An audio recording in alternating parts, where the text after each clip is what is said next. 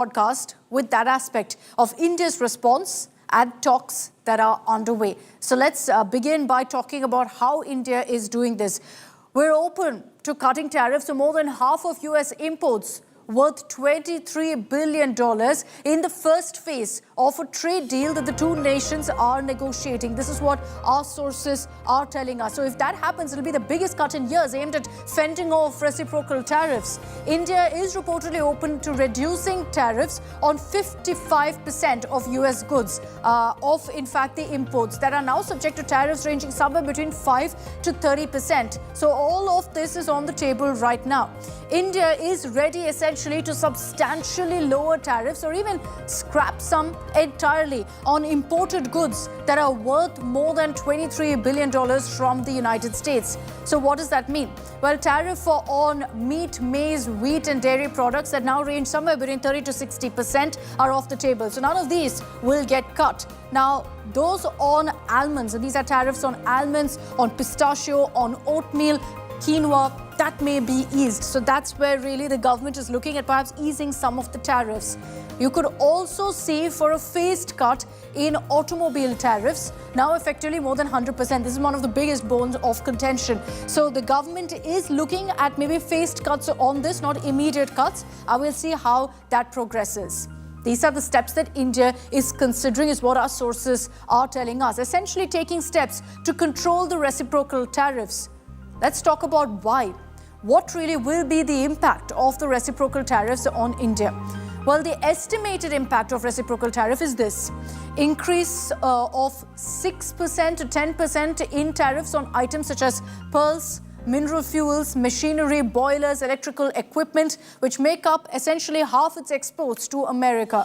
Due to reciprocal tax, you're going to see $11 billion worth of pharma and automotive exports essentially seeing the most disruptive impact due to reciprocal tariff, given the dependency that they have on the US market. Such reciprocal tariffs would hit 80% of total exports to America. You look at that worth, that's worth $66 billion. It's because of this impact that India is now looking at kind of cutting some of the tariffs so the reciprocal tariff doesn't hit us as bad. So what exactly is being done on this front? Well, the Assistant US Trade Representative for South and Central Asia is on a 5-day visit. Brendan Lynch is in India, so he'll be holding talks with Commerce Minister Piyush Goyal, besides meeting a number of senior Indian officials where it's hoped some agreement will be reached to control reciprocal tariffs. So we've listed out to you the reasons why India is really looking at reducing reciprocal tariffs and also how they have a deadline of April 2nd. There is, of course, a lot of speculation that when he announces the reciprocal tariffs on April 2nd, it may not be as bad as I showed you. That there's a possibility that Trump will soften the blow for India. And that's because there's also been a lot of talks between India and America. Brendan Lynch is, in fact, currently in India on a 5-day visit. He's scheduled to meet with Commerce Minister Piyush Goyal. Let's bring in Geeta Mohan, a Foreign Affairs editor, for more details on this. Geeta, even as, of course, India and the government is looking at what steps needed to ensure the reciprocal tariff doesn't hit us as bad on April 2nd, give us details of what kind of dialogue we're currently having with America.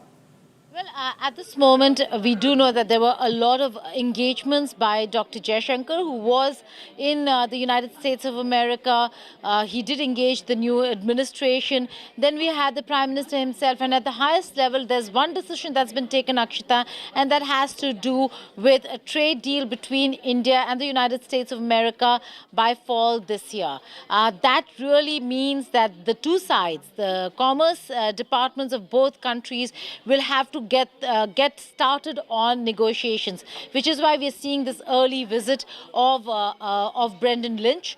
He is here. He's in New Delhi, and in all probability, we'll see the official talks kick off tomorrow with the nuance of the BTA bilateral trade agreement between the two sides being worked out, where the focus will be, and like you rightly said and you pointed out, details on reciprocal tariffs tariffs, the focus would be on tariffs for America. It's very important that India ease up on the high tariff rates that it imposes on goods that are imported into India. But we again will have to wait and see how India is going to navigate that space, because it is to kick off on the 2nd of April. It could hit India badly. So India would want a carve out, a waiver to not have those reciprocal tariffs levied from the 2nd of April. But what are the areas where India is going to give in is something we'll have to wait and see.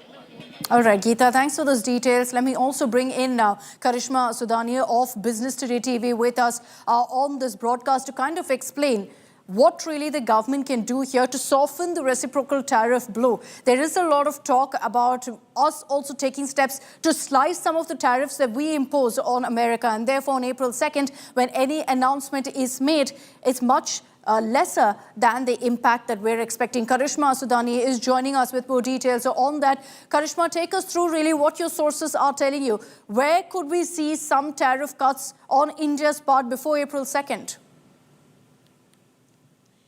I think the big stuff that has to be looked into is what kind of middle ground both the countries find when it comes to reciprocal tariff. And the US team, which is in India, is going to now focus on trying to find this middle ground. Let's not forget that Trump yesterday has said that they will try their best not to put these tariffs on a higher note, just the way India has done. And sources are indicating that India may go for a 55% tariff cut, which is going to be very big, knowing the fact that our tariffs comparatively have been higher, though on an average they've been between 10 to 17%. Now, US is very clear that they will not go on sectoral tariffs, but they may go on broader tariffs. And these broader tariffs, come may what, will also come on India. All right, Karishma, thanks very much for joining us with those details. We'll see what really happens now in the days to come. April 2nd, just a few days away from that particular deadline. And clearly, the government is figuring out what really should be the response. But interestingly, we spoke, of course, to External Affairs Minister Dr. S. Jaishankar, who was at the Business Today Mind Rush event over the weekend, where he made it clear that India will put its own interests first in future trade deals, much like America first. We've always stressed on India first. But Dr. Jaishankar also spoke about free trade agreements, that they're no longer just economic tools, but also important strategic choices. The underlying issue has been the accumulated consequences of over-concentrated manufacturing, as well as massive subsidies and sectoral protection. The full impact of that was visible during the COVID pandemic on the fragility of supply chains. The Ukraine conflict created an additional set of concerns, especially those pertaining to food, to fuel, and to fertilizers. And when sourcing from key producers became challenging, its ripple impact actually spread across all businesses and all geographies. The fighting that we have seen since October 2023 in West Asia or the Middle East has added another dimension, because we have seen maritime shipping disrupted, and this has particular consequences for the Asia-Europe traffic. From time to time, business, in fact international economy, has also experienced the effects of extreme climate events. Now, on top of all of this, there are the economic consequences of sharper geopolitical competition. The digital and the technology worlds have felt the implication of this polarization most visibly. After decades of hearing the virtues of globalization, today the world is grappling with the reality of industrial policies, export controls, and tariff wars. In such a scenario, it is essential to identify advantageous trends and adapt our policies accordingly. First and foremost, There is the widespread concern today about de-risking the global economy. The solution lies in more diversified manufacturing, Mr. Birla referred to it, in more innovation and technology, and in stronger trade, including those that pertain directly to food and health security. Put together, what that means is a re-globalization that is fairer, that is more democratic, that is less riskier than its earlier model. What is so exciting is April 2nd is just around the corner, and that's American Liberation Day. That's the day when the rest of the world starts to treat America with respect. And your leadership, understanding how the rest of the world treats us and what balance and what fair trade finally is going to be, is going to take care of America. It's going to launch the External Revenue Service to start to build the power and prestige of America back. And I'm honored to be helping you on that course. So India no longer needs to hide behind tariff walls because its industry is not competitive. That's what one of the tallest industry leaders has to say about the threat of Trump tariffs. Jamshed Naroji Godrej, chairman and MD of Godrej Employees, believes it's time for a shift, saying the current situation is very, very different from 1991 when the industry was far from competitive and tariffs were needed essentially to protect Indian enterprises. Godrej, however, emphasizes that India must focus on scaling industries like steel and cement while building robust supply chains that are sustainable and export-ready. Listen. India has always had high tariffs, right? Okay, why? Because we wanted to protect industry. What happened in 91? Okay, why did that whole system of deregulation take place? Why were tariffs cut? Why was the rupee significantly devalued? Okay, we have to be competitive. I mean, tariffs is all about competition. You know, if you're going to hide behind tariff walls, you know, you're not going to be competitive. I think this was the most important takeaway of 91, was that Indian industry was not competitive, which is why it had to go through that pain. Okay, today, industry is pretty good, very strong. As I mentioned there are many companies, you know, which are both global companies, Indian companies, everyone, and there are lots of them who are internationally competitive and doing a good job. But India is still tiny when it comes to manufacturing. So this is the challenge. Okay, so with India potentially lowering tariffs on 55% of US imports, the outcome could, of course, have significant impacts on both nations' trade relations. Is there a possibility of Trump going soft on India when he announces reciprocal tariffs? We decode that in our next report.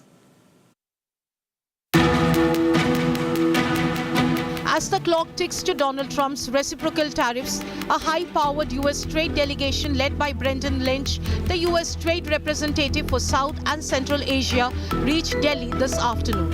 Its 5-day mission in India to find a solution to the trade tariff standoff.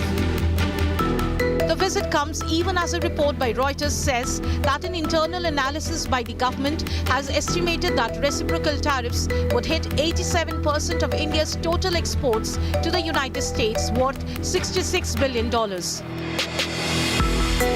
The report adds that India is open to reducing tariffs on 55% of the goods it imports from the US. These goods are subject to tariffs ranging from 5% to 30%. India is said to be ready to substantially lower tariffs or even scrap some entirely. This, however, the report says, hinges on the US waiving off its reciprocal tariff. This comes on top of the overall reduction in import duties in Budget 2025. According to a government statement in Parliament, the simple average industrial tariff has reduced to 10.66% from 13.5% in 2023. The Finance Ministry has also introduced an amendment in the Finance Bill to reduce taxes on online ads, in a big relief to Google, Meta and X.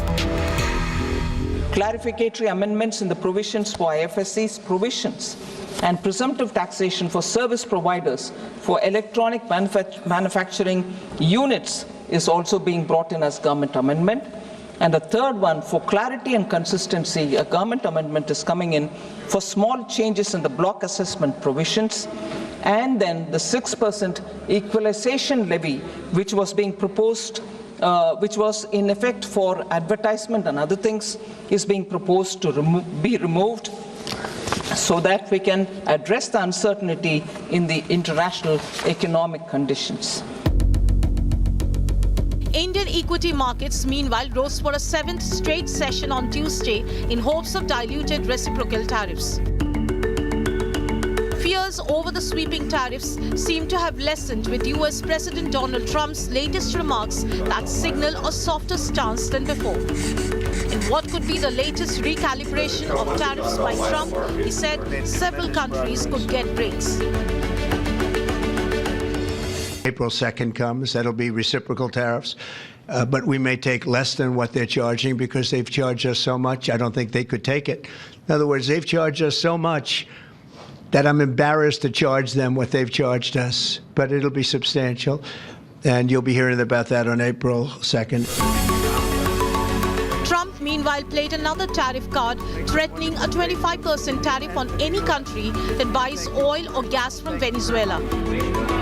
According to an executive order signed on Monday, those tariffs will take effect on or after April 2nd. India is one of the big importers of Venezuelan crude oil and could face additional worries on this front. Bureau Report, Business Today Television. So now, even as India is looking to combat the reciprocal tariffs, the tariffs being imposed on other countries will also impact India. For example, President Donald Trump announced a sweeping new tariff aimed at countries trading with Venezuela. Nations that purchase oil or gas from the Maduro regime will face a 25% tariff on all trade with America beginning April 2nd. That means India too will be affected. Why? Because India had only recently restarted purchases of Venezuelan crude after a nearly 3-year hiatus of US sanctions on the country. Now, reportedly, India imported around 22 million barrels of crude oil from Venezuela in 2024, representing that's about 1.5% of its total crude oil purchases during that period comes from Venezuela. So India too will be impacted by the announcement that's been made now by Donald Trump. So many layers really that India now has to look into. It's not just a clear reciprocal tariff that will hit India, but also steps like this, where you have other countries being punished, as a result of which India too could be punished. All right, with that, I'm slipping into a short break here on Super 6. Coming up on the other side, we'll give you highlights of the Delhi budget that was tabled by Chief Minister Rekha Gupta. Focus on women and on the 2 promises made by the BJP of cleaner air, a cleaner Yamuna. We'll tell you what the allocations made for each of that.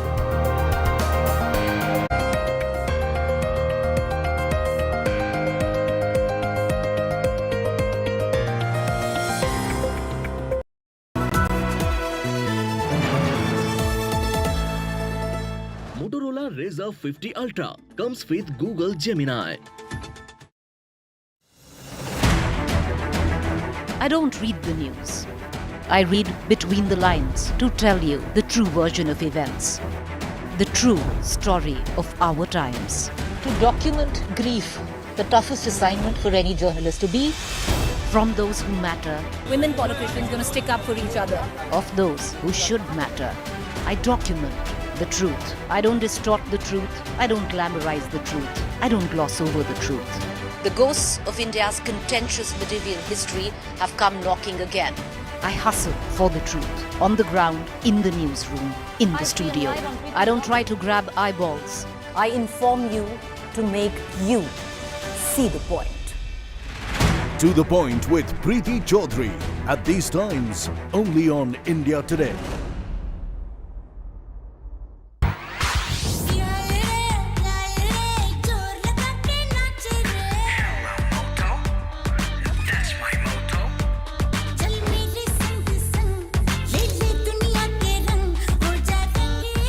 Rangila with Motorola's incredible range of smartphones. Hello, Moto.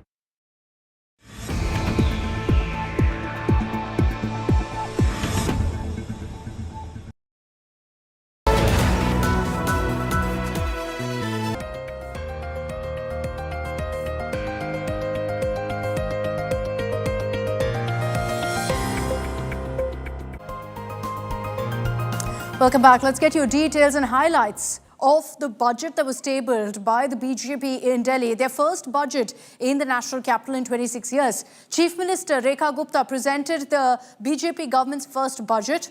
The allocation for the national capital this year is the highest ever done in Delhi, with a whopping 1 lakh crore rupees.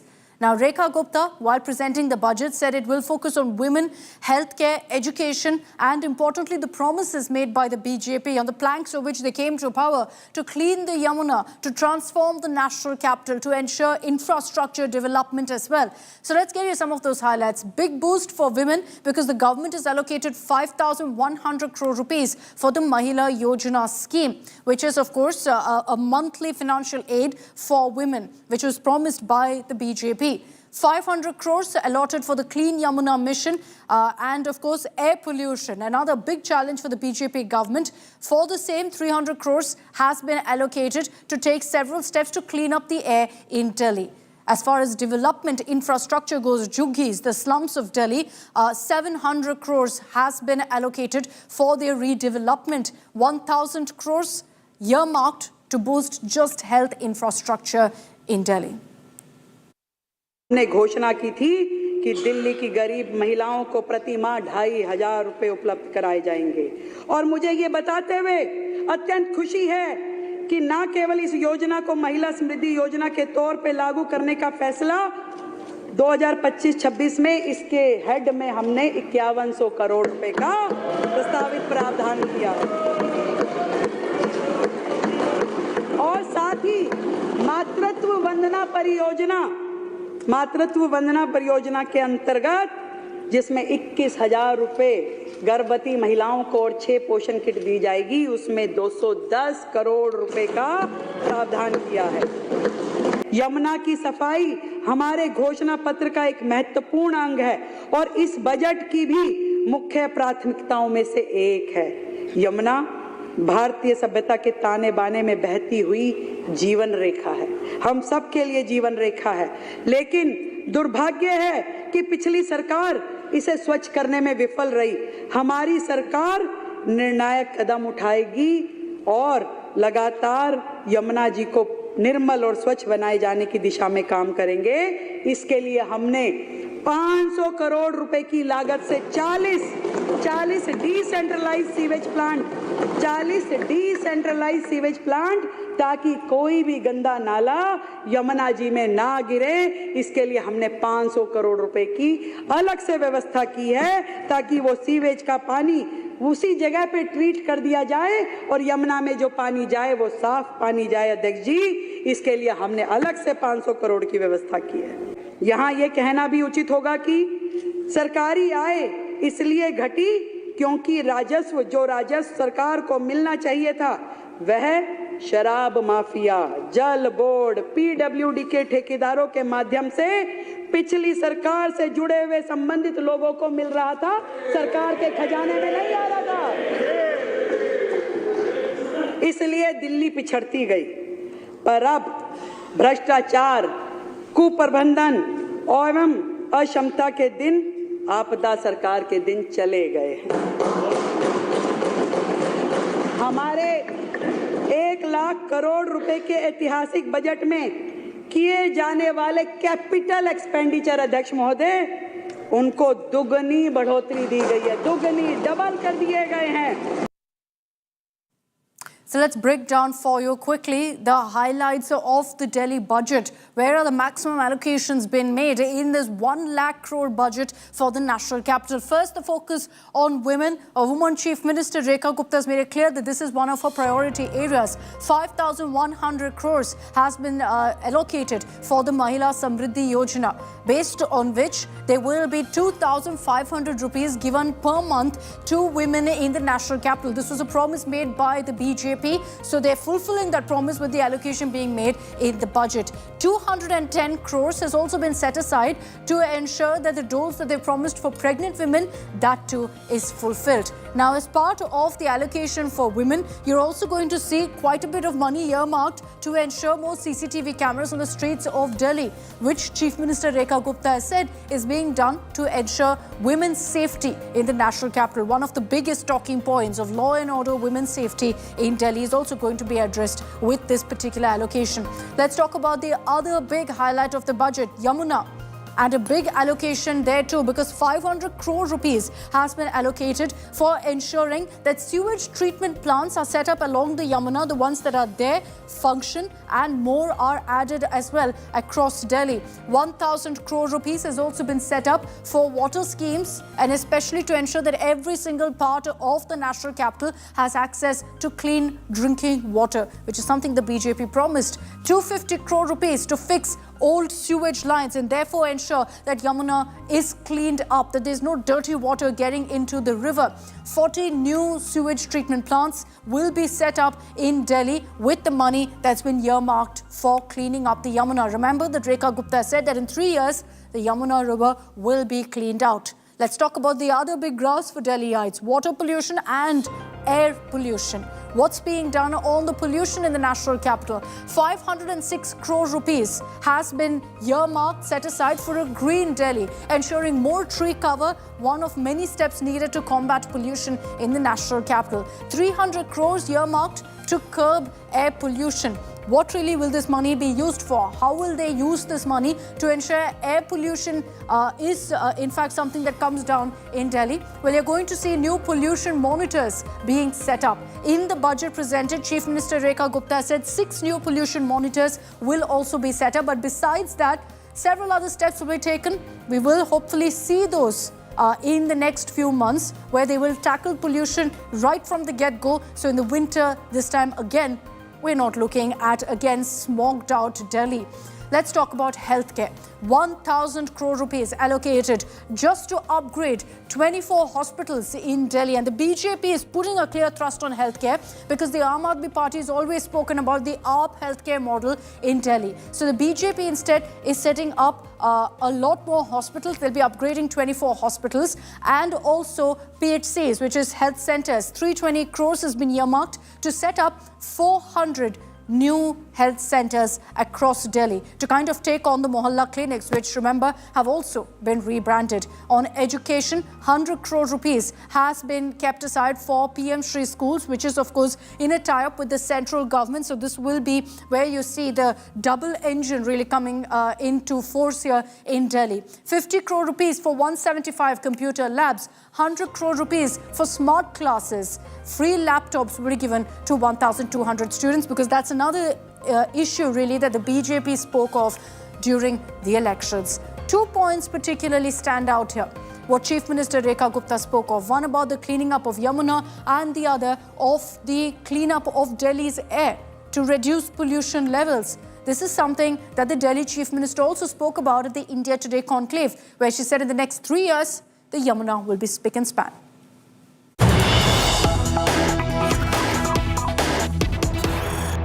हमने यमुना को साफ करने का काम शुरू किया है। वहाँ से गार्बेज क्लीनिंग, वहाँ पे एसटीपीज बना करके जो नाले न यमुना में गिरते हैं उसको क्लीन करने का काम शुरू किया। मैं उस दिन एलजी साहब के यहाँ गया, उन्होंने कहा कि हम यमुना को ऐसे बनाएंगे जैसे साबरमती है या जैसे टेम्स है, 100% कि वहाँ पे आप बोट्स लेके जा सकते हैं, कनूइंग, कयाकिंग कर सकते हैं। बिल्कुल। अब ऐसे सपने मत दिखाइए कि हम लोग बूढ़े हो जाएं और अभी भी गंदगी वहीं पड़ी। उसके लिए आपको बूढ़ा होने की जरूरत नहीं है। आप उसको 3 साल में देख पाएंगे कि आप हमारे साथ क्रूज में चलेंगे और एक ऐसा ही लाइव कॉन्क्लेव उस पर करेंगे। 3 साल में पक्का? नहीं, ये लोग तालियां बजा रहे हैं क्योंकि वो चाहते हैं। इसको आप नोट कर सकते हैं, आप करवा लीजिए। कोई है यहाँ पे नोट करने वाला? सब नोट कर रहे हैं, आप चिंता नहीं कर रहे हैं तो आप डेट फिक्स कीजिए। अच्छा, इतना कॉन्फिडेंस? आप डेट फिक्स अच्छा, देखिए पोल्यूशन पे कॉन्फिडेंस कम है, यमुना पे ज्यादा, वो क्यों? देखिए बात सुनिए, हर काम को आज हम यमुना पे काम शुरू कर चुके हैं। पॉल्यूशन पे जो काम है वो दिल्ली में ट्रांसपोर्ट सिस्टम को ठीक करना, दिल्ली के महत्व जो चीज़ें हैं वो करना, पर पॉल्यूशन एक ऐसी चीज़ है जो आपकी सारी सराउंडिंग से भी दिल्ली में आता है। उसमें जो मल्टीपल एजेंसीज इन्वॉल्व है, हमें उन सब पे काम करना पड़ेगा। और मैं विदाउट होमवर्क बहुत चीज़ें बोलना नहीं चाहूँगी। मुझे लगता है कि मैं जब अपने आप में पुख्ता जवाब देने की स्थिति में हूँ और उस काम को करके दिखा पाऊँ, मुझे तभी बोलना चाहिए. So let's hope, as the Delhi Chief Minister says, in 3 years we will see a clean Yamuna where we can all go out and have a walk on the riverfront. I'm slipping into a short break here on Super 6. Coming up on the other side, we'll be getting you news from Tamil Nadu, where YouTuber Savaka Shankar has now faced this kind of an attack where apparently sanitation workers, or at least people dressed as sanitation workers, attacked his residence, throwing sewage water all over. More on that coming up in just a bit.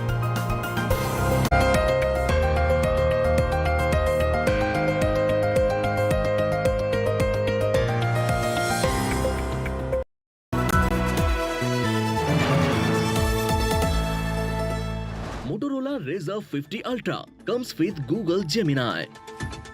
Hi, I am AI anchor Sana, bringing the top headlines for you, presented by Motorola. Supreme Court panel reaches Justice Yashwant Verma's residence for inquiry in cash at home case. Delhi CM Rekha Gupta presents 1 lakh rupees crore historic budget for 2025 to 26. BJP to distribute Saugate Modi gift to 32 lakh Muslims on Eid. The headlines that shaped the day, the newsmakers who set the agenda, and the moments you just can't miss. Fast, fresh, and full throttle. This is 5 Live with me, Gaurav Sawant. Weekdays at 5 p.m. only on India Today.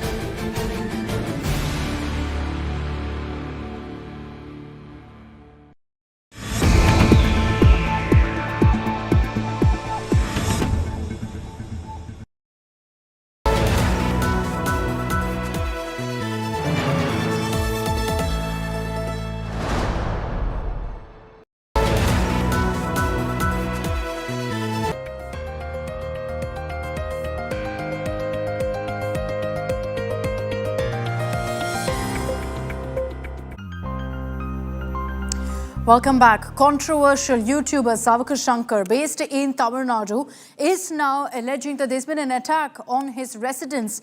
Savaka Shankar, and if you're from Tamil Nadu, you of course know that he's dominated headlines several times previously, has alleged that a gang broke into his home. They were dressed as sanitation workers, threw sewage in his kitchen, his bedroom, across his house, and even outside, and then threatened him over a video call while his mother was alone. And the YouTuber claims the reason this kind of an attack was orchestrated on him was because he had exposed a sanitation scam on his YouTube channel.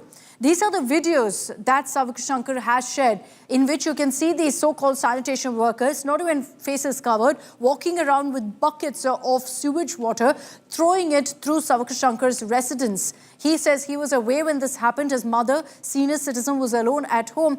And these people you see there throwing all this muck around, then entered the house, started threatening his mother, is what he alleges. And then they appeared on a video call with him and threatened him too. Now, Savaka Shankar claims that the police are going slow on the investigation, that despite informing the police immediately about what happened, very few cops turned up. Only a constable and sub-inspector arrived at the scene, is what he alleges, that the attackers were actually there protesting for hours without leaving the premises, and yet no action was taken. Now, Shankar has actually blamed the Tamil Nadu Congress president for this attack and has questioned why no arrests have been made in this case. Remember that currently is the CBCID that's probing this particular case. Yesterday, when I was leaving for office from my home at Kirpak, some people threw stone at my car. They came in 2 buses near my house. When my car moved, they started pelting stones on my car. After 10 minutes, I called back my mom again, and she said that people have broke open the back door of the house. They have come inside, and suddenly somebody snatched the phone from my mother, and they came on video call to me. And in the video call, I can see around around 20 to 25 people inside my house, and they said that if you were here, you would have been bashed up. Now see, how we are vandalizing your house. Had you not been here, we would have burnt your house, they said. After this incident happened, I learnt that all those people were sent by TNCC President Mr. K. Selva Perundagai. The reason Mr. Selva Perundagai is angry on me is that I have exposed a huge scam in the delivering of vehicles in the Dalit Entrepreneur Scheme.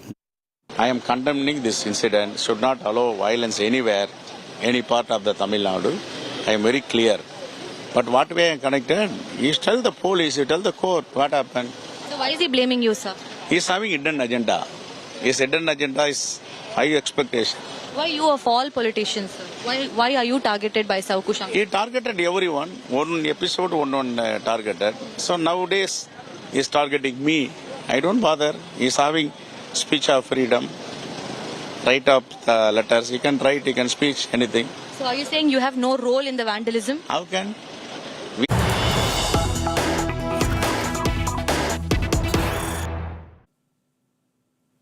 So are we going to be seeing a BJP AIADMK tie-up once again in Tamil Nadu? There's endless speculation over this. As Edappadi Palaniswamy is currently in Delhi, there are questions about whether he's meeting with the BJP High Command to figure out some sort of alliance deal. Will the AIADMK and BJP join hands for the upcoming elections in Tamil Nadu in 2026? Speculation is mounting over the fact that the AIADMK leaders, one after another, are making their way to Delhi. First, it was a load visit by EPS, by Edappadi Palaniswamy. Now, SP Velumani, KP Munnuswamy, senior leaders of the AIADMK are also in Delhi. And there's speculation that there's a meeting between EPS and the BJP High Command to seal the deal for an alliance. Remember that previously in the 2024 general elections, they broke off the alliance between AIADMK and BJP, with EPS making it very clear that there was no question of tying up with the BJP. Of late, in the last few months, he's softened his stand, saying that they're fully open to any alliances. We can't really speculate on who we'll tie up with, but we're open to all possible alliances. This was seen as a climb down of sorts by the AIADMK and sending across a message that they're open to an alliance with the BJP as well. Pramod Madhav is joining us live from Chennai with more details on this. Pramod, what are you picking up from your sources? How do we really read into EPS's Delhi visit? Is it a given essentially that he's here in Delhi for a meeting with the BJP High Command to figure out whether there could be an alliance?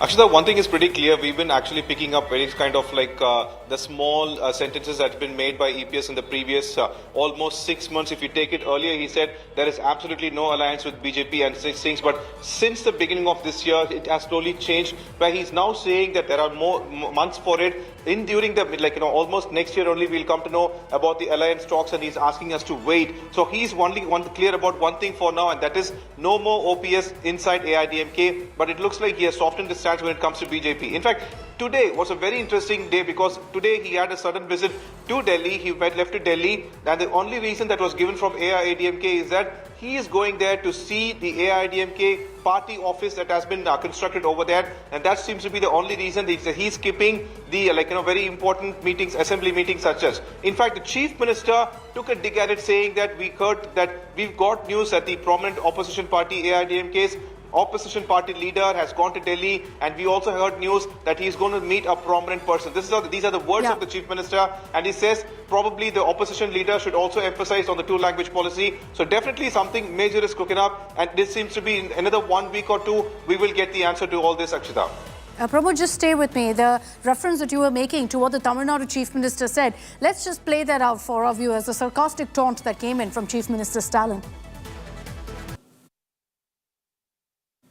இன்று காலையிலே கூட நம்முடைய எதிர்க்கட்சி தலைவர் டெல்லிக்கு சென்றிருப்பதாக செய்தி வந்திருக்கிறது. டெல்லிக்கு செல்லுகிற நேரத்தில் யாரை சந்திக்க போகிறார் என்ற அந்த செய்தி வந்திருக்கிறது. அப்படி சந்திக்க நேரத்திலே இது குறித்து அவர் வலியுறுத்த வேண்டும் என்ற அந்த வேண்டுகோளை இந்த அவையின் மூலமாக நான் எடுத்து வைக்க கடமைப்பட்டிருக்கிறேன். So that's a MK Stalin. They're saying we all know who EPS is going to meet. So please convey what we all feel about the language policy. But Pramod, looking at really the issues that have been making headlines in Tamil Nadu, delimitation, the language fight, all of it, targeted at the BJP. The AIADMK has pretty much been on the same page as the DMK on this. So it'll be interesting to see how the AIADMK then shifts their stance if an alliance were to actually take place. There's a question mark on it, especially because it's well known, of course, that for the AIADMK and the Tamil Nadu BJP unit, there's no love lost. Well, Akshita, that's what I'm trying to say. Probably 2 weeks, there's going to be something that's going to happen in the state of Tamil Nadu, and probably indication seems to be that it is going in favor of whatever EPS has thought, and maybe that's the reason he had to leave immediately. Imagine him making a sudden plan. Even the chief minister knew that it was a sudden plan. In fact, on one end, either the chief minister's sarcasm is much stronger or the state intelligence stream is much stronger, because he claims that he got news that the opposition leader is leaving for Delhi, and he also says that he got news that the opposition leader is going to meet a prominent person. So definitely something in favor of EPS is happening in Delhi, and that's the reason the chief minister is also taking a dig at this, Akshita. All right, we'll track all the takeaways from EPS's visit to Delhi. But for the moment, Pramod, thanks very much for joining us with those details. In a week or two, will there be some sort of announcement on alliances in Tamil Nadu? We'll have to wait and see, but there's definitely endless buzz that we're going to see an AIADMK BJP tie-up yet again for the upcoming assembly elections. All right, let's move on now to another big story that you need to watch out for, viewers, because you have to beware now of the latest digital scam doing the rounds. A WhatsApp scam has trapped lakhs of Indians, and with just one simple message: your WhatsApp can be hacked, meaning your contacts, photos, everything will be accessed by this hacker.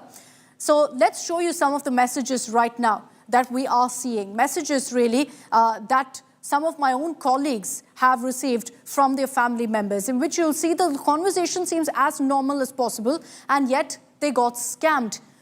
These are some of those images. You can see it says hello, the person replies saying hi, then they say hi, how are you? All these, by the way, are messages from someone whose phone has been hacked. And then there's that message which you see at the very end, which says, I'm sorry, I sent you a 6-digit code. Can you send it back to me? It's urgent. These are the messages that my own colleagues have received from their relatives, from people on their contact list who got scammed, and so they got these messages. So let me explain to you how exactly this works, this entire scam, what you need to watch out for. You'll get a message on WhatsApp from someone in your contact list.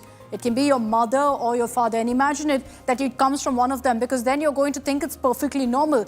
The last chat will be there in the chat window, so they send you a simple hi. It seems completely normal, and you reply saying hello, and then comes in a request. Citing different reasons, the message will ask you to share a code or an OTP that's been sent to you by mistake. This is what will be said on that message, but they'll say it's urgent. So imagine this, your father or mother essentially asking you to share an OTP that they sent to your number by mistake. It seems fairly normal, right? Well, don't do it. You share an OTP and that's it. Your number is hacked. So at this point, when you get these kind of messages saying, even if it's from someone you know very well, saying share a 6-digit code, share this OTP, do not do it. What you can do then, and because obviously this is so simple and yet so difficult to identify as a scam, how do you combat this? Well, essentially what you do is you immediately call the person, and do not call on WhatsApp. You have to actually call them using your phone to check with them what's happening. If they confirm that they've sent that number to you or an OTP, you can go ahead and send it. Otherwise, avoid it. Do not share any code, and instead block that contact. Alert anyone who's a mutual contact as well. Because how this WhatsApp scam is spreading is once they, let's say, hack my phone, they go ahead and send this message of, hi, hello, I've sent this code to everyone on my contact list. And so it's spreading non-stop right now in India. It's a problem really, because we've seen so far all of the issues of digital arrest and whatnot, adequate awareness on that. But on this, there's still a question mark about whether people know enough. I want to bring in Cyrus John, editor of Emerging Tech at IndiaToday.in. Cyrus, good evening. The latest scam on the block is a scary one, because so many of us, of course, active on WhatsApp, a simple hi, hello, I've sent you an OTP, seems fairly normal, and yet this is a scam. That's right, Akshita. I think the one thing that we can learn from this is if anyone, be it your relatives or a friend, is asking for an OTP or a code, you're supposed to give them just one answer. Absolutely no. So, yes, hackers are getting smarter and they are finding ways to basically hack into phone numbers and WhatsApp numbers of your relatives, and that's how they are targeting you. It's pretty common these days, and it's surprising of how with so much ease that these hackers are doing it. So I think the basic thing that people need to do is communicate with each other, especially the elders of the family. They need to be informed that if anyone, even, for example, if it's their relatives and members of the family, if they're asking for a code, the answer should be no, because WhatsApp works very differently these days. You can activate your own WhatsApp number on multiple devices. And in order for you to activate WhatsApp, you just need this 6-digit OTP code. And your WhatsApp is basically your life. All your images, private conversations are stored on servers. And if a hacker gets access to that, they can basically access everything that you have on your WhatsApp. So I think the simple step is keep your family members informed about not sharing any form of number or OTP with anyone. And if you really must, just call them up on their phone number, not on WhatsApp, and then give them any information that they require.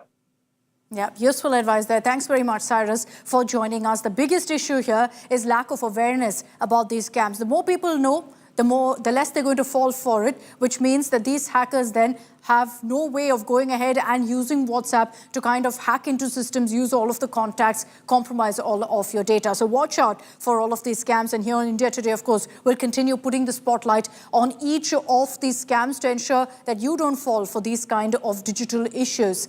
Let's also get you now some international stories. Chinese automaker BYD has surpassed the 100 billion revenue mark last year and therefore taken over the global EV crown from Elon Musk's Tesla, which is one of its biggest rivals. And this is huge news because Tesla's sales are dropping globally with political headwinds and fierce EV rivals throwing up challenges like that of BYD. Here's more in our next report. I'm leaving you with this one.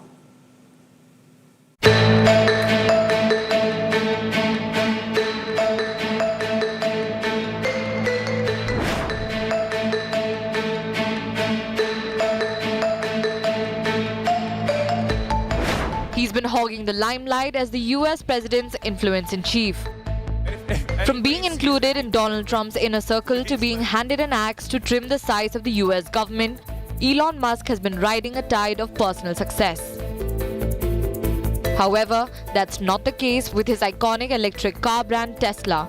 In a stunning shift in the electric vehicle market, China's BYD has surged past Tesla, claiming the top spot in global sales. According to latest reports, Chinese automaker BYD recorded a staggering $107 billion in revenue for 2024, eclipsing Tesla's $97.7 billion. BYD sold nearly 4.3 million vehicles last year, a mix of fully electric and hybrid models, dwarfing Tesla's 1.79 million pure EV deliveries. That is more than double of Tesla's output, a gap that's turning heads worldwide. In China alone, BYD's dominance is clear. Last month, the company sold over 318,000 vehicles, a 161% jump from the year before, while Tesla's sales in the same market dropped nearly 50% to just 30,000 units. So what's driving the BYD surge? Analysts point to BYD's affordable pricing. Models like the Seal EV start at just $12,000, paired with cutting-edge technology like their new 1,000 kilowatt charging system, twice as fast as Tesla's superchargers. BYD has also mastered vertical integration, building their own batteries and software, while offering prices that Tesla cannot match. BYD is also accelerating its global push with record exports last month. Meanwhile, Tesla faces challenges. Sales in Europe dropped 45% this year, and its China slump continues. The markets are reacting too. BYD stock has soared 37% this year, while Tesla's has plummeted over 27% in 2025, reflecting investor confidence in BYD's momentum. Closer to home, the India experience tells a stark story for the two companies. Tesla's been knocking on India's door for years, tangled in high import duties, Once 110%, now eased to 15%, and demands for local manufacturing. Meanwhile, BYD's is already cruising Indian roads, with models like the Atto 3 gaining traction since 2022, capitalizing on affordability and a head start in the world's third largest auto market. Bureau Report, Business Today TV.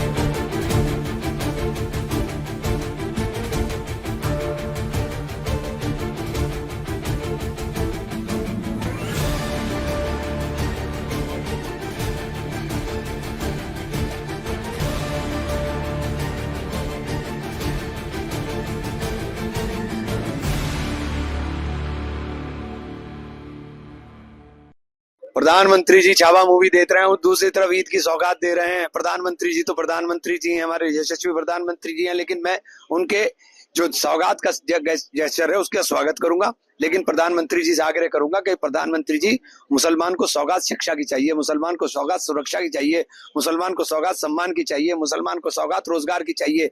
हमें इस बात की सौगात दीजिए, इस kit से हमारा काम चलने वाला नहीं है। नाथुराम गोडसे ये लोग पूरा विरोधी है, सब दंगा फसाद कराने वाले लोग। ये लोग कभी भी किसी का नहीं क्या देंगे, ईडी देंगे नहीं देंगे, उससे कोई लाभ होने वाला नहीं।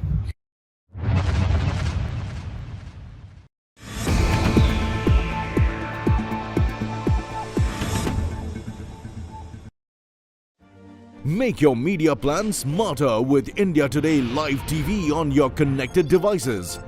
Amplify your brand with 100 million smart internet viewers. To advertise, mail us at sales@aajtak.com.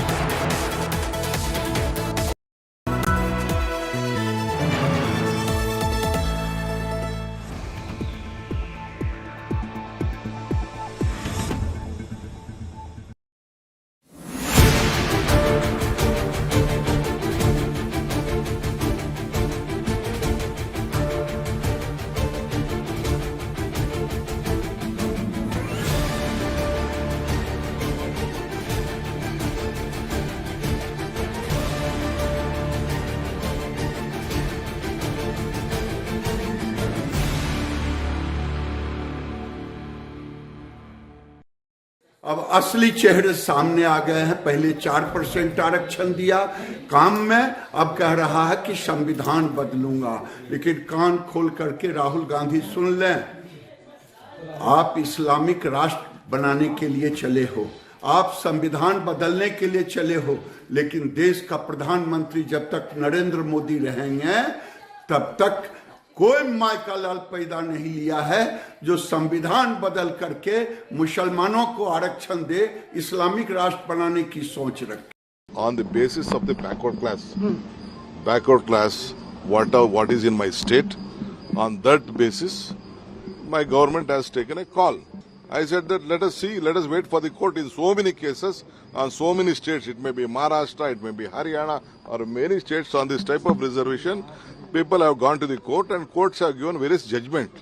That is why I said after various judgments, the constitutions will have to have changed earlier.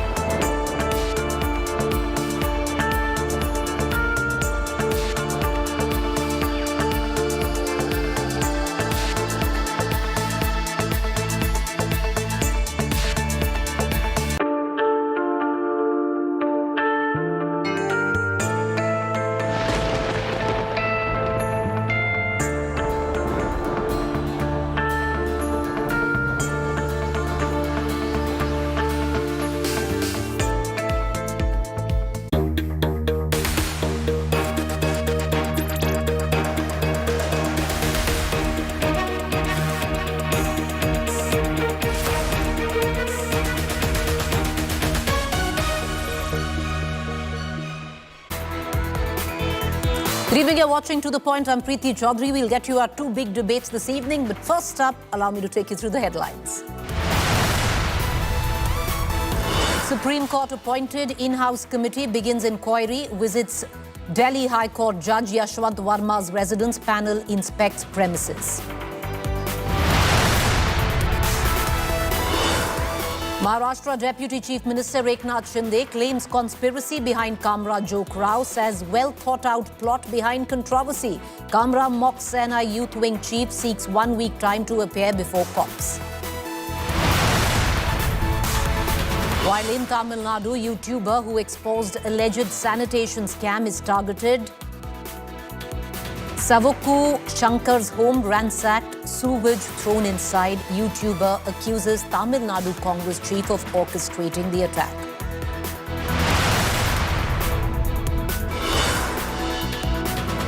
Big revelation in starlet smuggling scandal. Anti-smuggling agency says accused actor Rania routed gold money through Hawala channels. Delhi government's big woman outreach and budget announces 5,100 crore for women's schemes. Big allocation in Delhi budget for Swachh Yamuna and pollution.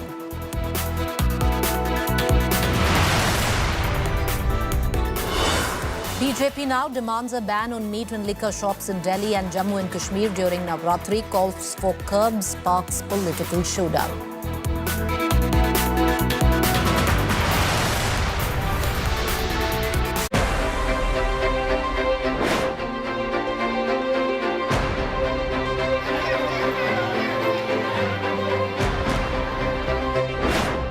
BJP's Muslim outreach.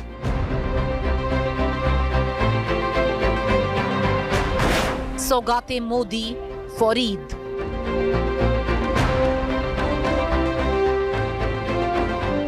BJP to distribute gift hampers. 32 lakh Muslim families identified. जो गरीब मुसलमान हैं, जो यतीम हैं, बेवा हैं, मिस्कीन हैं, जो पूरे रमजान का जिन्होंने एहतमाम किया, उनके घर में भी ईद की खुशी होनी चाहिए। इसलिए भारतीय जनता पार्टी ने सौगाते मोदी किट देने का निर्णय लिया है। Opposition foxed and amused. खुशी की बात है कि भारतीय जनता पार्टी अब मनाने लगी है बड़े पैमाने पर, और भारतीय जनता पार्टी वो दल है, उससे अगर एक वोट मिल रहा हो कुछ करने से, तो वो तुरंत परफॉर्म कर देंगे वो चीज। ये राजतंत्र नहीं है, लोकतंत्र है। एक एक पाई स्टेट एक्सचेकर की है, जिसमें टैक्स पेयर वो भी है जो गरीब माचिस खरीदता है। या अगर उस अपने आप को बादशाह समझने लगे हैं तो मैं क्या ही कहूँ। या ये दिल्ली में सरकार नहीं चला रहे, सल्तनत अगर चला रहे हैं, तब तो सौगात और तोहफा ठीक है। Saffron search for Muslim vote. Sabka Saath or appeasement. Top story on To The Point this evening. All right, so many suggest that all of this, the Saugate Modi, the small gift hampers which comprise of a salwar suit for the woman head of the family, sevai, and a few more things, and we'll break it down for what exactly they are. It's all planned with an eye on the Bihar elections. Why on Bihar elections, viewers? Let's take you through that, because 2011 census, as per that, and mind you, Bihar is going to vote in the next 4 months from now. So, as per the 2011 census, 17% of Bihar's population is Muslim. Let's take you now on how the 17% population voted. 12% of Muslims voted for the NDA in 2024 Lok Sabha elections. Now, this is all across the country, where it comes down to the 2020 assembly elections in Bihar. Only 5% Muslims voted for the NDA in 2020 Bihar polls. There is a sense that BJP allies are alienating the 17% Muslim votes. Why I say that, viewers, is that the LJP, Chirag Paswan, the JDU, Nitish Kumar, has a sizable Muslim vote bank. And some of them, as per our sources, feel that outwardly polarizing atmosphere that is currently prevailing might possibly alienate that possible vote bank. These visuals are of the Iftar party. You can see BJP leaders from Bihar. With him, you can see Chirag Paswan, you have Samrat Chaudhary, and you have Nitish Kumar. So it paints that picture right on your television screen on why possibly this Saugat is going in the times of Bihar elections. These visuals only came in as early as yesterday evening, an Iftar party being hosted here by Chirag Paswan in Bihar, Patna. So you have Chirag Paswan, you have the Chief Minister of Bihar, Nitish Kumar, who is both allies of the BJP. Sitting right next to them is the Deputy Chief Minister of Bihar, Samrat Chaudhary. So that possibly with an eye on Bihar election. It's a question there. Now, in terms of, many would suggest that the BJP has always, especially when it comes down to schemes, to handouts, has never quite discriminated. The Modi government's Muslim outreach, Sikho aur Kamao scheme for skill development of minorities, Nai Roshni scheme for leadership development of minority women, Nai Manzil integrated education livelihood. So lots of schemes there. We're going to play out all the list of schemes which the Modi government has floated where the minority, Muslim minority is concerned, and in which you can also throw, because the government lauds itself for abolishing triple talaq, and all of these the government calls it as an achievement and offerings for the minority community. However, this discussion will not be complete if we don't actually get into what many also think is the minority doublespeak of the BJP. One thing that always is underlined, till now we haven't seen any Muslim face in Prime Minister Modi's cabinet. This new cabinet of the BJP has no Muslim face again. No Muslim given a ticket to fight the 2024 Lok Sabha polls. Hundreds of tickets were given, viewers, and not a single Muslim was given a ticket to fight these elections, which is Lok Sabha 2024. What is perceived is selective bulldozer action, mostly against Muslims. Anti-Muslim political rhetoric by many leaders, from calling them termites, kapron se pehchan sakte hain, to lots of other commentary, political commentary made by top BJP political leaders. So all of that comes into the possibility of a double speak by the BJP when it comes down to Sabka Saath, Sabka Vikas. Now at the back of it, of course, the questions that we ask this evening before I go across to the panel. The first question, of course, BJP Muslim outreach with an eye on Bihar elections.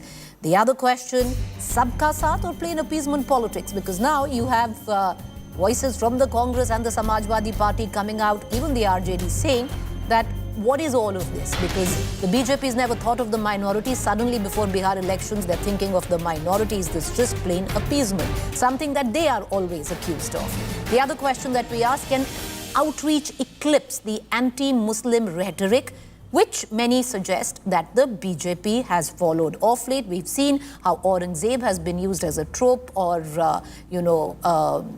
somewhere down the line, used to attack the Muslim community, or we've seen the bulldozers, we've seen what happened during Holi. Lastly, an outreach attempt to stem the peaking polarization in the country that we can see. Well, there's another question, and we'll take it directly to our BJP panelists. But before I introduce our panel viewers, we're going to give in 2 minutes. We have a counter which is going to play at the back of each and every panelist. The minute that 2 minutes is over, then their fader is automatically going to go down. So, every time you have a spokesperson who says that the anchor is given more time to X, Y, and Z, that's not my domain anymore.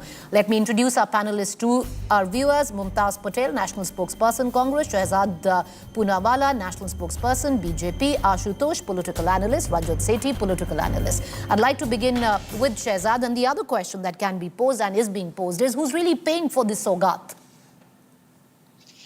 First of all, Preeti, I hate to fact check you because you said that the BJP did not give a single ticket to a Muslim in the Lok Sabha elections. You're factually wrong. We did actually give M. Abdul Samad the ticket in the Lok Sabha elections in Kerala. As far as the Muslim face is concerned, if not having a Muslim, please wait for my turn to get over. If not having a Muslim face means that we are anti-Muslim, then 7, 8 and 9 p.m. are the prime time slots of the Aaj Tak India Today group. Please tell me which Muslim anchors at 7, 8 or 9. Is that the meaning that the India Today group is against Muslims? Muslims. It's not. And you said that this is all for elections. By the way, let me tell you that the Hajj quota was 1 lakh. It has now been increased to 2 lakhs. The Hajj without Mehram was never permitted before. Now it is permitted. We have done away with the triple talaq law. The Muslim girl dropout rate was 70%, is down to 30%. AMU scholarships have been doubled. The number of scholarships given by the UPA, the more than that, the scholarships have been given during the NDA. 5,000 crore budget has been given for minority affairs. By the way, APJ Abdul Kalam was made president by the Bharatiya Janata Party. By the way, Bharat Ratna was given to Ustad Bismillah Khan by the Bharatiya Janata Party. By the way, Andaman Nicobar Island, one of the islands was named after Veer Abdul Hamid. Is this anti-Muslim? Padma Awards just this year, let me tell you, Farooq Ahmed Mir, Sheen Nizam, Syed Ainul Hassan, Begum Baitul, people that Congress never recognized. All of this was just in this year, the Padma Awards. Was this for elections? By the way, all that the Congress party has done is Saugate Dange and Saugate Garibi. Jalgaon, Delhi, Ahmedabad, Bhiwandi, Bhagalpur, Hashimpura, Mumbai, Meerut, Malyana, all of these riots where thousands of Muslims were actually killed. And therefore, I tell my good friend Mumtaz कि मिली सौगाते मोदी, दुखी है सारे विरोधी, इनका काम है केवल propaganda और भड़काने की ये जो राजनीति. I would ask Mumtaz that just compare the state of the affairs of Muslims in Gujarat and Muslims in Bengal. Bengal BJP has never ruled on poverty, on per capita income, on health indices, on participation in government jobs. Every place the Gujarati Muslim is far ahead than the Bengali Muslim. That was not done for elections. वो कहते हैं ना झांकी रही भावना जैसी प्रभु मूरत दिखे तिन तैसी. Because they have only done for elections, they feel everyone does for elections. We believe in Sarvamat and Sarvasat, Sabka Saath, and that's why we have done. Okay. Shahzad, your time is up. I concede after on 484 tickets in Kerala, you gave one Muslim a ticket and he was fielded in the state of Kerala. After 484 that BJP fought. Correct me if I'm wrong there. I want to bring in Mumtaz Patel into this conversation. Mumtaz Patel, the fact is, Shahzad Poonawalla does have a point that appeasement is something possibly that the Congress has followed. The pendulum swung so far left in your time, and now it's the time for Sabka Saath. And what's happening is Sabka Saath. Sabka Saath, now you remember after 11 years, last week you saw some pictures of Mrs. Sonia Gandhi, Akhilesh Yadav ji, all at an iftar table, and you had to see the meltdown by the followers of the Bharatiya Janata Party and Prime Minister Modi that this is appeasement politics. Now I want to ask, what is the meaning for this gesture, Saugate Modi? Like, what is the motive behind it? Yes, we spoke about vote bank politics, keeping Bihar elections in mind. Distributing kits, if it brings you votes, great, good enough. But what about the message of brotherhood and harmony that needs to percolate down to your followers, your people? Because on ground, this is not what you see. If you think that this is Sabka Saath, Sabka Vikas, where are you going to distribute these kits? What about the homes of those Muslims that have been bulldozed? What about people who've been lynched? You know, it's becoming such a huge problem. Islamophobia is real. It is real on the ground. And this is purely because of the kind of language, the kind of attitude, the kind of approach this government and the supporters have been using towards the minority. When the opposition does this, you call it minority appeasement. When you distribute free ration, you call it bravery politics. So my question to the Bharatiya Janata Party is, yes, there are durust hai, but 11 saal baad aapko yaad aaya Sabka Saath, Sabka Vikas. Now is the time you remember that the minorities also need to be assimilated into the society. Their festivals, their culture should also be accommodated. And what are you going to now answer? Are you going to put out this grand gesture and then, like what you did to the Ladki Behan Yojana, again say that, okay, fine, 32 lakh kits cannot be distributed because it is out of budget? So these are just probably grand plans and just out of the box thinking for this point of time, just for votes, nothing else. That's all I can say. I welcome it, I appreciate it, but I'm sorry, I don't see the real intent behind this. All right, Ashutosh, you think that this is mere tokenism? Or do you think there is real intent? Because if you actually look at it, it's just not for the Muslim community. It's for Baisakhi. Even on Good Friday, they are going to be handed over, this small token. See, Priti, this is not even tokenism. This is not even tokenism. This is just a kind of a, what should we call? We should call it a Muslim appeasement or what? This is basically intended at the Bihar elections and the kind of reaction the Muslims are giving towards the Janata Dal United and LJP. So obviously the BJP is little worried that if the Muslims are not going to vote for even JDU and the LJP, then obviously the BJP alliance will be in the soup. If you remember in 2020, the assembly election happened. The difference between the Mahagathbandhan and the NDA was 0.03%, despite Narendra Modi and Nitish Kumar being together on that side. So it's basically to kind of avoid that anything can happen in election. See, first of all, we have to understand this, that what is happening around here? The Prime Minister, which created the entire 2024 election as a referendum on the Islamophobia, he called them infiltrators and all kinds of names. Yogi Adityanath calling that if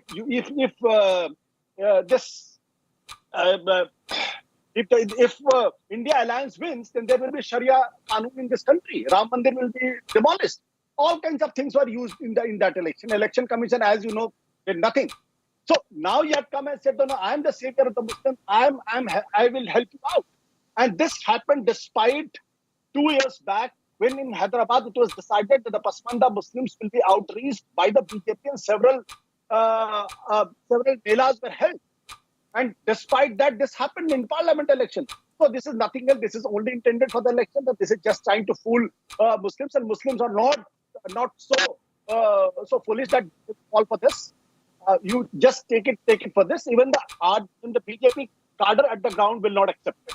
I'm telling you this because the reaction from the RSS at the bottom level is also very, very furious at the moment, because I had talked to many of them and they are not accepting this.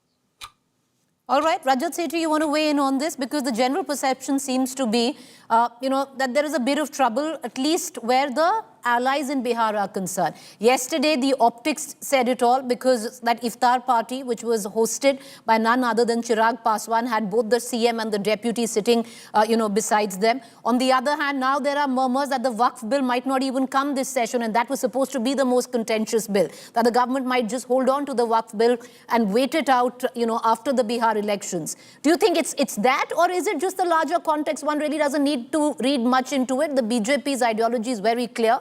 But you keep needing to do this, often in terms of to project that at least the schemes are for everyone. I think, Preeti ji, there is something which is called common sense governance. What does common sense say is that you provide governance to all and appeasement to none. Do not put your communal blinkers on when you are trying to frame your public policies.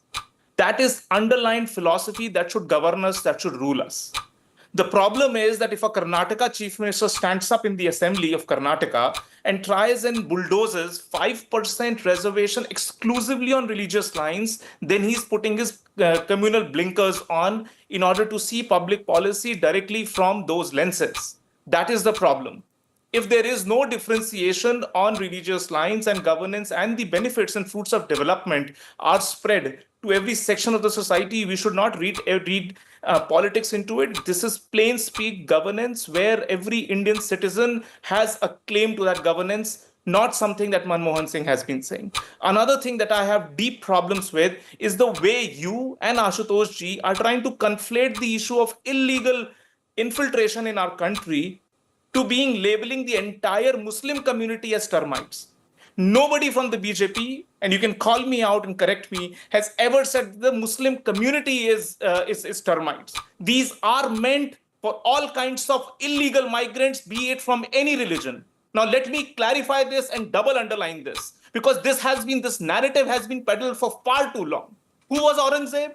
A lineage from a Mongol does not represent all of the Indian Muslims here. He is being called out in an isolated way. And he is being called out for the sole reason that there were atrocities, systemic atrocities against the Hindu communities for several decades under his rule. This is why he's being called out, not as a trope for all the Muslims living in our country. The problem is that you try and put these things, juxtapose these things in a way so that it sounds and looks communal, because you are colored by those narratives. Okay, Rajat Sethi, your time is up. It's not about who's colored or who's not. I'm going to circle back to what you just pointed out, because I don't think it's only an Ashutosh or an XYZ who makes that point. It is a point of perception. It is talked of. Therefore, it is spoken about. And I don't think that just comes in from political experts. Having said that, I'm going to give in two more minutes to all our panelists. I'm going to cut across to Shehzad again. Shehzad, 2 minutes to you to begin with. The question that I asked, who is paying for it if there is Saugate Modi, which is going down to 32 lakh households in this country? The question is plausible. Is it coming in from the people's exchequer, taxpayers? No, absolutely not, Preeti. By the way, this is a party program. So our minority department, the BJP's minority department is running it. And therefore, the BJP foots the bill for it. And by the way, just a few weeks ago, we gave out holy kits. We had celebrated Pongal. We had celebrated Christmas. You would remember the Snehi Yatra, which was discussed ad hominem on your channel in a very big way. We have celebrated Prakash Parv of all our Sikh gurus also. So this is something that we do every time. Mumtaz ji just now said that you saw the pictures of Sonia ji during Iftar. Of course we did. And we are happy that she's in good health. But Mumtaz ji, we didn't see Sonia ji's picture in Mahakumbh. We did not see Sonia ji's picture during Holi. And that is the problem. The problem is you won't celebrate a Pongal, you won't celebrate a Holi, you will celebrate Iftar. Okay, you want to give that messaging, that's up to you. We celebrate everything. Thirdly, let me come to the more important point and substantive point. Because Mumtaz, my dearest friend, is here from Gujarat. Gujarat, the population of Muslims is 9 or 10%. Their share in public sector jobs is 9-10%. Bengal, the share of Muslims in population is 25%. The share of Muslims in public sector jobs in Bengal is just 2%. And that answers a lot of questions that Ashutosh has in his mind. In fact, Rajat made the most relevant point. 80 crore people got ration. 13 crore got toilets. 12 crore got cylinders. 11 crore got all kinds of other facilities. 25 crores were pulled out of poverty. One instance, Ashutosh ji, where Muhammad did not get and Mohit got. One instance where, say, Preeti got, but Pirzada did not get. So one instance you proved to me, I will bow down. And lastly, Preeti ji, see, in the starting, you said that 0 MPs were given the candidates from BJP. Then you corrected yourself. That is gracious of you. You said 1 out of 484. Yes, madam. But ma'am, you have not answered very humbly. 7 p.m., 8 p.m., 9 p.m., most important timing of India today. Where is the Muslim anchor of 7, 8 or 9 p.m. in English channel? Is Rajdeep Sardesai anti-Muslim? Is Preeti anti-Muslim? Is Mr. Rahul Kanwal anti-Muslim? If your logic is that I have not given Muslim face, no, madam. My grandfather chose this country because he said, to hell with Jinnah, I believe a Nehru. Okay. Ma'am, sir, time is up. Allow me to go to our other panelists. You asked me a question on why is it that the top or the 7, 8, 9 or even 10 rather, why do you even need to stop at that? That all 4 programs or shows on India Today do not have a Muslim face. I just would like to say this very different, Shehzad, because these are just 4 shows. 484 is all I'm saying. And it's not, it's not an argument. You can keep talking, we can't hear you. Shehzad, we can't hear you. You can keep talking. We'll come back to you, right? I want to bring in, 484 and 1 ticket, right? So that was all I was trying to say. I want to bring in Mumtaz into this conversation. Mumtaz, your 2 minutes begin now, because somewhere down the line, if you look at it, Mumtaz, there's really nothing wrong in terms of providing everyone with equal governance. And that is what the point that Shehzad and Rajat Sethi were trying to make. Why communalize something where there is nothing to say? Absolutely, Preeti. So that's what the Constitution calls for, equality and justice for all. But after, like I said in the beginning, after 11 years, you remember that you have to appease the Muslims now, or you have to bring this sort of a gift to them now. Shehzad, Rajat spoke about termites, and you said perception. Of course, it's all about perception. When you have the Prime Minister of the country standing on a podium and talking about Mangal Sutras being snatched away, your buffalo being given to your neighbor because they're going to be Muslims. Okay, now what kind of messaging does that say? When you have a union minister saying Goli Maro Saloko, okay, you speak about Aurangzeb. Today, if I speak about Aurangzeb, I'm a Muslim, I am being told to go back to Pakistan. My forefathers have participated in this, in the freedom struggle, but yet today my nationality, my integrity, my loyalty is questioned. And every day I'm told to go back to Pakistan because I chose to speak on a subject like Aurangzeb, where I just told people that your fight is not against Aurangzeb, your fight is against inflation, your fight is against unemployment, your fight is for a better future of this country. Okay, you talk about Gujarat, you talk about Gujarati Muslims. In 2017, the Vidhan Sabha election election was polarized towards the end by putting out a message by the Prime Minister himself that if the Congress is brought into power, then there is a conspiracy in Pakistan to elect my father, Ahmed Patel, as the Chief Minister. Now, this is what you're trying to message out to the public, that you'll have a Muslim Chief Minister. Where does then your gesture towards equality and Sabka Saath, Sabka Vikas go? Why? If my father, suppose, was to be the Chief Minister also, just because he's a Muslim, he cannot be. He's been elected thrice to the Lok Sabha. He's served the country. Why cannot he be the Chief Minister of Gujarat? Because he's a Muslim. Today, every day, I am meant to answer and I'm meant to justify why is it that Okay, your time's up, Mumtaz. I'm going to come back to you if we have the time. I want to bring in Ashutosh. Ashutosh, the fact is, at a time where there is a polarizing atmosphere and nobody can really deny that, this should be looked at in a good way. Why second guess, question it? If there is an attempt to temper down the atmosphere, why not? Preeti, I'm taking it as in the good way, provided if the Prime Minister. Sir, your 2 minutes begin now. Yeah. Provided the Prime Minister of the country promises to the whole world from now onwards, no BJP leader, small or the big, is going to target Muslims. Can he promise that? He will not. Because that's the core of the BJP ideology. The anti-Muslim is the core of BJP ideology. The RSS Hindutva is based on the hatred towards Muslims. And I'm just referring to termite and other things. A few weeks back, Delhi court has observed certain things on the question of giving when he's hearing the case of Kapil Mishra, and I'll just read it. It's very, very clear what the court is saying. The word Pakistan is very skillfully weak by the revisionist in his alleged statement to spew hatred, careless to communal polarization that may ensue in the election campaign only to garner votes. The court has also observed that this is the outcome of politics of divisiveness and politics of exclusion, which is a threat to the democratic and the plural fabric of the country. Divide and rule policy of the colonialists are sadly still in practice in India. This is not my statement. The court also understands in what context the Pakistan is used, in what context the Aurangzeb is used, in what context the Bangladesh is used, and in what context Mr. Amit Shah has used in some word called termite. This word termite is directly taken from the Hitler's book, Mein Kampf, the internal enemies. Mohan Bhagwat said about it in 2023 in Ahmedabad. So something self-proved, self-evident doesn't need proof. Somebody is trying to justify that the BJP gave ticket to the Muslims. How many cabinet ministers are there for the Muslim community at the center and in Lucknow? I just want to know this. 1, a 0. So whom are trying to prove that there are certain universal truth about the BJP, and the truth is hate Muslims. Okay. All right. Your time ends now. I want to cut across to Rajat Sethi. Rajat Sethi, 2 minutes to you. The questions that you pose, I think it would be a little foolhardy, Rajat Sethi, that if you're going to just say that the perception of an anti-Muslim rhetoric where it comes down to the BJP is an imagination of political analysts, you can continue to choose to believe that. But another question, Rajat Sethi, at least with what we're witnessing, do you see the Waqf Board bill coming in this session of the Parliament? Well, Your time begins now, Rajat. I am not the member of Parliament, Preeti ji. The committee in charge of looking at it knows what are the issues, where is the current status, they've tabled it, and it's in the hands of the parliamentarians to take it forward. But let me tell you categorically, Waqf bill is trying to correct a historic wrong. The existing form of whatever Waqf stood for was against natural justice.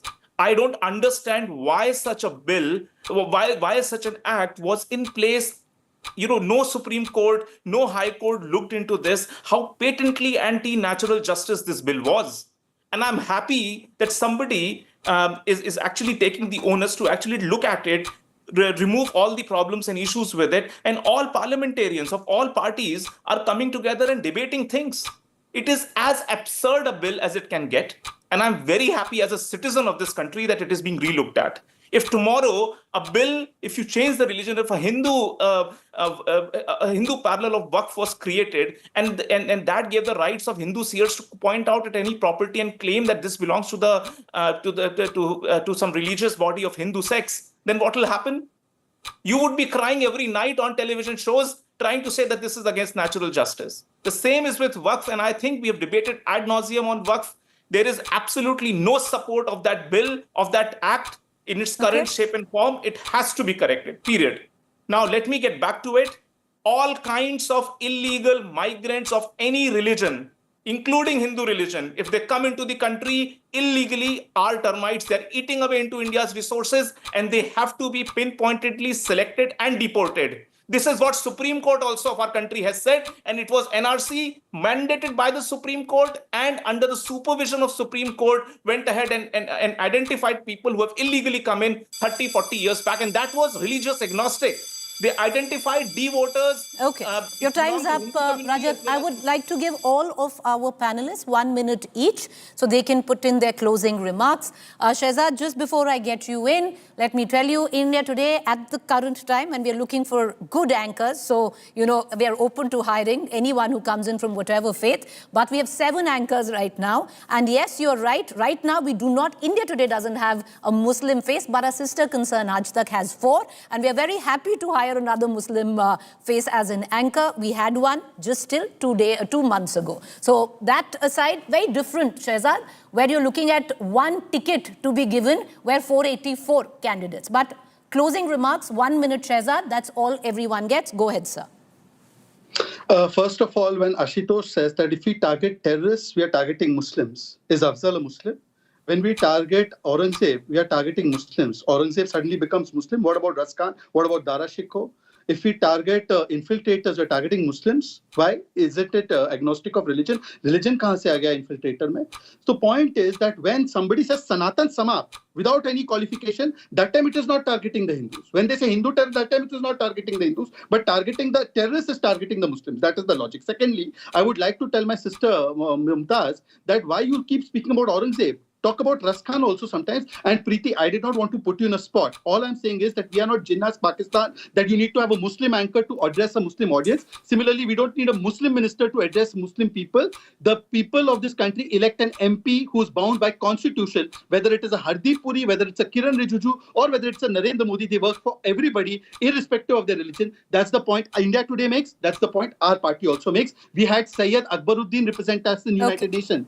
We had Asif Ibrahim represent us in the IB. Shehzad, you know, I'm sorry, I wouldn't be able to give you a rebuttal, but on that benchmark, then we shouldn't be going out and saying that our president is a tribal face, or we had a Dalit president before. Because representation is huge, and I really understand your point. Even when you question me, you're free to question me, and you should question me. So there should definitely be representation, is at least what I agree, because it was a conversation between you and I. 1 minute I want to give to Mumtaz. Mumtaz, come in, closing comments. 1 minute.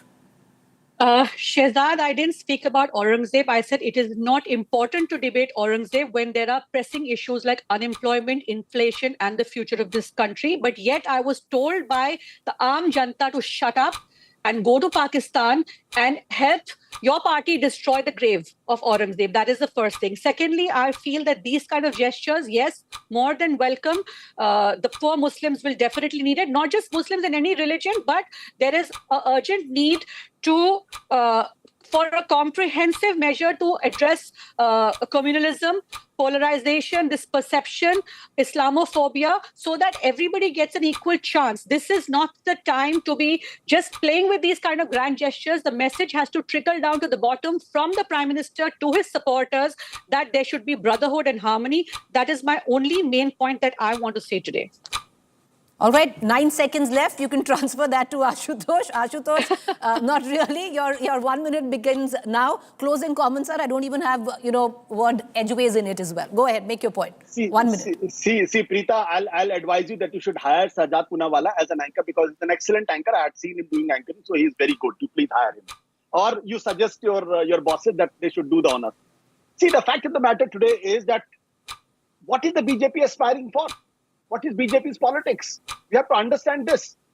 I don't want to go back to the Golwalkar and quote what Golwalkar has said about the Muslims or what the Bhagavad has said.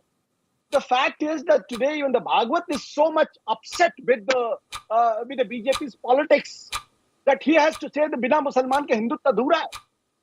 सबका DNA एक है. हर मस्जिद में शिवलिंग को खोजना ये भागवत को कहना पड़ रहा है क्योंकि he is also very upset. because the things are going too far, and it is taken in the direction which can someday might lead to some historical accident, and that's what the worry is. The fact of the matter is, if Mr. Narendra Modi has been so honest with the Muslims, he wouldn't have said all kinds of things. Kapdon se pehchan lete hain, or termites, or the word used during the parliament election. I'm sorry to say this. Sir, time up. Time up. Sir, 1 minute. I want to immediately give it to Rajat because I'm really short of time. Rajat, time begins now. Go ahead. Closing comments. You know, we have spent 30 minutes, but the logical needle hasn't swung. So I really pity your viewers who would be sitting here. We have tried to clarify, made an alternate point of view, but still stuck. Termites is equal to Muslims according to Ashutosh ji. What do I even say now? Again, I appreciate BJP. BJP knows very well that the way a mindset of the Muslim community and citizens of our country has been colored by the opposition leaders, they will not be able to win this battle. But I appreciate their efforts that they are putting in. They are still making the outreach in the hope that they can win the hearts. They have ensured that the Muslim women are given the freedom out of the clutches of certain very, very Stone Age level laws. That protections have been given, and they believe that possibly the Muslim women will take the leadership of joining hands and voting for the BJP. At some point, this agenda of the opposition would be cut short, and BJP might be able to make inroads and have electable members of parliament who belong to Muslim community also. All right, well, let's just hope that happens. Just 6 minutes left, 6 seconds left. This is really good. Maybe Shehzad would have wanted that, but we're going to let it go. I appreciate all four of you for joining us. Thank you there. Sadly, Raju, the ideological needle is stuck right now, and that is the reason why we are having this conversation. That's the times that we live in right now. But let's hope, it shifts sooner than later. A quick break. I appreciate all four of you for joining us. It's a conversation that's going to continue. I'm going to go into a quick break. When I return, we're going to shift focus on possibly one of the points that could be a fallout of the discussion that we had earlier. Because there was a sense that there is selective action that is being taken against the Muslim community when it comes down to bulldozers rolling. Nagpur riot mastermind. Now, there is no two ways about that. The police has made allegations and claims that this individual was behind the Nagpur violence that we saw. He comes from the Muslim community.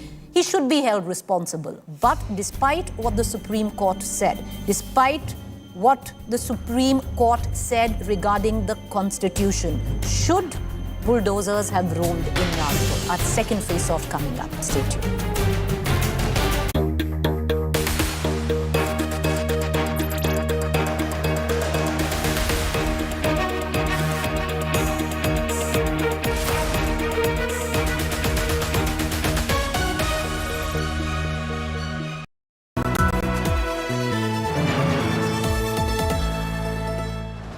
Razr 50 Ultra comes with Google Gemini.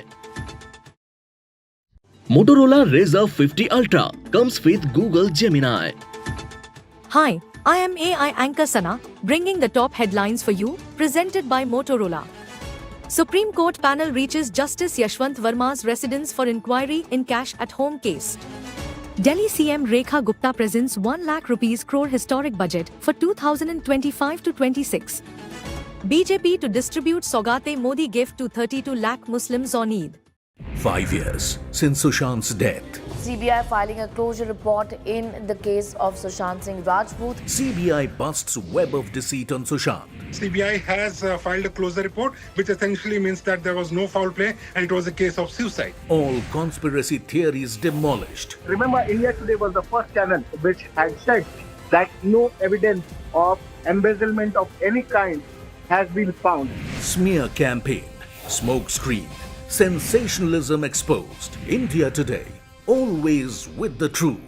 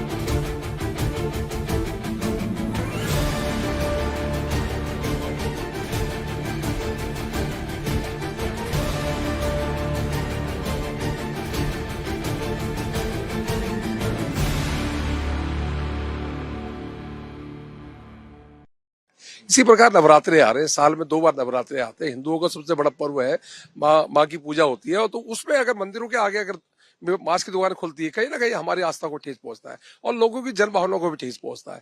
इसलिए इस बार मैं DM साहब को पत्र दे रहा हूँ, मैं DC साहब को पत्र दे रहा हूँ, कमिश्नर एमसीडी को पत्र दे रहा हूँ कि नवरात्रों में दुकानें बंद रहें, और निवेदन कर रहा हूँ क्योंकि कहीं ना कहीं मंदिरों के आगे जब दुकान खुलती है मांस की, तो हिंदू आस्था को फर्क तो पड़ता ही है। ईद मीठी ईद है, बकरा ईद इनकी अलग होती है। अगर मीठी ईद में सेवैयां खिलाएं और खाएं, मीठा खाएं, तो मुझे लग रहा है अच्छा है। जरूरी नहीं है मीठी, आपका सब अलग बना हुआ है, आप बकरा ईद का आपके दिन अलग तय होता है, मीठी ईद की तय अलग होता है। अगर मीठी ईद के दिन मीठा खाए, मुझे लग रहा है उस दिन बकरा काटने की जरूरत नहीं है। एक दूसरे के धर्मों का, एक दूसरे के पर्वों का सम्मान करना भारतीय संस्कृति का हिस्सा है, और हमें एक दूसरे के धर्म और पर्वों का सम्मान करना चाहिए। तो निश्चित रूप से हम सम्मान करते हैं, और सम्मान सब लोगों से आह्वान करूंगा कि सबको एक दूसरे के धर्मों का और पर्वों का सम्मान करना चाहिए। तो क्या हिंदू धर्म का सम्मान करते मीट की शॉप्स बंद होनी चाहिए? आप मानते? भाई मैं तो मीट खाता नहीं, तो एक बात तो बताइए उसमें दिक्कत क्या है? अगर एक दिन मीट नहीं खाओगे तो कौन सा कोई घिस जाओगे 10 दिन मीट नहीं खा करके?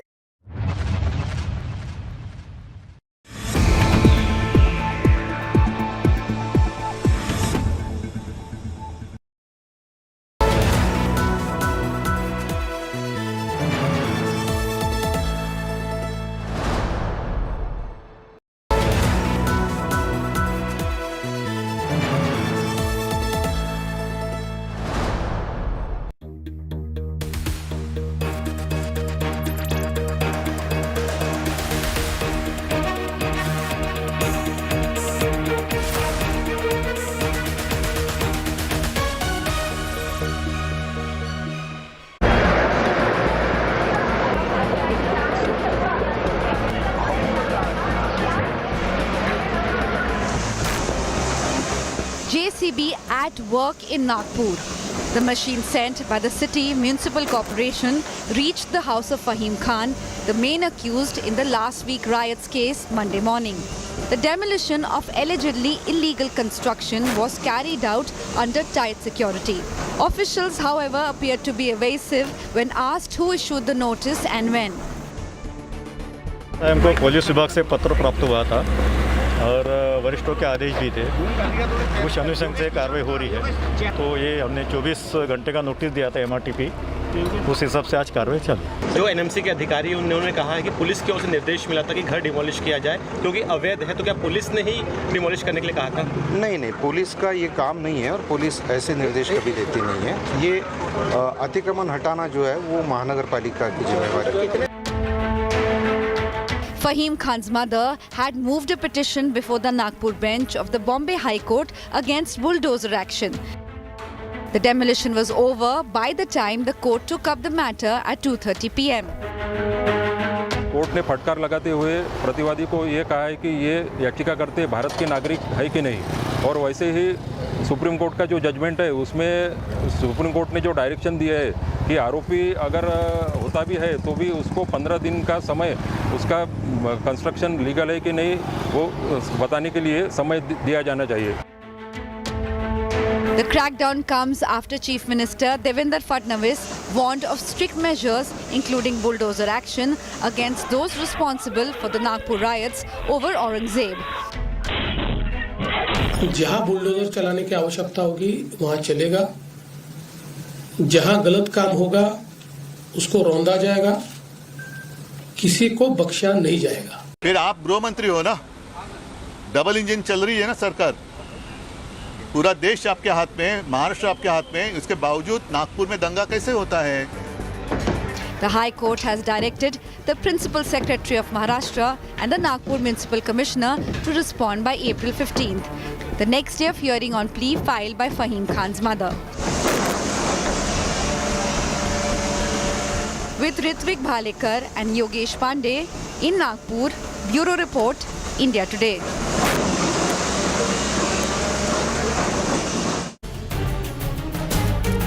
All right, so the big questions that we're asking this evening: the Supreme Court's no bulldozer guideline completely flouted by Maharashtra government, practically inventing their own rule book, ignoring what the Supreme Court has said. Well, it's not just the Maharashtra government, though, viewers. It's happened in the state of Punjab as well. Secondly, bulldozer bid reflects Devendra Fadnavis in competitive Hindutva race. We've seen a sudden shift in the politics of Maharashtra. Many suggest that could very well be that Devendra Fadnavis wants to throw in his hat as a possible formidable Hindutva figure.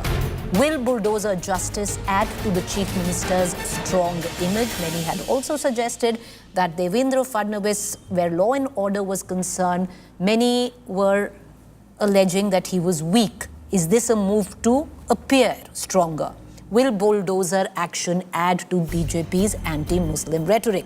Taking all these questions to our two panelists, 2 minutes each, beginning with Sanju Verma, National Spokesperson, Bharatiya Janata Party, Atul Londe Patil, Spokesperson, Congress. Sanju Verma, the fact is it does seem that the Maharashtra government has formulated their own rule book, completely overriding what the Supreme Court had said, in turn overriding the Constitution. 2 minutes, ma'am. Preeti, let your audience know this, that the Supreme Court verdict, which is being bandied about by everybody from the opposition, जो खुद संविधान की धज्जियां उड़ाते हैं, I'm talking of the likes of Uddhav Thackeray, Rahul Gandhi and Sharad Pawar, आज वो Bharatiya Janata party को संविधान related certificates बांट रहे हैं. Let me tell you, the Supreme Court, while giving that famous bulldozer verdict, which is being quoted by everybody ad nauseum, said that there are instances when suo motu action can be taken by the executive and the judiciary does not want to encroach upon the functions of the executive or the legislature. And Article 245 right up till Article 254, you can ask your research team to do the homework. All these 10 articles clearly say that there's a clear delineation of powers and suo motu powers can be exercised by the sitting chief minister, who in this case also happens to be the home minister. And my second point, Preeti, is this, that this bulldozer action, I dare say, should have been taken way back in 2020 because the building's lease expired. The building belonging to the chief perpetrator of Nagpur riots, Fahim Khan, it expired in August 2020. November 2019 से लेकर June 29, 2022 तक for 2.5 years, Uddhav Thackeray was the chief minister. I say, thank God we have Fadnavis today, and necessary action, which was 2.5 years overdue, was finally brought to fruition because the building lease had expired, unauthorized construction took place, flouting Nagpur Municipal Corporation's rule book, and also the rule book pertaining to the Maharashtra Regional Town Planning Act. तो यदि किसी ने संविधान की धज्जियां उड़ाई हैं, Nagpur municipal corporation की रूल बुक की धज्जियां उड़ाई हैं, it is the erstwhile Uddhav Thackeray dispensation which caved into radical Islamists like Fahim Khan. Devendra Fadnavis has only set... Your time's up, ma'am. Your time's up. Sanju Verma, I want to bring in the Congress spokesperson, but, I'll come back to you, circle back to you on this one question. One would have believed if you said that this was long overdue, the building was illegal, and the NMC decided to tear it down. But the fact is, ma'am, you just saw the build-up package. The NMC said, we didn't decide. The police told us. We went to the police said, we never decided. NMC decided. So who has decided? And how do we know it's illegal? Number one. Number two, I want to bring in Atul Londe. Atul Londe, you spokesperson of the BJP, says that this was an illegal construction. It should have happened earlier. It just happened now. It's just timing is only, a coincidence. Preeti, I know as many as 1,000 illegal construction, illegal buildings, and out of which many of are related with the BJP people in the right at the heart of Nagpur. The land of agriculture university in the heart of Nagpur has been occupied illegally by so many people. I won't name them because they have also legal rights, constitutional rights to approach the court, to approach the municipal corporation. One observation of Supreme Court, which I want to quote here, because all other issues, those have been already discussed in earlier debate also. I will just taste for divisible violation. The SC laid down a separate test for cases where a demolished property houses an accused, but also violates municipal laws and illegal construction. The SC stated that if only one structure is demolished, while similar ones are untouched, it may suggest the motive is to penalize the accused, not to remove an illegal construction. The same thing is happening over here. Why bulldozer actions are being taken against only a particular community and not against those who are involved in violence also. The question here is, you are suppressing, you are terrorizing one community only because you have a power. It's right. Devendra Fadnavis is Chief Minister of Maharashtra. He is also holding the portfolio of Home Minister. But that does not give him a power of judiciary. That does not give him a power to justify the things. That does not give him to deliver a justice as a Home Minister. It is a duty of judiciary. And what High Court bench of Nagpur, the Bombay High Court bench of Nagpur said, it is aren't these people are citizen of India? क्या ये देश के नागरिक नहीं है? न्याय करना है, समानता से करो. जस्टिस किसको कहोगे? जो रूल बुक के तरफ ड्यू प्रोसेस ऑफ लॉ के तहत होगा, इस्टेब्लिश प्रोसीजर ऑफ लॉ के तहत होगा. आपको लगा मेरे मन को भाया, मैंने कुत्ता काट के खाया. This is the procedure that has adopted and continuously. I don't have the time. One minute each. Sanju Verma, I want to bring you back into this conversation. The reason that the building was illegal that you have given is an afterthought. The NMC didn't know. NMC said police ने बोला हमने आके तोड़ दिया. You know, Preeti, I always say look at the bigger picture. Do not miss the woods for the trees. You know, police commissioner ने क्या कहा, Nagpur municipal commissioner ने क्या कहा. मैं डंके की चोट पर आपको national spokesperson of the BJP के तहत कह रही हूं that the final call is taken by the chief minister, who also happens to be the home minister, Devendra Fadnavis. And lest I'm misquoted, I'm reading out what he said. Whatever damage has happened will be recovered from the rioters. If they do not pay the money, their property would be seized and sold for recovery. Wherever required, bulldozers will roll out, but within the ambit of BNSS. BNSS Section 353(1), BNSS Section 355(2)(b, and BNSS Section 356(13). Atul लोंडे साहब से मेरी गुजारिश है, BNSS पढ़ के आइए. Don't start quoting the old provisions of IPC, which is no longer operational. IPC is outdated. It stopped being operational since July 2024. You are still in July 2024. Today it is March 2025. Okay. And Preeti, my last point is this, because my 1 minute is not over. My last your 1 minute is not over. Quickly. जो लोग आज फहीम खान के illegal construction पर bulldozer चलाए जाने पर हाहाकार मचा रहे हैं, वो 9 सितंबर 2020 जब कंगना रनौत के बंगलों पर बुलडोजर चला तब तालियां बजा रहे थे. शर्म आती है नहीं? Okay, now, okay, Mr. Londe, please respond, sir. I don't have time. Quickly come in. Respond. See, traitors are traitors, dangais are dangais. We don't differentiate on the basis of caste, religion, or any other parameter. What this law is saying, what Supreme Court is saying, if action is illegally taken by officers, officers will be punished. They will be financially penalized. This is what Bombay bench of Nagpur High Court says day before yesterday. The notice was served on 22nd of March and the action was taken on the 23rd of March. When they came to know that the Fahim's family has moved to the court, they have doubled the personnel and raised his whole building before 2 o'clock, before they got notice from the High Court. This is not the way. Constitution will govern this country. I was not talking about IPC. Sanjuji has not listened to me properly. I am only talking about the Article 142 of the Constitution, according to which Supreme Court has given a guideline. All right. On that account, we are going to... Okay, I've terribly run out of time. You know, we should have actually had more time, so we could have sunk our teeth into why is this happening, especially politically. Is there a reimagination of the image of Devendra Fadnavis? But we'll do it in the upcoming days. A quick break. Up next, Rahul Kamal.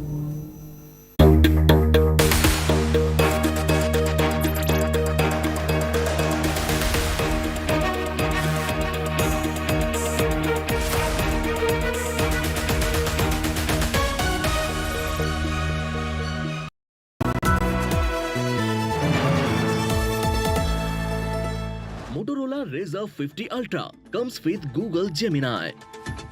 Hi, I am AI anchor Sana, bringing the top headlines for you, presented by Motorola. Supreme Court panel reaches Justice Yashwant Verma's residence for inquiry in cash at home case. Delhi CM Rekha Gupta presents 1 lakh rupees crore historic budget for 2025 to 26. BJP to distribute Saugate Modi gift to 32 lakh Muslims on Eid.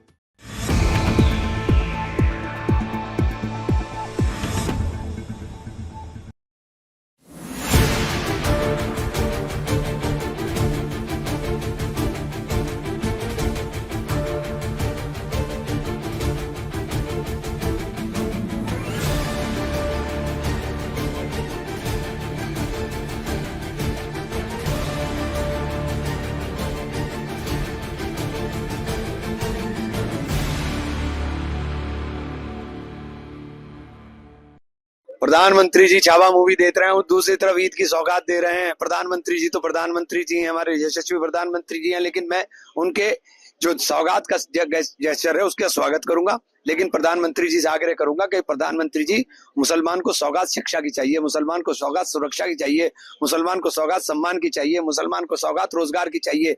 हमें इस बात की सौगात दीजिए, इस kit से हमारा काम चलने वाला नहीं है। लोग आरएसएस का वंशज नाथुराम गोडसे जमाने ये लोग पूरा विरोधी है, ये सब दंगा फसाद कराने वाले लोग, ये लोग कभी भी किसी का नहीं है। क्या देंगे, ईडी देंगे, नहीं देंगे, उससे कोई लाभ होने वाला नहीं।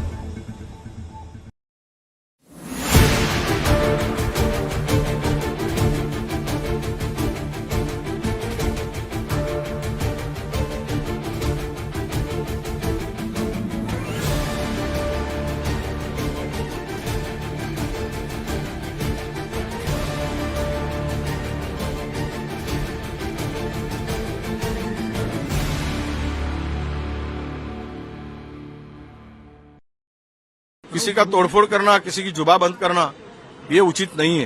किसी को जुबान को आप बंद नहीं सकते। सरकार है तो सरकार के टीका भी सहन करने की उसमें शक्ति होनी चाहिए। वो हंसने के लिए, हंसाने के लिए अगर कॉमेडी किया है तो सरकार ने हंस के टाल देना चाहिए था। कंगना जी ने हमारे नेताओं के बारे में बहुत इससे भी गलीच्छ बात की, तब उसको अभिव्यक्ति स्वातंत्र्य कहा गया। यही सरकार ने, महाराष्ट्र की सरकार ने। कैसा कि फ्रीडम ऑफ स्पीच आपको जरूर है, लेकिन फ्रीडम ऑफ स्पीच के आड़ आप अगर किसी को गद्दार, गाड़ी वाला, रिक्शा वाला इस टाइप के व्यंग्यात्मक बोल रहे होगे तो ये स्टैंड अप कॉमेडियन का ये अर्थ नहीं हो सकता। हमने भी बहुत सारे स्टैंड अप कॉमेडियन देखे। एक महाराष्ट्र की गरिमा मिट्टी में मिलाने का काम इस कामरा ने किया है, और अब वो खुद कहता होगा कि मैं माफी नहीं मांगूंगा। तो जो कार्रवाई उस पर हुई, एफआईआर हुआ, उसी तरीके से कार्रवाई जिन्होंने तोड़फोड़ किया उन पर भी हुई है। और महाराष्ट्र की सरकार बैलेंस में चल रही है, या किसी को बख्शा नहीं जाएगा।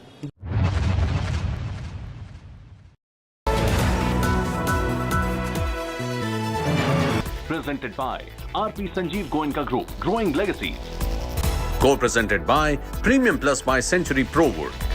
Co-powered by Unleash the power of conversation with Signia 9 hearing aids.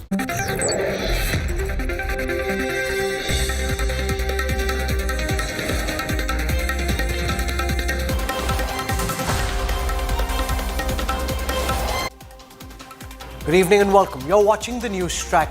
I'm Rahul Kamal. The big free speech roundtable is my top focus on the news track tonight. Comedy sparks controversy.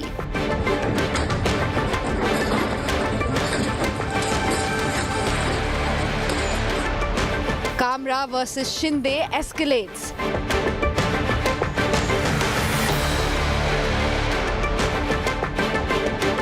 Free speech debate reignites. विकसित भारत का एक और anthem. हम होंगे कंगाल, हम होंगे कंगाल एक दिन। मन में अंधविश्वास, देश का सत्यानाश, हम होंगे कंगाल एक दिन। Is satire defamation? एनसीपी से बाहर आ गई। एक वोटर को 9 बटन दे दिए। Should comics be accountable for content? यहाँ पे इन्होंने पहले क्या किया, शिवसेना बीजेपी से बाहर आ गई, फिर शिवसेना से बाहर आ गई। Whose taking the joke too far? That is a big focus on Newstrack. We'll have voices from across the spectrum on the news track tonight. Before we get started, let me take you through the headlines I'm tracking tonight. Maharashtra Deputy Chief Minister Eknath Shinde claims conspiracy behind Kunal Kamra's satire. The comedian, though, doubles down, says he will not apologize. Seeks 1 week's time to appear before the cops.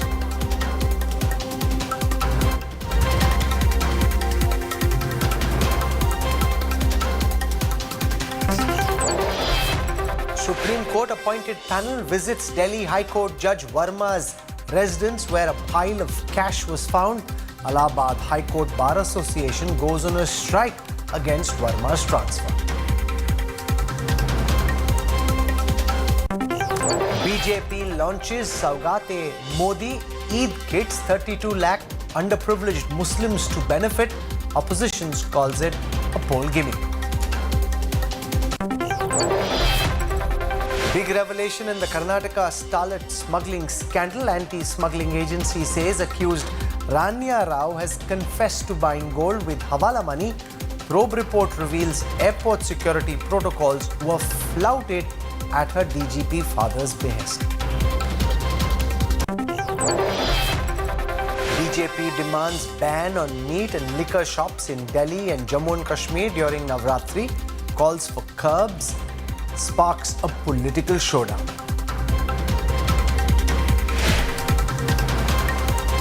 The Kunal Kamra versus Eknath Shinde face-off is escalating, with both sides doubling down.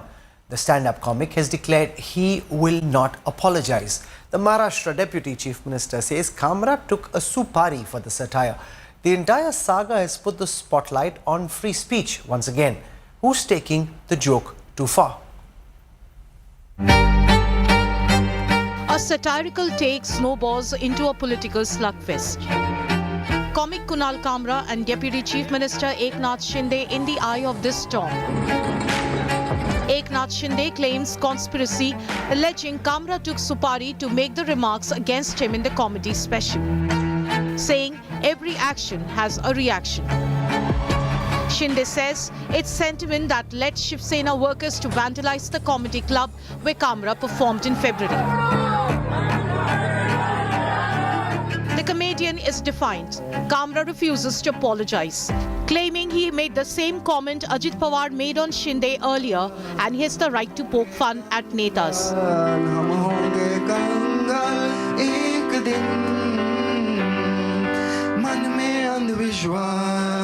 देश का सत्यानाश हम होंगे कंगाल एक दिन. The Habitat studio, the venue of Kamra's show, was targeted by Shiv Sena workers on Sunday. Kamra condemned the vandalism unleashed by the Sena workers but reiterated he's not afraid. बेरोजगार गरीबी की कगार हम होंगे कंगाल एक दिन. The Maharashtra government is doubling down on the comedian. The BMC continued its crackdown on Habitat, pulling down alleged illegal portions of the building. काल या सभागृहामध्ये दोन्ही सभागृहांमध्ये शिंदे साहेबांच्या विरुद्ध जे अतिशय खालच्या दर्जाचं वक्तव्य झालं किंवा कविता झाली, पण ज्यांनी सभागृहाचा अवमान होतोय, सभागृहाला कमी लेखण्याचा प्रयत्न होतोय, त्याच्यावर मात्र कडक कारवाई झाली पाहिजे. As a comedian, we also enjoy comedy. I enjoy Veerdas. I enjoy in my childhood I enjoyed Pula Deshpande. But this is not kind of comedy which will be tolerated in Maharashtra. Shiv Sena BJP से Kamra's satire and its backlash has triggered a war of words between the BJP and the Maharashtra Vikas Aghadi. आप जो है comedy के नाम पर उनकी इज्जत उछाल रहे हैं, उनकी अपकीर्ति कर रहे हैं, उनके काम को डिसरिगार्ड कर रहे हैं. हमें कहीं ना कहीं एक रिस्पॉन्सिबिलिटी लेनी पड़ेगी.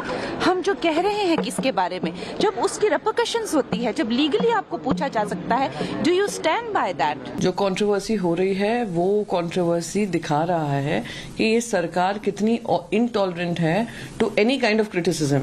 ये केंद्र में भी हम देखते हैं, अब वो राज्य में ये मॉडल शुरू हुआ है. Uttar Pradesh Chief Minister Yogi Adityanath too hit out at the comic, claiming freedom of speech can't be misused to insult others or divide. आपके अभिव्यक्ति की स्वतंत्रता किसी दूसरे पर व्यक्तिगत प्रहार करने के लिए नहीं हो सकती है। दुर्भाग्य है कि कुछ लोगों ने देश का चीरहरण करना, विभाजन की खाई को और चौड़ी करने के लिए इस अभिव्यक्ति की स्वतंत्रता को अपना जन्मसिद्ध अधिकार मान लिया है। The comedian has now been summoned by the Mumbai police, but he sought a week's time to appear. With Divyesh Singh in Mumbai, Bureau Report, India Today.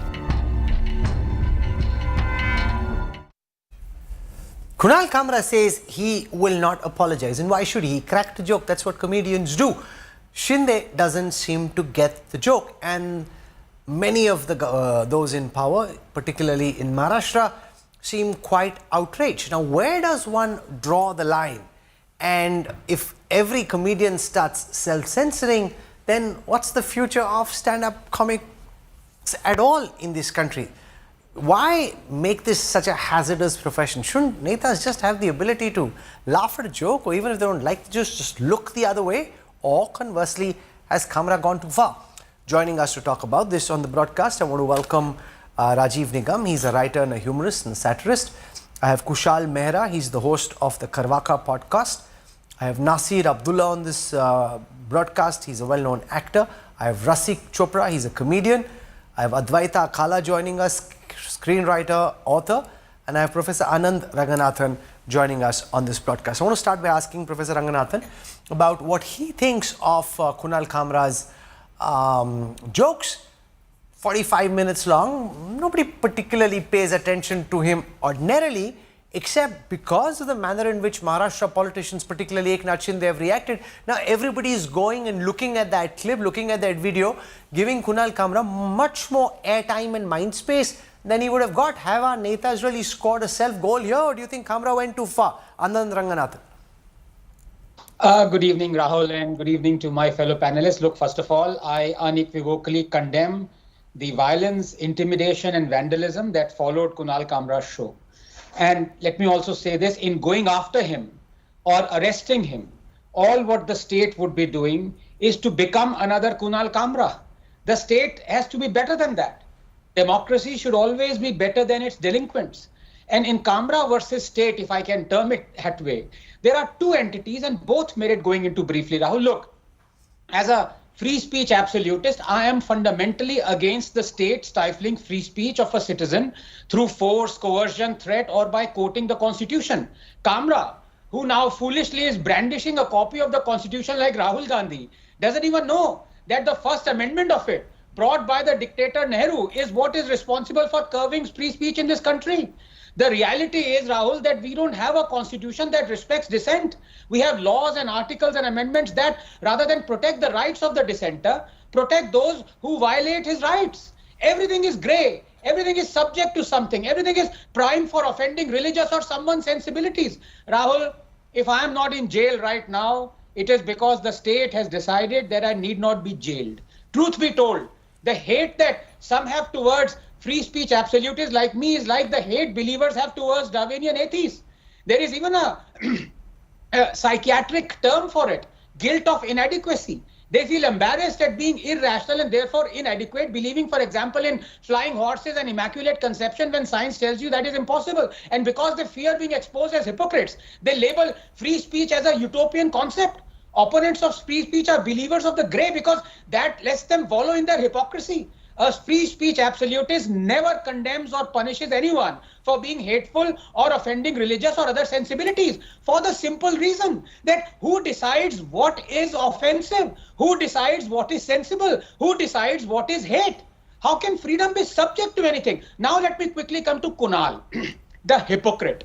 He calls Shinde a traitor, but not Uddhav, who, spitting at the founding principles of Shiv Sena, formed an alliance with arch political enemies, Congress and the NCP, just to get power. So that's not treachery. But Shinde restoring Shiv Sena's first principles is, Kunal is a coward because a stand-up who should be standing up for the rights and free speech of citizens is right now hiding and lying low in a state that arrests dissenters, activists, journalists, publishers at the drop of a hat. He never dares open his mouth against the DMK when it arrests YouTubers because they conduct a controversial interview, against the Congress when a man is arrested for merely calling a politician penguin. against the TMC when a professor is arrested for sharing a Mamata cartoon and acquitted after 11 years. So according to these rent-a-penny stand-ups who say they speak truth to power, only Modi is in power. Kejriwal, Mamata, Stalin and Vijay are not in power. Kamra has a constituency, Rahul, and feeds it and is fed through it. He constantly mocks Hinduism and Hindus but deleted all his jokes on Islam and Muslims. Kamra enjoys the suffering of others at the hands of the state, even as he wants them to protest against his suffering at the hands of the state. He enjoyed the persecution of Nupur for merely quoting hadith just 10 seconds. And not only did he not stand up for Kangana Ranaut when the might of the state bulldozed her property to avenge her remarks, Kamra actually mocked her suffering, took sadistic pleasure at the state's illegal barbarity, boasting that he enjoyed watching the bulldozing. But as I said, the state must not become Kamra. It needs to protect Kunals and not go after them. True test of a liberal democracy, Rahul, is standing up for illiberal marauders of common sense like Kunal Kamra. Well, okay, so you've set up the preamble for this debate, saying the state should not do what Kamra did, but isn't Kamra Rasik Chopra entitled to his opinion? You may like him, you may dislike him, he has a certain point of view politically. Be that as it may, why should studio be vandalized? Why should he have to hide in Puducherry? He's there because he wants to be at this moment. Why should he have to face this FIR? Hey Rahul, good evening. Good evening to everyone else.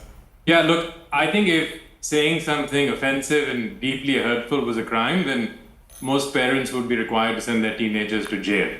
And now look, I get it. If you're in power and you're on the receiving end of a joke that's hurtful, that's not nice for anyone to experience, right? And I get it because I've spent hundreds of hours on stage trying to make people laugh.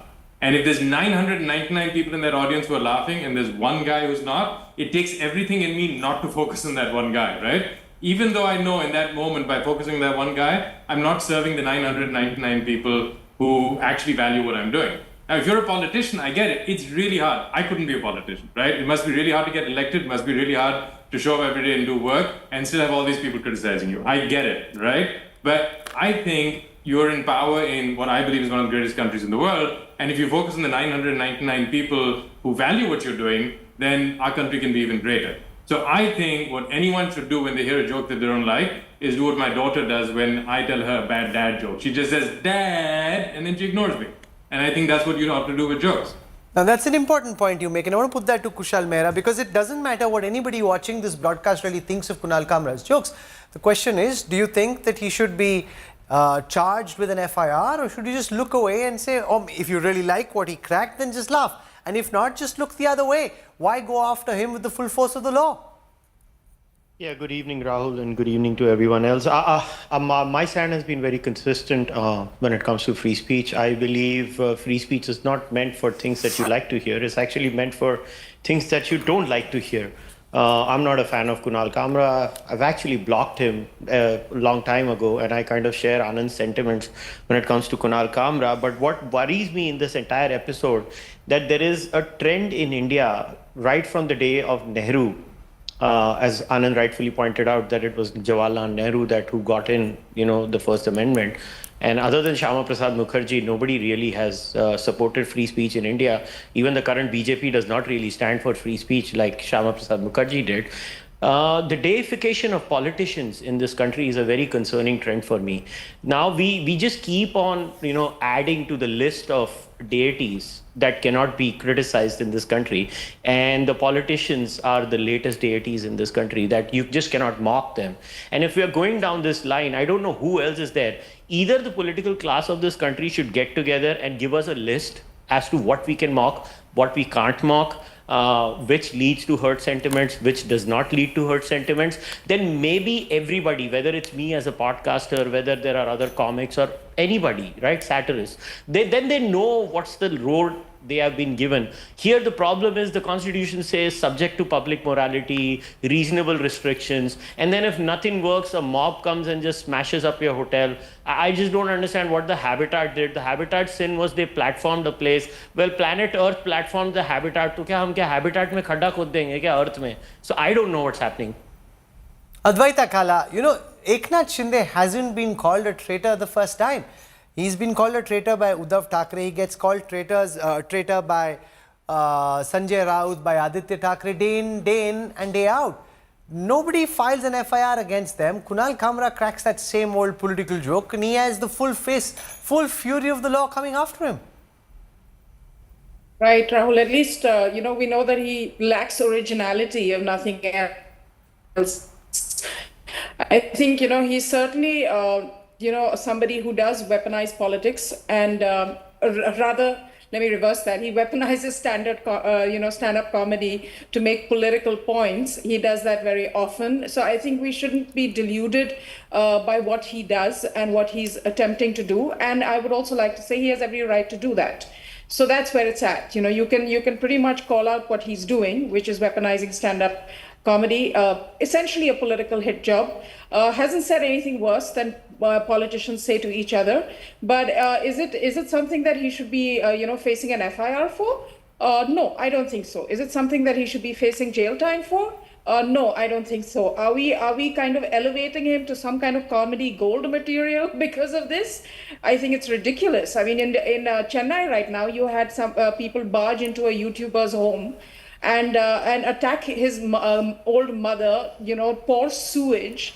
And we're not talking about that. We're talking about this particular instance of a public space, but we're not talking about something that's happened in the same time frame. In fact, more recently, inside somebody's home. So I think this kind of selective outrage that we also have is problematic. And here's the thing, we live in the attention economy. We live in the outrage economy. Kunal Kamra, we haven't heard from him in a long time. And the first time we hear from him is because of this. Not because of comedy, not because of the material he's using, but the fact that he's gone ahead and shown a red rag to people who are very, very happy to spot a red rag and have been known to do this. So no, but what I don't understand is there are jokes in that same clip against Prime Minister Modi. There are jokes against billionaires. Nobody else seems to have reacted. It's only Eknath Shinde who got all worked up. Rajiv Nigam, what do you make of it? It's not as if Eknath Shinde has not been called a traitor earlier. There are jokes and arguably worse jokes about others. They seem to have ignored it. It's only Eknath Shinde and people around him who seem very charged up.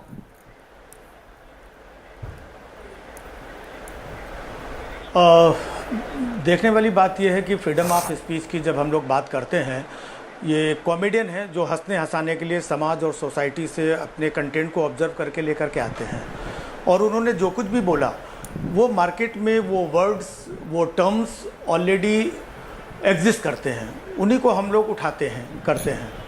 लेकिन एक tolerance भी तो होनी चाहिए। हमारे prime minister हमेशा बोलते हैं कि हमें क्रिटिसिज्म बहुत पसंद है। मैं चाहता हूं कि लोग मुझे क्रिटिसाइज़ करें। हमारे मोदी जी ने कई बार ये बात बोली है। तो ये क्रिटिसिज्म भी हमारे लोकतंत्र के लिए बहुत ज़रूरी है। लेकिन समझने वाली बात ये है कि उस क्रिटिसिज्म को आप कैसे रिसीव करते हैं।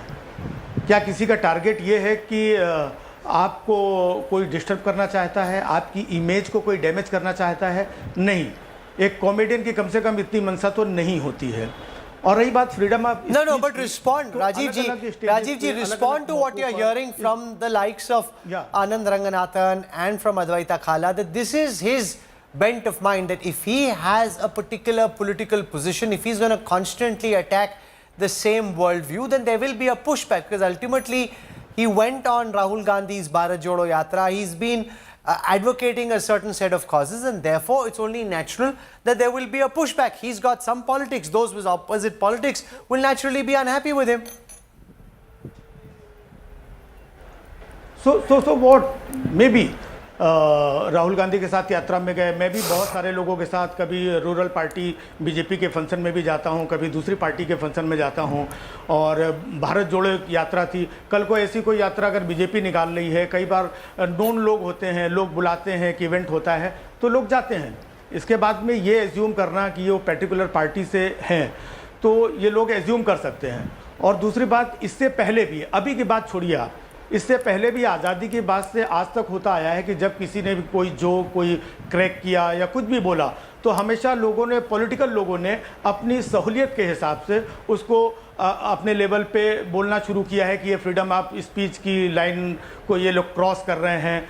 आज भी वही हो रहा है। नेहरू जी ने भी कई बार ऐसे मौके पर बोला है, इंदिरा जी के ऊपर बहुत सारे व्यंग हुए हैं, कटाक्ष हुए हैं, ममता बनर्जी जी की बात हो रही थी।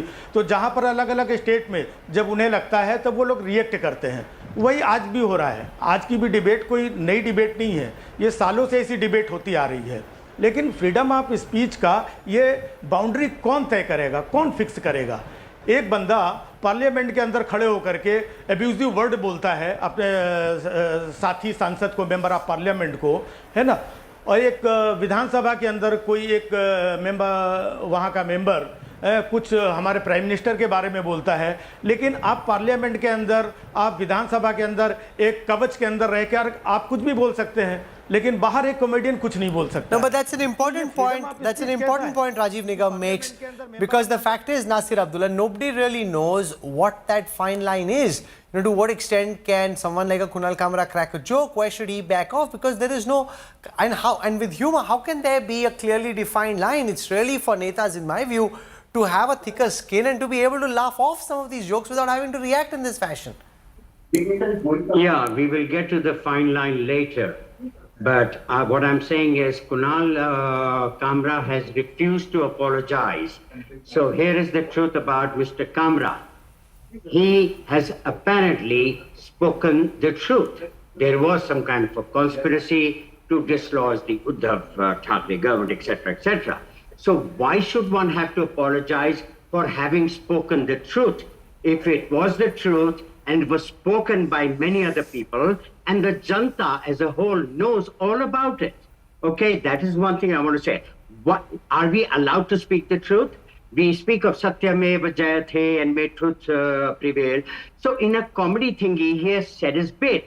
What is the big deal? They should be able to take it in their light. Okay, this is the way politics works. People are bought off, people go to the other side. That's another story. But the other side of the matter is that the BJP folks and other folks have really distributed, you know, they're always after Nehru. The poor guy died in 1964. They're still calling him a dictator and all that. Never mind. But what I'm saying is they are constantly ridiculing the people from the Congress party. For example, Mr. Pramod Mahajan, 20 years ago, called Sonia Gandhi the Monica Lewinsky of India. Very shameful sort of a thing to say, because we know what she was all about. She was young enough to be the daughter of President Clinton at that time. It was a big scandal. But to equate Sonia Gandhi, and they do that, and they get away. But we can't say, because we are not in power. We are soft targets. If he has spoken the truth, it is the truth, and you say it's okay. Yeah, this happens in politics. We do this stuff. We move over. We have to be protected. We have to be kidnapped. We have to be offered more. Whatever happens, it's a fact. It happened. So why should he apologize for having spoken the truth is my question. Really? Anand Ranganathan, in your opening comments, you alluded to Kunal Kamra's political point of view. The fact is, should that matter? I mean, he has a very clear set of politics. Shouldn't people be able to disregard that? I mean, ignore him, listen to him, maybe even protest or tweet or comment against him? How does it matter? You know, and you made that point that an FIR is not okay, but it almost seems as if he's being targeted by those in power in Maharashtra because they don't like his politics. Yeah, absolutely. I mean, he has a very clear political stand. He is, sympathetic, or indeed might be a leftist and Congressy, or now with the Uddhav part of the Shiv Sena. And that's absolutely fine.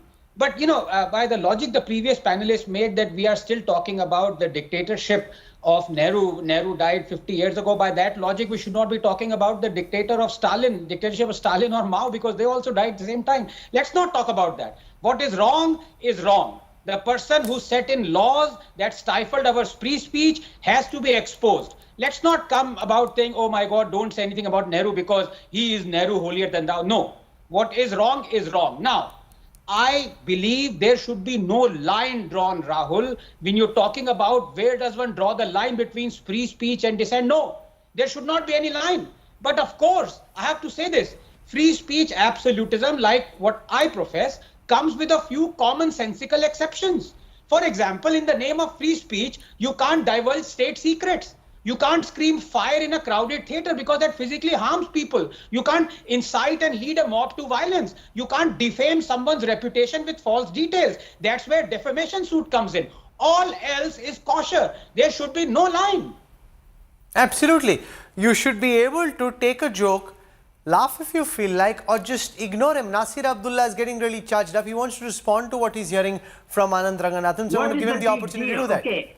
Yeah, you speak of free speech, sir, free speech, but there are other restrictions. And here is the deal. He has not horribly, and this is the deal, the Shiv Sena and all they are known for indulging in violence. I've been watching it for 40 years. Nikhil Wagre, a columnist in Bombay, his office was like ransacked because he made some statement. The Shiv Sena, they plundered him. So this is gundagardi, man. Grow up. Be nice, be cool, talk to the guy, and you go to his office and beat up the entire place, smash the whole place. This is goddamn hooliganism, man. Where are you guys living? If you need to go by the law, go by the law. No, this is lawlessness, gundagardi. They come and smash up the place, they set fire, they beat up people.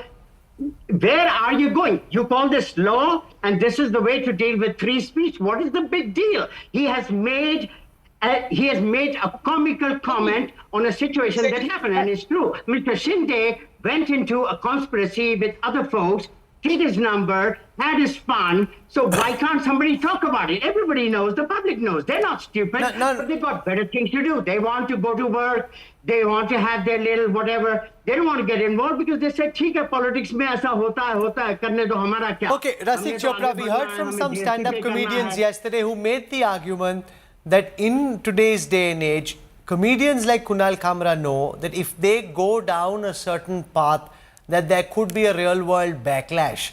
The charge was that someone like a Kunal Kamra did this deliberately. He knows that he's flirting with trouble. He wants to do this because he wants publicity. He wants to be in the limelight. How do you respond to those like Jivishu Aluwali who made that point?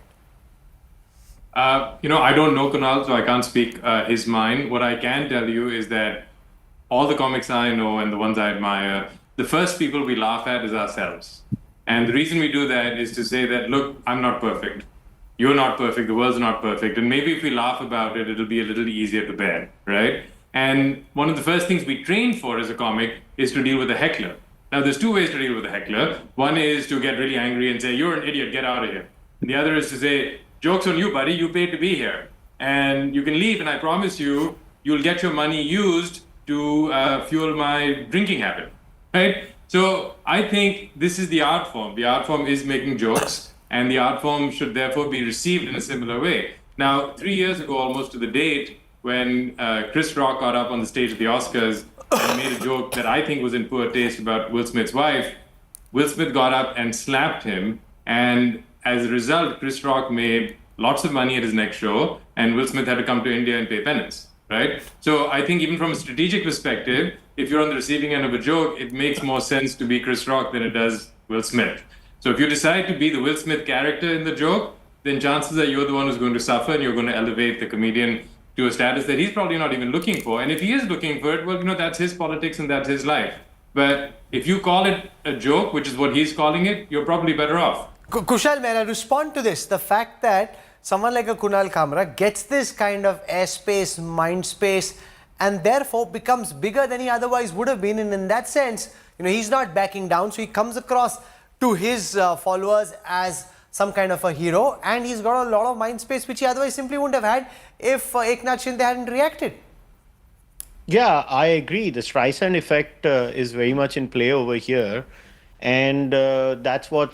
But the Streisand effect equally applies to the political parties. Rahul, the incentivization in India is of hooliganism. And it's not just what Mr. Abdullah was saying, a kind of party. Congress workers had ransacked, if I remember the name of the story, it was Storia Foods in Mumbai over an advertisement that was allegedly mocking Rahul Gandhi. And at that time, I remember there was a tweet by Bhai Jagtap. He was sharing the video at that time. So this is in Mumbai, by the way. Mumbai Mirror mein ye aaya tha. It was in 2021. Then last year, the Tamil Nadu Congress had said, "Oh, you are denigrating Mr. Pandit Nehru, who is admired by world leaders," and they had demanded the arrest of a comedian, Balaji. So this is not new. This is a pan-India problem. And see, either we stand for the principle, then it's a difference. And I don't care what Kunal Kamra's political affiliations are. I think it doesn't matter. Kunal is entitled to his political biases. Who cares about that? The problem over here, Rahul, is Anand is right. The law is the problem. The law itself is a problem in this country. We, keep talking around in circles like a jalebi about isne wo bola, usne wo bola. Bhai, law hai na. Law nahi hota raha to ye sab nahi hoga.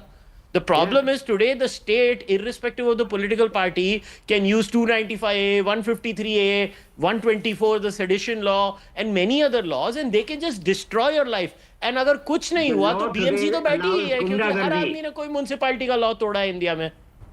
So that is the problem in India. Rahul, can I just make a quick comment? Let Anand Ranganathan come and make a quick point. Yes, sir. Yes, we talked about the law, but let's also, with due respect to the stand-ups, and we have one here, wonderful person, let's not brush all the hypocrisy of these chaps under the carpet. When they say we make jokes about everyone, I'm sorry, you don't. You make jokes about Hinduism and Hindus, but you shirk away from making jokes about Islam. Kunal Kamra deleted his tweets about jokes on Muslims and Islam. Same was AIB. They had to grovel an apology in front of a priest for what they'd said about Christianity. Same with MF Hussain, who said that I apologize for if I may have offended Islam. This is the reality. All you guys who say that we make jokes about everyone are the biggest double standard carrying hypocrites. You don't have guts because you are afraid of Sar Tan Se Juda. That's the honest truth. If you don't accept it, that's fine by me. But then you're a hypocrite. Let Nasir Abdullah respond to this charge of hypocrisy that certain kinds of joke in anticipation of people being liberal are okay, but certain other kinds of jokes against some other religions are simply self-centered because the kind of calamitous consequences that will follow. Nasir Abdullah. No problem. No. Nasir? Are you talking to me? Yes, I was. Anand Ranganathan says comedians are hypocritical because there are certain kinds of jokes they simply self-censor on. Yeah, but I think the main point is this. Look what has happened. Kunal has spoken the truth about a so-called like a conspiracy, which he has with his other friends, and they moved on. So this guy joked about it in a comedy show about other issues as well. He wrapped it up all well. He has spoken the truth. It is true. There was something happening. Now, why should he apologize? And why should he be jailed? He has spoken the truth. He's a bit of a mini Gandhi, but, a bit of an aggressive Gandhi, maybe but he has spoken the truth. Please remember, are we allowed to speak the truth and use it in a comedy thingy? Who will decide what we'll choose on? We can't touch the politicians, however corrupt they may be. We can't touch them because they will come to our office and destroy our office. Gunda Raj will happen and the law has no face to show. The law will not control this. They will allow it. So here's what is wrong with the law, okay? Why don't you use the law to deal with it? Why do you first attack this venue and destroy it?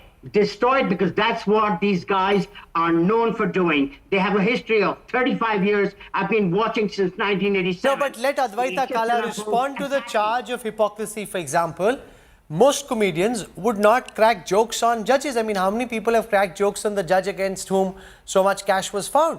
They'll just be very careful because judge ye jail dal dega. But okay, a politician, so there is a certain element of hypocrisy. The fact is, against particular religions, they'll be very wary because of the kind of consequences there are globally. Against some other religions, theek hai, thoda mazak uda ke dekhte. I mean, Charlie Hebdo, we saw what happened there, right? Yeah. I mean, it was technically, if you're speaking, it's a satirical magazine. It was a cartoon, but we saw what happened. So there is this delineation, and I think there is. So when we do this big talk about self-censorship and things like that, people are already doing it. They are already doing it. This is not some big fight that we're fighting right now. It exists. and people have been doing it for years for the fear of very real consequences. And frankly, I think, this, I'm going to reiterate what I said earlier. This is the attention economy. We're unfortunately part of the same circus because we're discussing this. And the bottom line is that this is something that was done for attention. It received attention. Some of it was negative, which was the smashing of that venue. And some of it is positive, like all of us discussing it here and bringing that name in circulation. And frankly, that's what it's about. No, but how is it positive? You're saying it's positive for Kunal Kamra. The fact is that more and more brands and studios will be wary of associating with him. So I'm not sure how you think of this as being positive. So he gets some more YouTube likes and followers, sure. But if he doesn't get platforms, doesn't get sponsors, doesn't get big stages, then that's a problem. Rahul, that's the thing, right? If you think entertainment today is not being weaponized and people are not being funded to take certain positions and create certain types of content, then I think I need to, bring that to the fore, that this is definitely happening. So if you're looking at the economic model as only being sponsorships and venue hosting you, that in today's economy, that's a very narrow way of looking at it. There are outfits that will fund this kind of content and will pay good money for it. So, let's not be naive about what's going on here. That's the only thing I want to say. And I reiterate, there's no need to file any kind of FIR or send anyone to jail for this. But let's also call out what it is. Okay, all guests have spoken. My view generally is, don't like a joke, just look the other way. Just let it be. You file this FIR, you give the man publicity, he becomes much more of a star than he would have been if you just ignored the joke that he cracked. I'm out of time. Thank you for joining us. You've heard different points of view. As always on the news track, I leave it to you to decide who you think had the more compelling argument. I'm slipping into a break. When we come back, Supreme Court appointed panel visits Delhi High Court Judge Verma's residence where a pile of cash was found. Details coming up on the other side.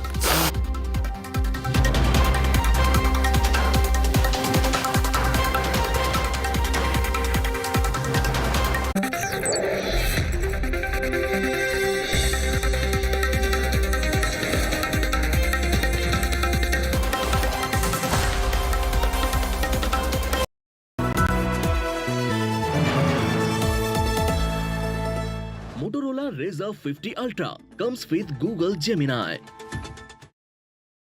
Motorola Razr 50 Ultra comes with Google Gemini. Hi, I am AI anchor Sana, bringing the top headlines for you, presented by Motorola. Supreme Court panel reaches Justice Yashwant Verma's residence for inquiry in cash at home case. Delhi CM Rekha Gupta presents 1 lakh rupees crore historic budget for 2025 to 26. BJP to distribute Saugate Modi gift to 32 lakh Muslims on Eid.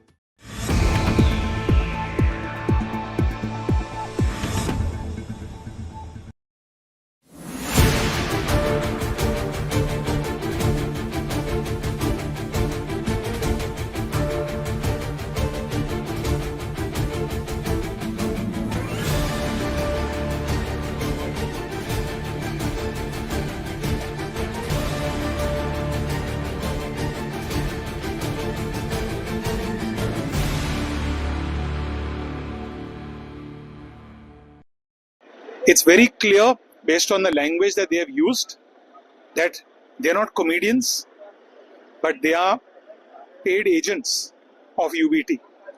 And this, despite the fact that Maharashtra and the country have repeatedly rejected these parties for their entitled monarchistic ways. So these people will never learn. There is complete destruction of democracy. Freedom of speech, freedom of action is only there when it suits them to beat up somebody or rape somebody and hang them. आप लोग आपकी जो party थी, real party, उसको छोड़ के आप लोग अपने सत्ता की उसमें दूसरी पार्टी में आ गए. वो अपमान नहीं हुआ? वो बाला साहब का अपमान नहीं है?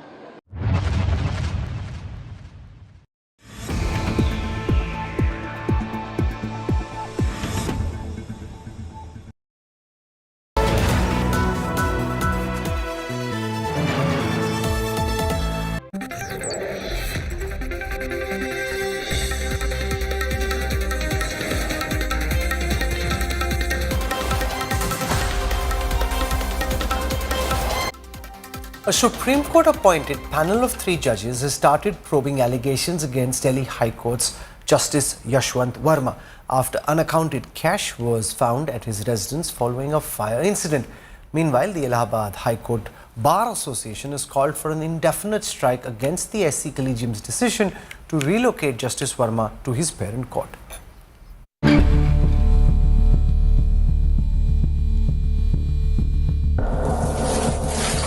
The probe into the alleged cash haul at a Delhi High Court judge's house gathers steam. The 3-judge panel appointed by the Chief Justice of India visited Justice Yashwant Verma's residence on Tuesday. Sources informed India Today that probe committee comprising Chief Justices of Punjab and Haryana High Court, Karnataka High Court and Himachal Pradesh High Court had arrived here, and in fact they spent around 45 minutes inquiring about the incident. In fact, they also recorded statement of Justice Verma and in fact also visited the exact spot or the exact room that had caught fire and where this alleged recovery of burned cash notes was made.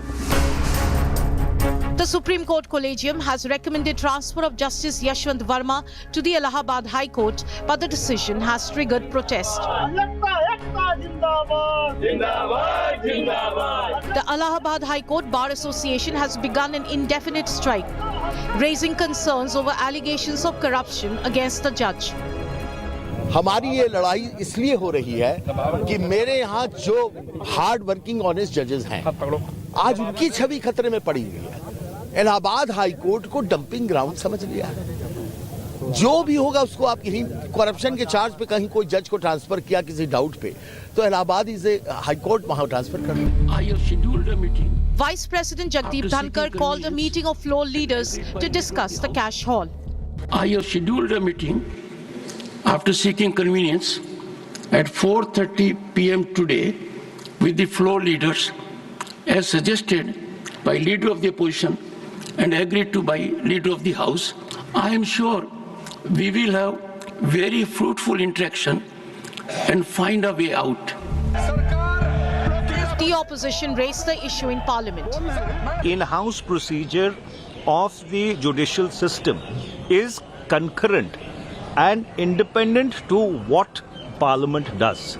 And the constitutional procedure with regard to the oversight of judiciary has been laid down very explicitly in the Constitution of India. If the Law Minister does not make a statement to Parliament, he would be in violation of constitutional propriety. The cash was recovered on March 14 when a fire broke out at Justice Verma's residence. The Supreme Court later posted videos of burning cash submitted by the Delhi police. Mr. Justice Yashwant Verma. Justice Verma, in response to Delhi High Court Chief Justice, dismissed any link to the cash. With Nalini Sharma and Rahul Gautam, Bureau Report, India Today. Days before Donald Trump's reciprocal tariff kicks in, US trade official Brendan Lynch is on a visit to India. He'll be holding talks with Indian Commerce Minister Piyush Goyal, besides meeting a number of senior Indian officials. It is learned that Indian officials are hoping to discuss the possibility of a temporary reciprocal tariff waiver. Trump himself has declared that some countries may be exempt from reciprocal tariffs.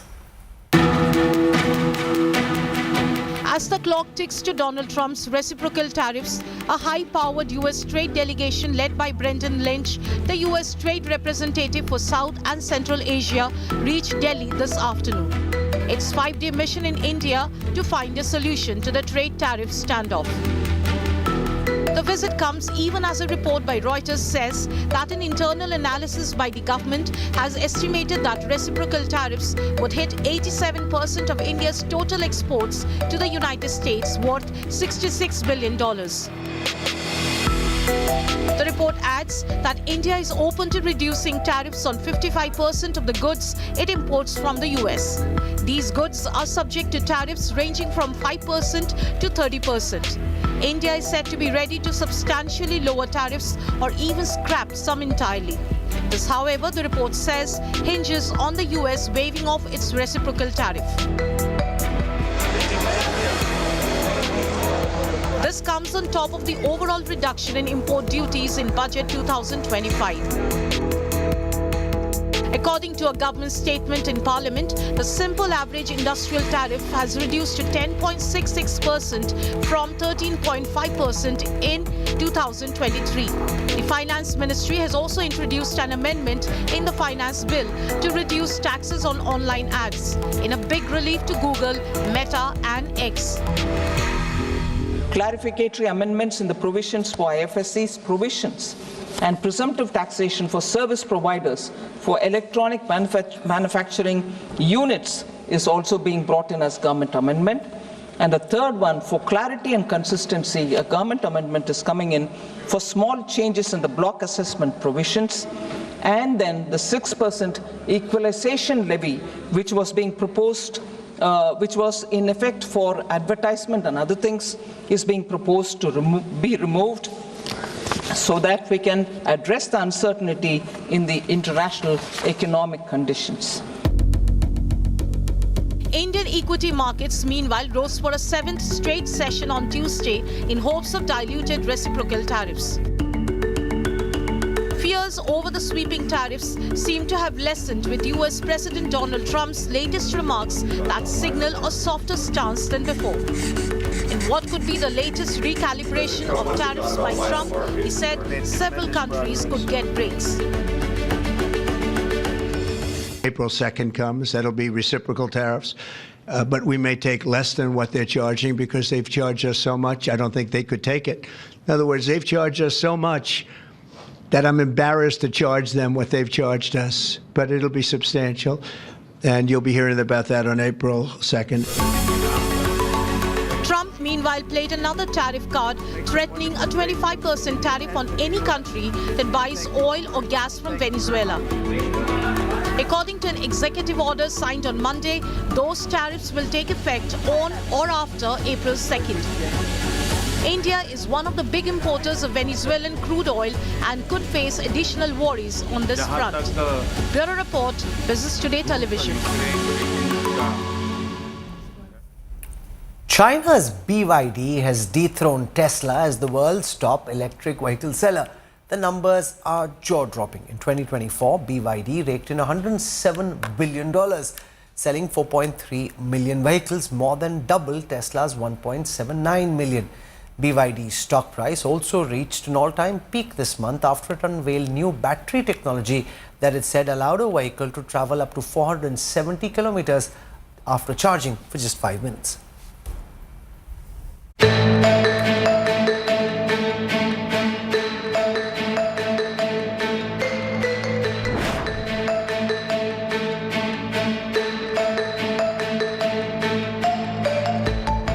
He's been hogging the limelight as the US president's influence-in-chief. From being included in Donald Trump's inner circle to being handed an axe to trim the size of the US government, Elon Musk has been riding a tide of personal success. However, that's not the case with his iconic electric car brand Tesla. In a stunning shift in the electric vehicle market, China's BYD has surged past Tesla, claiming the top spot in global sales.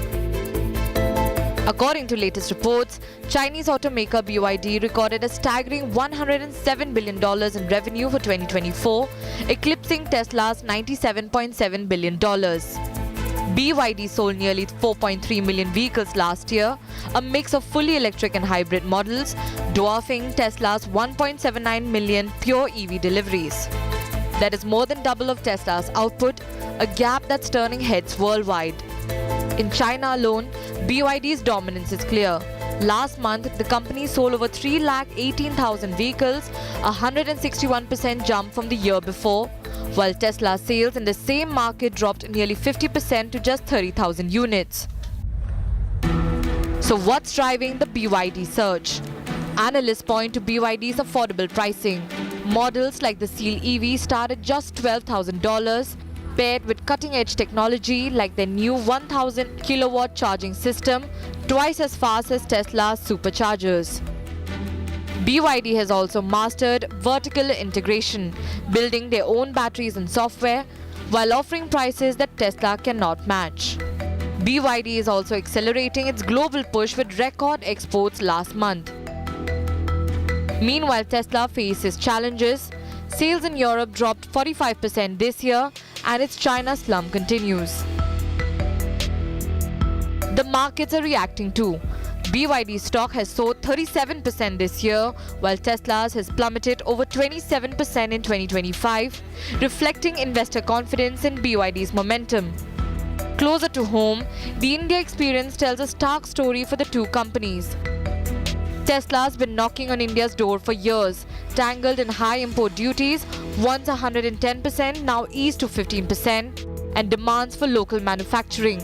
Meanwhile, BYD's is already cruising Indian roads, with models like the Atto 3 gaining traction since 2022, capitalizing on affordability and a head start in the world's third largest auto market. Bureau Report, Business Today TV.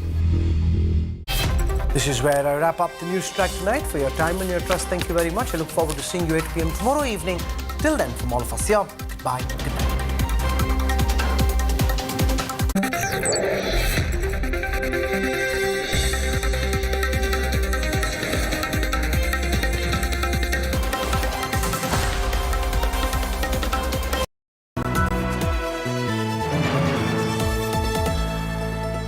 Motorola Razr 50 Ultra comes with Google Gemini. Hi, I am AI anchor Sana, bringing the top headlines for you, presented by Motorola. Supreme Court panel reaches Justice Yashwant Verma's residence for inquiry in cash at home case. Delhi CM Rekha Gupta presents 1 lakh rupees crore historic budget for 2025 to 26. BJP to distribute Saugate Modi gift to 32 lakh Muslims on Eid.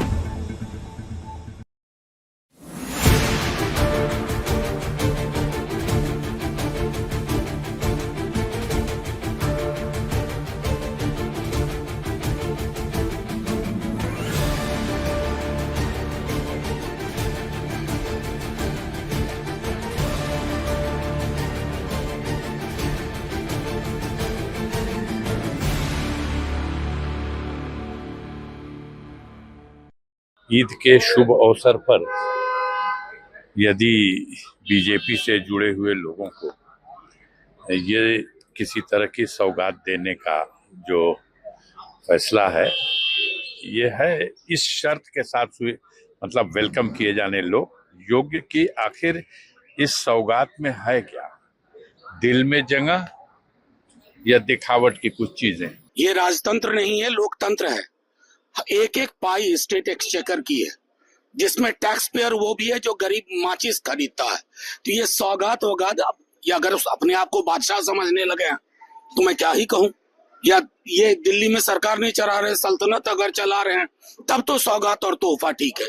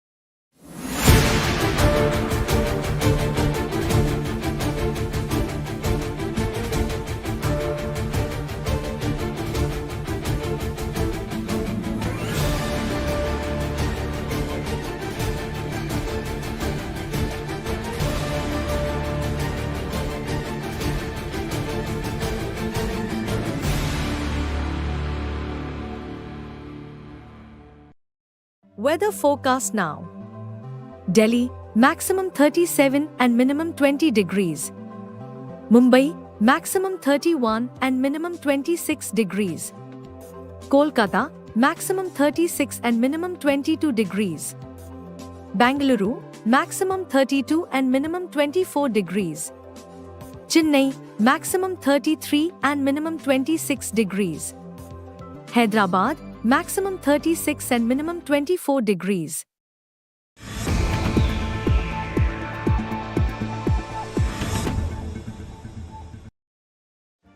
Make your media plan smarter with India Today Live TV on your connected devices. Amplify your brand with 100 million smart internet viewers. To advertise, mail us at sales@aajtak.com. So sorry.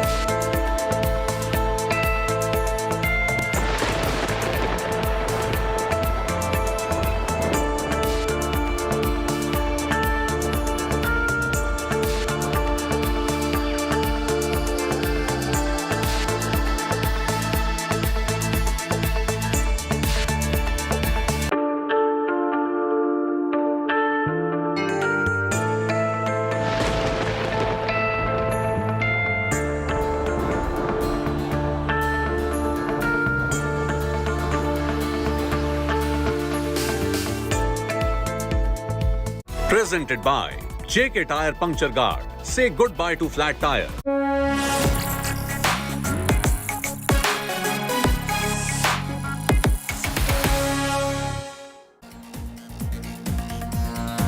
Good evening, hello and welcome. You're with the news today. This is your primetime destination news. Newsmakers Talking Points Tuesday night. We are constantly focusing on what we believe is one of the biggest stories of recent times, that big cash haul at a High Court judge's residence. The three-judge panel has begun the probe. What should happen? Abhishek Manu Singhvi, one of the country's top lawyers, will join me. We've been talking to the top lawyers yesterday, Mukul Rohtgi. Today it will be Abhishek Manu Singhvi's turn. Also, we continue to focus on the aftermath of the Kunal Kamra case and also an attack in Tamil Nadu on a YouTuber.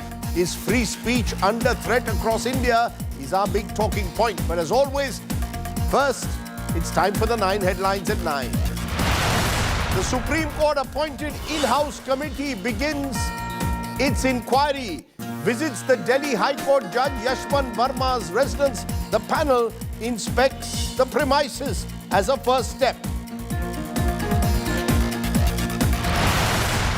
Maharashtra's Deputy Chief Minister Eknath Shinde claims there was a conspiracy behind the Kunal Kamra joke row, says a well-thought-out plot behind the controversy. Kamra mocks the Sena Youth Wing chief, seeks 1 week time to appear before the police. YouTuber from Tamil Nadu exposed alleged sanitation scam, targeted Savukku Shankar's home ransacked, sewage thrown inside. YouTuber accuses the Tamil Nadu Congress chief of orchestrating the attack. Big revelation in the starlet smuggling scandal in Karnataka. Anti-smuggling agency says accused actor Rania routed the gold money through Hawala channels.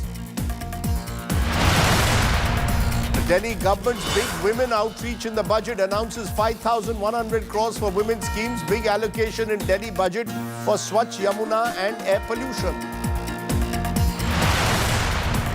Trade talks with the US begin before reciprocal tariffs deadline. India cuts industrial tariffs to 10.66%, eyes concessions.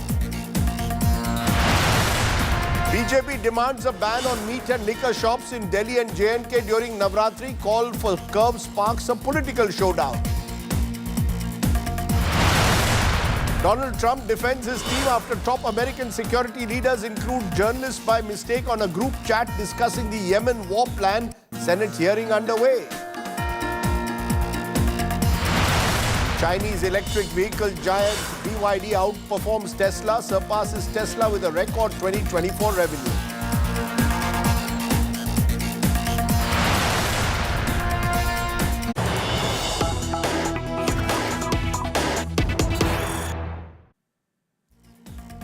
But the big story we are breaking and our continuing focus on that big cash haul at a judge's residence. The three-judge panel has now begun the probe. The panel has visited Justice Yashwant Verma's official residence in the National Capital. Remember, it was in the outhouse of the National Capital that the currency notes were found, which has set off a storm. This evening, the Rajya Sabha chairperson and Vice President Jagdeep Dhankar has held a meeting with floor leaders to discuss whether Parliament should take any steps. Sources say the government is seeking the views of all political parties on the issue, whether there should be, if necessary, impeachment proceedings against the judge if the three-judge inquiry committee finds him guilty. Remember, the heat is mounting on the Delhi High Court judge, Justice Verma. The three-judge panel formed by the Chief Justice of India is investigating the burnt cash haul that was recovered by going to the residence where this happened. Meanwhile, the Allahabad High Court Bar Association has announced it will go on an indefinite strike from today to protest the proposed repatriation of the judge, Justice Verma, to his parent court. And as I said earlier, in a political showdown, Jagdeep Dhankar is now meeting opposition leaders and the leader of the House. We'll look at all those three angles with Abhishek Manu Singhvi, but first take a look at our top story again.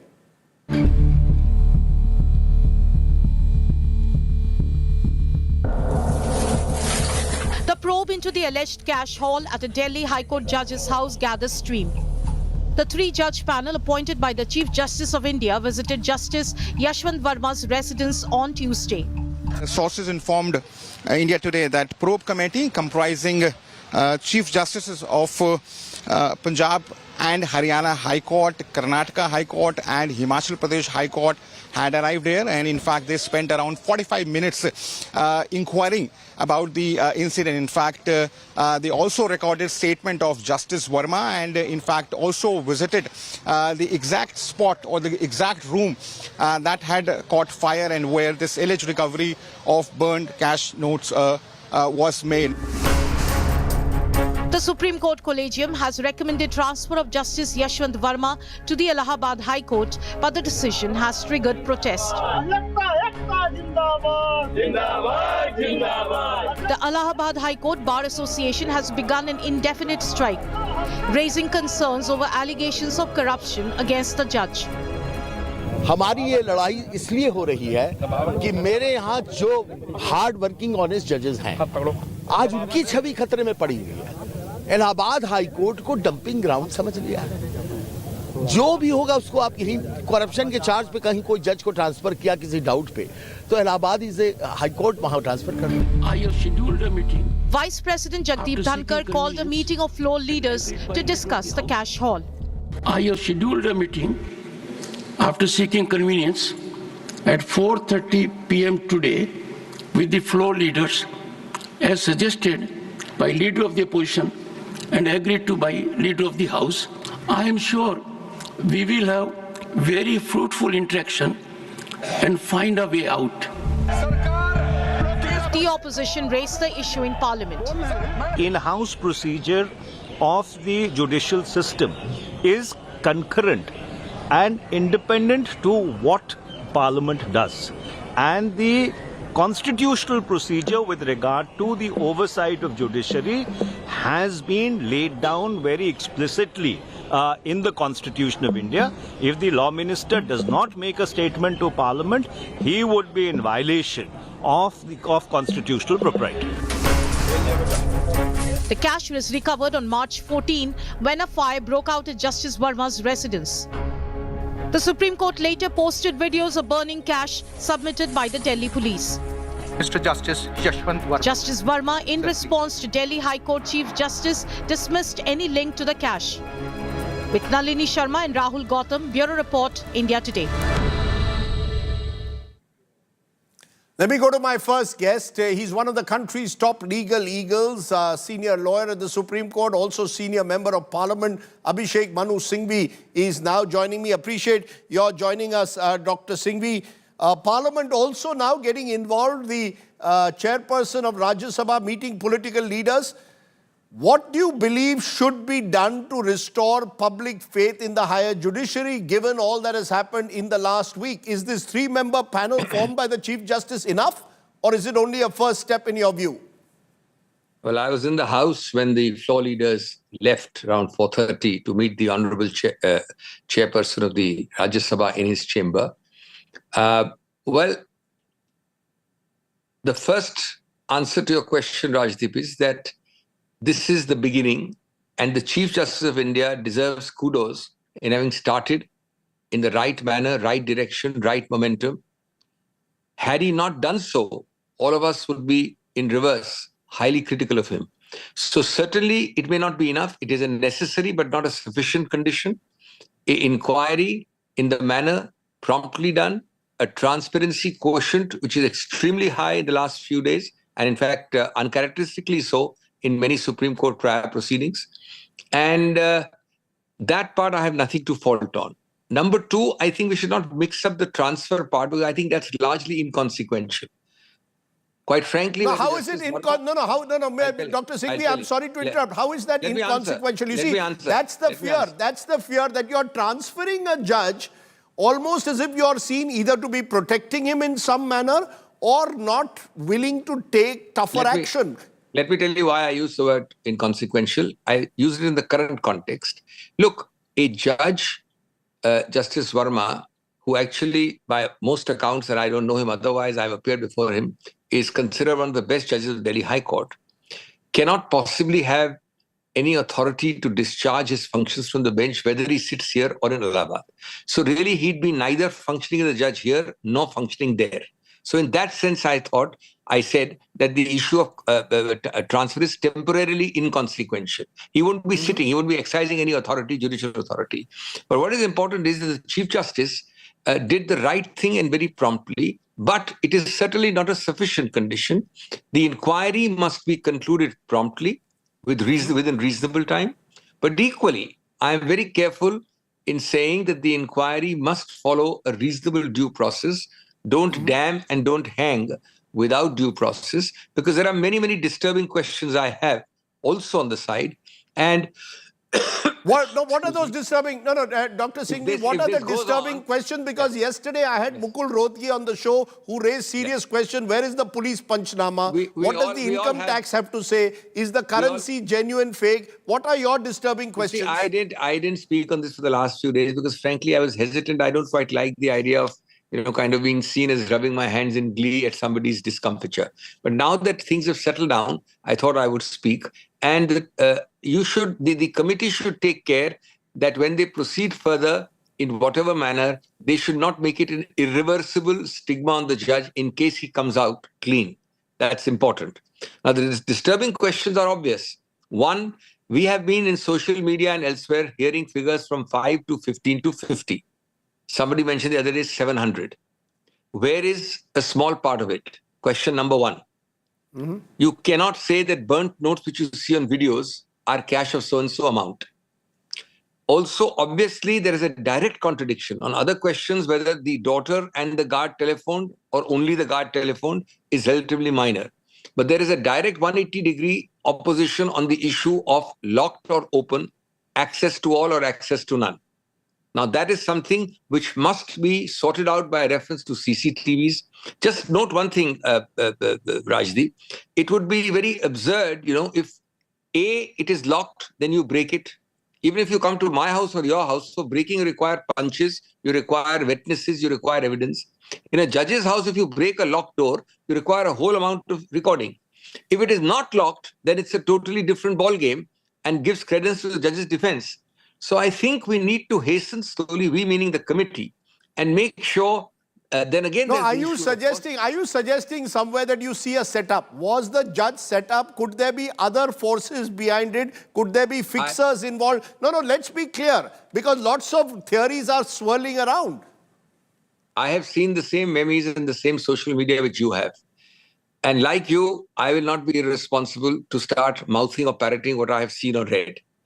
I think the jury is out on a lot of issues, but certainly the core issues are vital for the independence of the judiciary, for the integrity and reputation of a judge who's otherwise been blemishless on his judicial conduct on the bench, and also for the system. Because, there is a totally open place. Where is the inventorization? Where is the panchanama? These are things you do for a normal 100 rupee, 1000 rupee theft. So these are things which this committee is best empowered. I don't have access, you don't have access. No, do you fear, let me push you a bit, do you fear it? Are you not ruling out, are you saying you are not ruling out the possibility that Justice Verma was set up? I wouldn't use the word set up, but I would say that I am not ruling out the possibility that he is totally unaware or uninvolved, unless these disturbing questions are answered one way or the other. It's obvious on just two questions. No, so then who would be involved then? That's another matter of inquiry. It could be a setup. It need not be a setup. It could be people who have been doing something else there and, have been caught and have done some burning, etc. It could be a number of things. I mean, this is pure speculation, but certainly these are questions because there is the problem I find is a opacity about the fire brigade and the police. Now, I am not saying there is opacity because that might be available to the committee.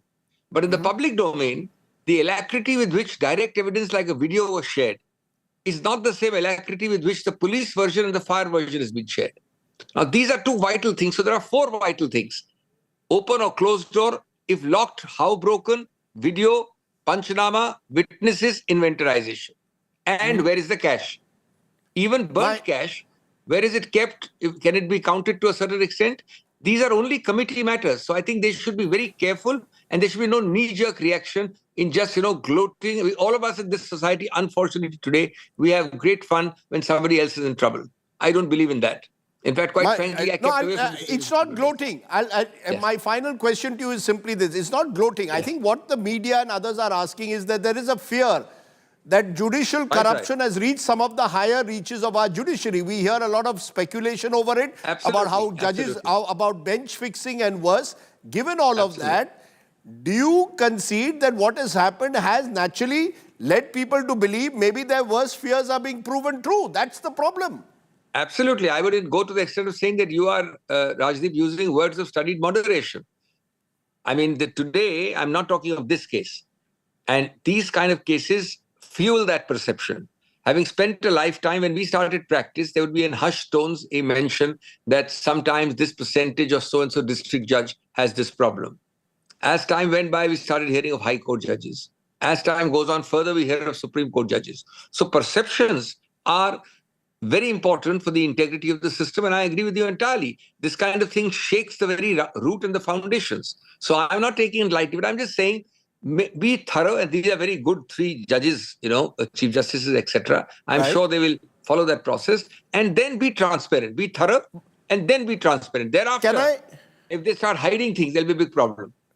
Can I therefore ask you in conclusion, does the political class, Parliament have any role at this stage, or is Parliament also jumping the gun? Is the chairman playing to the gallery by saying, I'm holding this all-party meeting? Why does Parliament have any role at all?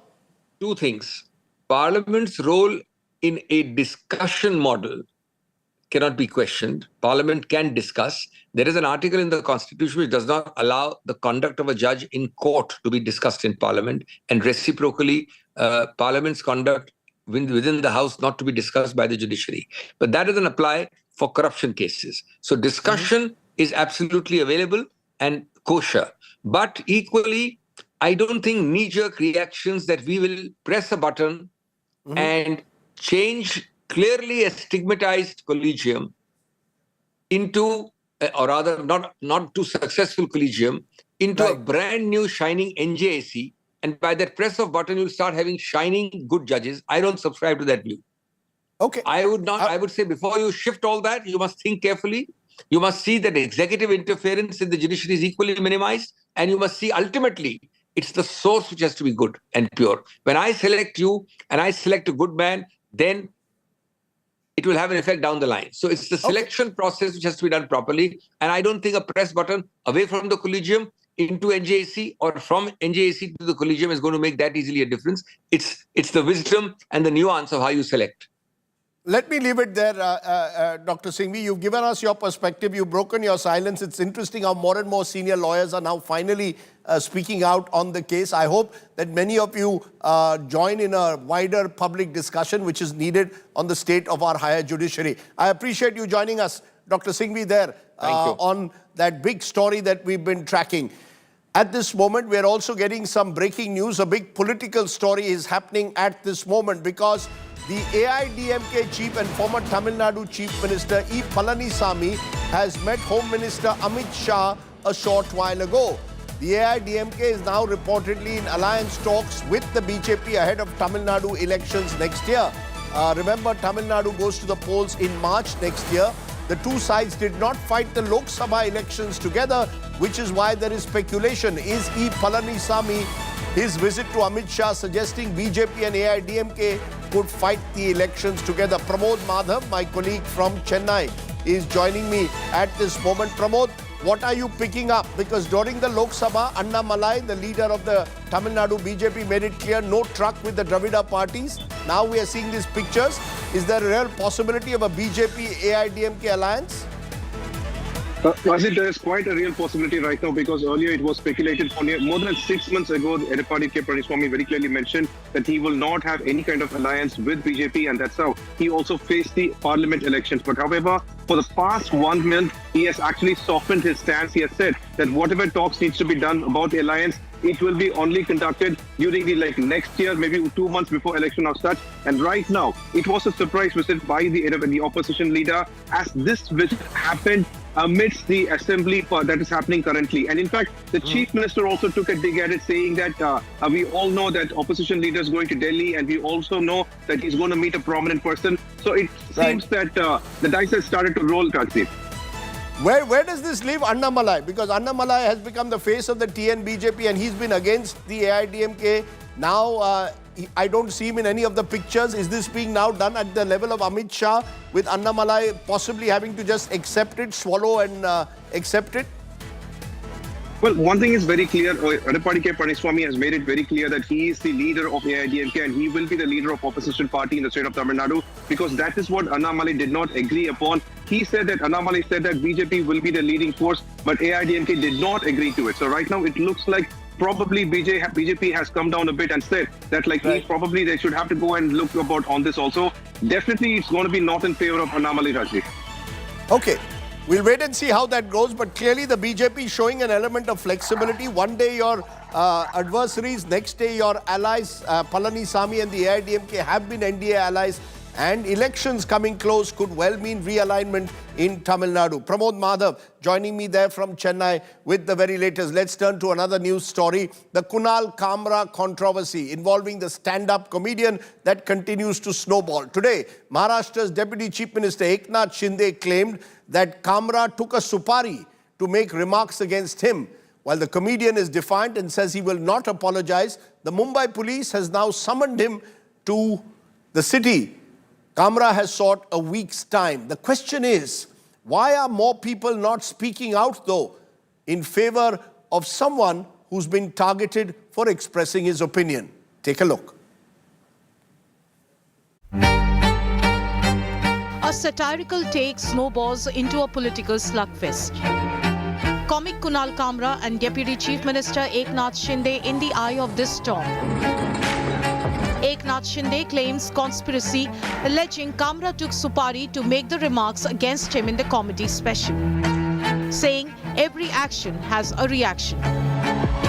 Shinde says it's sentiment that led Shiv Sena workers to vandalize the comedy club where Kamra performed in February. The comedian is defiant. Kamra refuses to apologize, claiming he made the same comment Ajit Pawar made on Shinde earlier and he has the right to poke fun at netas.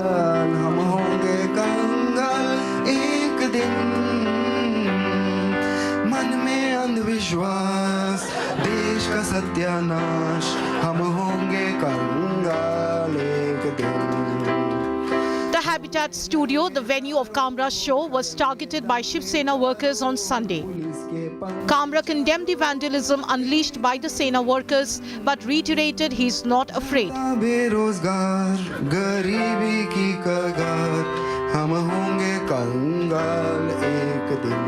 The Maharashtra government is doubling down on the comedian. The BMC continued its crackdown on Habitat, pulling down alleged illegal portions of the building. काल या सभागृहामध्ये दोन्ही सभागृहांमध्ये शिंदे साहेबांच्या विरुद्ध जे अतिशय खालच्या दर्जाचं वक्तव्य झालं किंवा कविता झाली, पण ज्यांनी सभागृहाचा अवमान होतोय, सभागृहाला कमी लेखण्याचा प्रयत्न होतोय, त्याच्यावर मात्र कडक कारवाई झाली पाहिजे. As a comedian, we also enjoy comedy. I enjoy Veerdas. I enjoy in my childhood I enjoyed Pula Deshpande, but this is not kind of comedy which will be tolerated in Maharashtra. Kamra's satire and its backlash has triggered a war of words between the BJP and the Maharashtra Vikas Aghadi. आप जो है comedy के नाम पर उनकी इज्जत उछाल रहे हैं, उनकी अपकीर्ति कर रहे हैं, उनके काम को डिसरिगार्ड कर रहे हैं. हमें कहीं ना कहीं एक रिस्पॉन्सिबिलिटी लेनी पड़ेगी. हम जो कह रहे हैं किसके बारे में, जब उसकी रिपरकशंस होती है, जब लीगली आपको पूछा जा सकता है, do you stand by that? जो कंट्रोवर्सी हो रही है वो कंट्रोवर्सी दिखा रहा है कि ये सरकार कितनी इनटॉलरेंट है to any kind of criticism. ये केंद्र में भी हम देखते हैं, अब वो राज्य में ये मॉडल शुरू हुआ है. Uttar Pradesh Chief Minister Yogi Adityanath too hit out at the comic, claiming freedom of speech can't be misused to insult others or divide. आपके व्यक्ति की स्वतंत्रता किसी दूसरे पर व्यक्तिगत प्रहार करने के लिए नहीं हो सकती है. दुर्भाग्य है कि कुछ लोगों ने देश का चीरहरण करना, विभाजन की खाई को और चौड़ी करने के लिए इस अभिव्यक्ति की स्वतंत्रता को अपना जन्मसिद्ध अधिकार मान लिया है. The comedian has now been summoned by the Mumbai police, but he sought a week's time to appear. With Divyesh Singh in Mumbai, Bureau Report, India Today. But it's not just Mumbai. Turn to Chennai, where controversial Tamil YouTuber Savukku Shankar is back in controversy. Savukku alleges that a gang broke into his home, threw sewage in the kitchen and bedroom, and later threatened him over a video call while his mother was alone. And he is claiming that he is being targeted because he is exposing corruption in the DMK Congress government in Tamil Nadu. Pramod Madhav has more.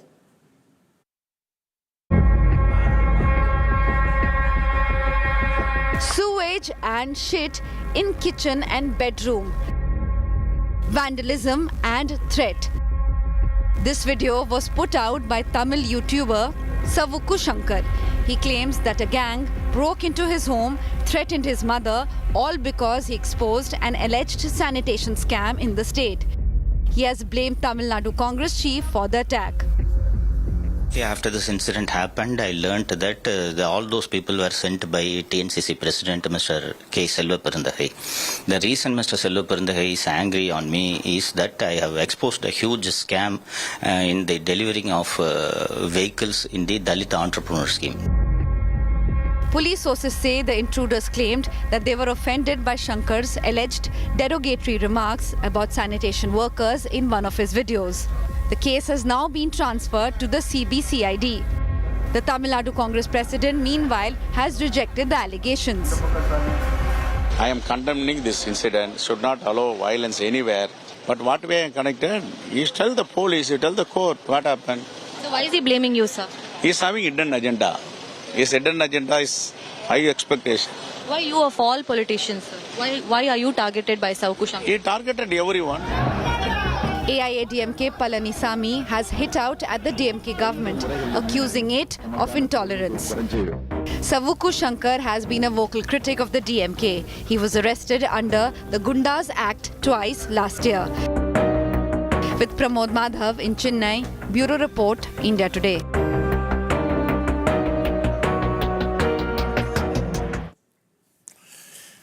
And joining me now on our big story, free speech under threat across India. Is sponsored violence being normalized? Will civil society stand up to political thugs? The questions that we are raising. Bharat Dabolkar, senior advertising professional from Mumbai, theatre artist, someone in the past has been seen close to the Shiv Sena. Samir Soni is actor and director. Tushar Gandhi is activist and great-grandson of Mahatma Gandhi. He's in fact put out a petition, letter petition, protesting against the Maharashtra government on this issue. Sumant C. Raman is Chennai-based political analyst. I appreciate all of you joining us. I want to come to you, Tushar Gandhi, because you and others in Mumbai have drafted a petition condemning the Maharashtra government for allowing the thugs to get away. Now, you seem to be among the very few voices in public life speaking out. Most people in Mumbai, particularly the celebrities, don't want to say a word.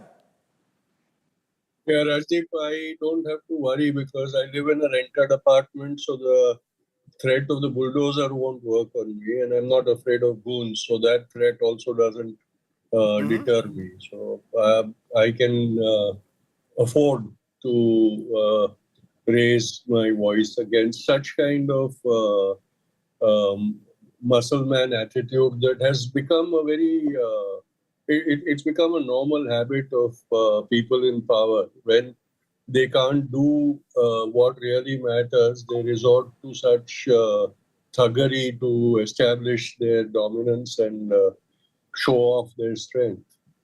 It's reprehensible trend. But why do you think? No, but why do you think so many people are not? Why do you think celebrities and many Mumbaikars are unwilling to speak out? Is it the fear factor at the end of the day? People fear that if it is Kunal Kamra tomorrow, if they come out in his support, they will be targeted next? Yes, it is definitely the fear factor because we see that hate, abuse, uncouth language, when it is used by politicians, even the legal process is not done against them. But if an ordinary citizen raises their voice, then they are brutalized, they are traumatized, and they're terrorized. These are terror tactics. These are urban terrorists working under the patronage of the government of the day. Okay, let me come to you, Samir Soni, for a moment. I know you don't want to refer to specific political parties. I take your point, but the fact is that I find very few. I tried today to speak to stand-up comedians to join the show, to actors to join the show. Everyone said, please don't involve me in this. We don't want to get involved. Now, if you don't get involved and speak, then the Shiv Sena or the thugs who are responsible for these activities in Mumbai even get more emboldened. Why is it that so many of you who are in the celebrity world of Mumbai never speak up? Rajdeep, I can't speak for other people, what their reason is. Either they're scared, they're not sure. But as far as I'm concerned, I think freedom of speech, a right to speech, is a very ambiguous and an extremely powerful right you have. You know, I mean, with a lot of freedom comes a lot of power, and with that comes a lot of responsibility. Which means if you want to say something, you have to be sure what you're saying, where you're saying, and when you're saying. That's just the basic thing. So the big thing comes in, where does but does that justify violence? Samir, there is one part where freedom of speech you say is ambiguous. What is unambiguous is the violence. Private property being demolished simply because a stand-up comedian did an act in a hotel studio. Surely that's where you should draw the line. Tomorrow it could be a film set. Okay. No, okay. Like I was saying that I have my own circle of freedom. And how do we know that I touch your circle of freedom? And that's where, the contradiction starts. And as far as the reaction is concerned, who is to say who is enraged how? I mean, and you know very well the fact that if a lot of YouTubers or, people who engage people in YouTube and stuff like that, they make these comments about politicians, about film stars, because they want to get a reaction. And that's in that lies the fun of it. That you crack a joke at the PM or VPPM or an actor, and everybody has a big laugh. But when you push something, you will get a pushback. The pushback cannot involve violence, Samir. And why I am not involved is the pushback cannot involve violence. There must be a line. I'm not. Look, no, exactly. I know, but who and what is the line? Okay. You know very well. Few years back, there was this spokesperson for a certain party who referred to the prophet of a certain community, and people took offense to that, and she was banned from the party for the next 2-3 years. So when this comes to these kind of things, where do you draw the line? It's always between have and have-nots. The people who have the power, they will react as harshly, as softly as they can, and it's for the law and the judge to take its own course. But to me, is that if you can't take the heat, get out of the kitchen. You have no business being there. Because you know the country you live in. You didn't think that you will talk about so-and-so and nothing's going to happen to you. Whether what they did is not right and was overdone, I will not debate that at all. Because, that's for the law to decide. Okay, I want to bring in Bharat Dabolkar at this point. Samir Soni saying, how are we going to draw the line that if you're in the field of stand-up comedy, you want a response from politicians. Sometimes politicians respond, they get enraged and resort to what I call talk-shy, or we know as talk-shy, Bharat Dabolkar. You, interestingly, used to do satire all those years ago. Do you approve of what the Shiv Sena did yesterday? No, I'll tell you what, Rajdeep, I can answer your question in two ways. For the last 35 years or more, I have been doing political satires where I've made fun of politicians, I've made fun of prime ministers, heads of different parties, and I've done that all over the country, all over the world. And I've never got into trouble because I know where the Lakshman Resha is. You don't get personal. You make fun of a politician, which is allowed. I don't think it's a crime to make fun of a politician. But you don't get personal. You don't toe the line of another political party to make fun of somebody else. I've done that for 35 years. But how can that justify violence? No, Bharat Dabolkar, I'm sorry. I am talking, you see, if what you're saying, that you know where to draw the line, I've not got personal. Are you telling me if someone gets personal, then you have the right to go and smash the hotel studio? I think his action was wrong, but the reaction was wronger. I don't think anybody has the right to go and smash a studio or file an FIR. You can reprimand him. You can't do the kinds of things that the Shiv Sena people have done. That's completely wrong. Okay. I don't agree with that. But I am a lawyer, and I know Constitution more than most of these people who keep on flashing the copies of Constitution. That in Constitution, with your fundamental right to say what you want to say, there's a proviso that says, we have a famous saying that says, your right to wave your hand ends where the other man's cheek begins. You have a restriction on your fundamental rights. You can't misuse that. You can't say, I have a freedom to say what I want to say. You don't have that freedom. Okay, I want to bring in Sumant Raman at this moment because Sumant, all the focus has been on Mumbai, and what has been diluted in the process is what happened in Chennai, where a YouTuber claims that his house was also ransacked. Now, there is an argument of selective outrage, that the liberals outrage because the Shiv Sena is the culprit in Mumbai, don't outrage because the DMK and the Congress are being accused of using their goons to target a YouTuber. How do you respond to this argument of selective outrage? Outrage tends to be targeted at whoever you want to target, so therefore it is quite selective. But Rajdeep, I'm sort of a little surprised and saddened at what I've heard. There is freedom of speech which is guaranteed under the Constitution, but very, very importantly, the only limits that have been set on the freedom of speech can be enforced only by the state. not by somebody. If you feel offended, you cannot go and do the enforcement yourself. That is why if somebody was offended by Kunal Kamra, the solution would have been to go to court, not to go and vandalize the studio. So I think that people are missing the point here. Nobody is saying that freedom of speech is unrestricted. I agree that there have to be reasonable restrictions. But the only entity that can restrict that freedom, according to our constitution, if you believe in our constitution, is the state. It can't But that's be true of Tamil Nadu as much as local Maharashtra. elements taking the law That's into true their as own much hands. of Maharashtra. That's true of Tamil Nadu as much as Maharashtra. And the manner. Let me complete this. What has happened to Saukh Shankar is an appalling incident. Now let me tell you, these people who attacked his house did not even bother to conceal themselves. They are on video. At least in the Maharashtra Kunal Kamra incident, an FIR has been filed, 11 people have been arrested. Okay, they have got bail, whatever, they have been produced before a magistrate. In Chennai, till I last heard, there is no FIR. Forget calling these people for enquiry or arresting them. And there is forget the police having to identify them. Public have identified them. No action is taken. Across India, it is the same story, irrespective of whichever party is in power. When in the opposition, you will fight for freedom of speech. And when you become the ruling party, you will trample. See what Revanth Reddy has done, government has done with those lady journalists in Telangana. Make no mistake, there is no BJP, no Congress, no DMK, no Shiv Sena. They are all the same and they care two hoots for your freedom of speech if they are criticized. Period.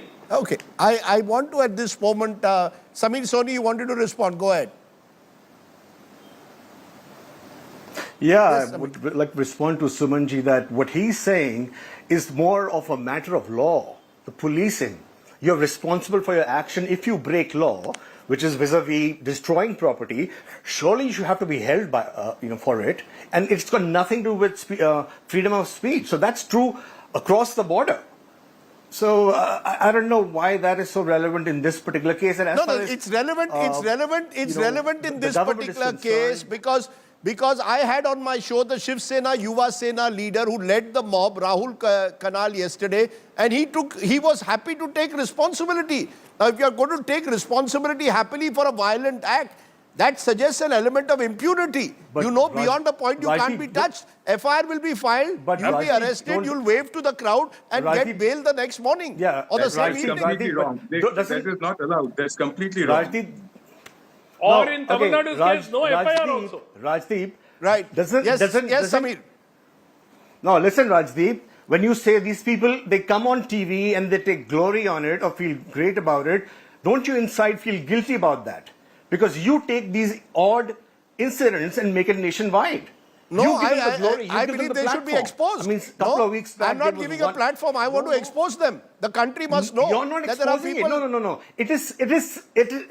No, Rajdeep, what you're doing is selective exposure. You're taking some random guy who was having a beverage and some chicken in a place he shouldn't be doing it and became national news. He feels like a hero. I feel stupid watching it, talking about him. Is that a national issue that someone had a beer or chicken somewhere? No. It is a... No, 1 minute. Likewise this. I mean, who is this? No, I'm sorry. No, 1 minute. The fact is that in Mumbai, which, is India's herbs prima city, brand Mumbai, brand Maharashtra, brand India takes a hit when something like this happens. But just a minute. I want to make it very clear that stand-up comedians in particular are soft targets. Jokes are no laughing matter. Right to free speech, remember, is enshrined with reasonable restrictions under Article 19. But what is happening now is my right to take offense. We are easily offended and many stand-up comedians therefore become particularly vulnerable. In March 2025, Shiv Sainiks vandalized a club over Kunal Kamra. But that's not the only time. February 2025, Ranveer Allahabadiya, other YouTubers were then called out for vulgarity, which I believe was important in its sense, but again raised questions over where does free speech lines be drawn. November 2021, Veer Das, celebrated stand-up, was booked after his show 2 Indias in Washington, D.C., targeted politicians across the board. In January 2021, it went worse. Munawar Farooqi was jailed for 1 month for his jokes on Hindu deities. In May 2016 and on Amit Shah. May 2016, Tanbai Bhatt was under fire for mocking Lata Mangeshkar and Sachin Tendulkar. In January 2016, Kiku Sharda was arrested for mimicking Dera Sacha Sauda chief. He got bail after the Dera chief forgave him. You see, this is the problem at the moment. Tushar Gandhi, we've been hearing, as was just suggested by Sumant Raman, that it's happening in Chennai, there's no FIR. Do you believe that liberals need to be very clear, zero tolerance irrespective of who is in power, whether it's a Mamta Banerjee who arrests a cartoonist for a Facebook post on her, whether it's now the DMK in the dock or the Shiv Sena in Maharashtra. Anyone who misuses power must be questioned.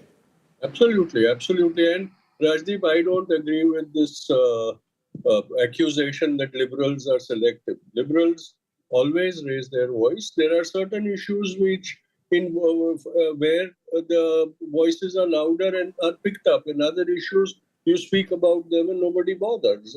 We can't tar all liberals saying they are selective. Liberals, in its actual philosophy, are across the spectrum. They don't care.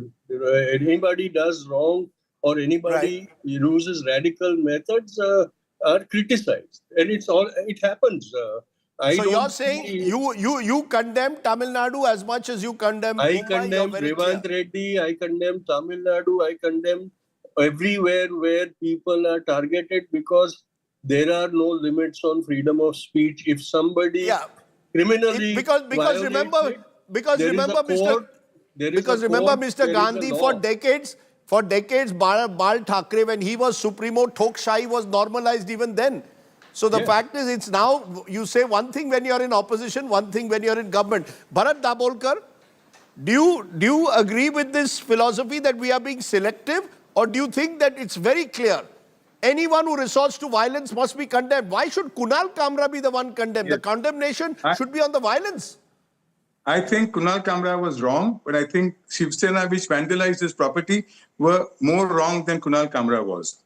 You can react, as somebody said, you can go to the court, but you can't get into beating up people, you can't get into destroying So why is that happening? Why is that happening? Rahul Kanal came on my show yesterday and said, I get emotional. Is that an argument?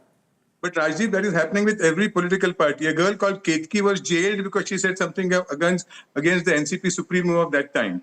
Somebody was jailed because somebody said, I'll come and chant Hanuman Chalisa outside your house. So every party is wrong. It's not the Shiv Sena. I think whether it's BJP, Shiv Sena, DMK, all the parties, they are so sensitive about things that they let their goons go into whatever they want to do and no one restricts them. I think the fault lies with the leaders of these parties. You know, the fault lies also with our policing system, Sumant Raman, because as you said, Chennai hasn't filed an FIR as yet, at least at the time when we were doing this show. In Mumbai too, the police is seen to virtually follow whatever the government wants. And where you stand in Indian politics depends on where you sit. Today, Aditya Thackeray is the one condemning thuggery. And yet, remember, it was the Shiv Sena which started Tokshahi. Yeah. Rajdeep, the other important thing you should remember is many of these stand-up comics have criticized people across the political spectrum. And very often, I'll give you an example. In this case, this is not a stand-up comic, but was one of the fiercest critics of the previous AIDMK government when it was in power. When the DMK came to power, he started attacking the DMK government. And the same DMK leaders were lapping up his videos when they were in the opposition, suddenly had their guns out for him. So I think this level of hypocrisy, saying that you cannot criticize, you cannot level charges, you cannot make jokes or make fun of us.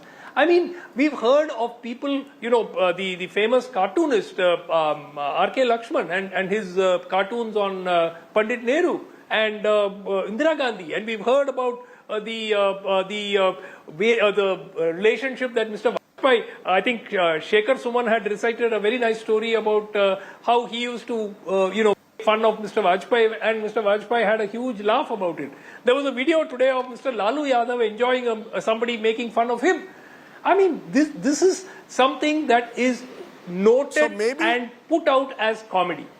Maybe if you don't our like politicians, it, you feel it's defamatory, go to court. But maybe our politicians, Mr. Sumant, vandalism is not maybe our politicians have become more intolerant. You know, the Vajpayee era that you refer to was an era where politicians had a higher sort of tolerance quotient. I want to tell our viewers, I once criticized Balasaheb Thackeray.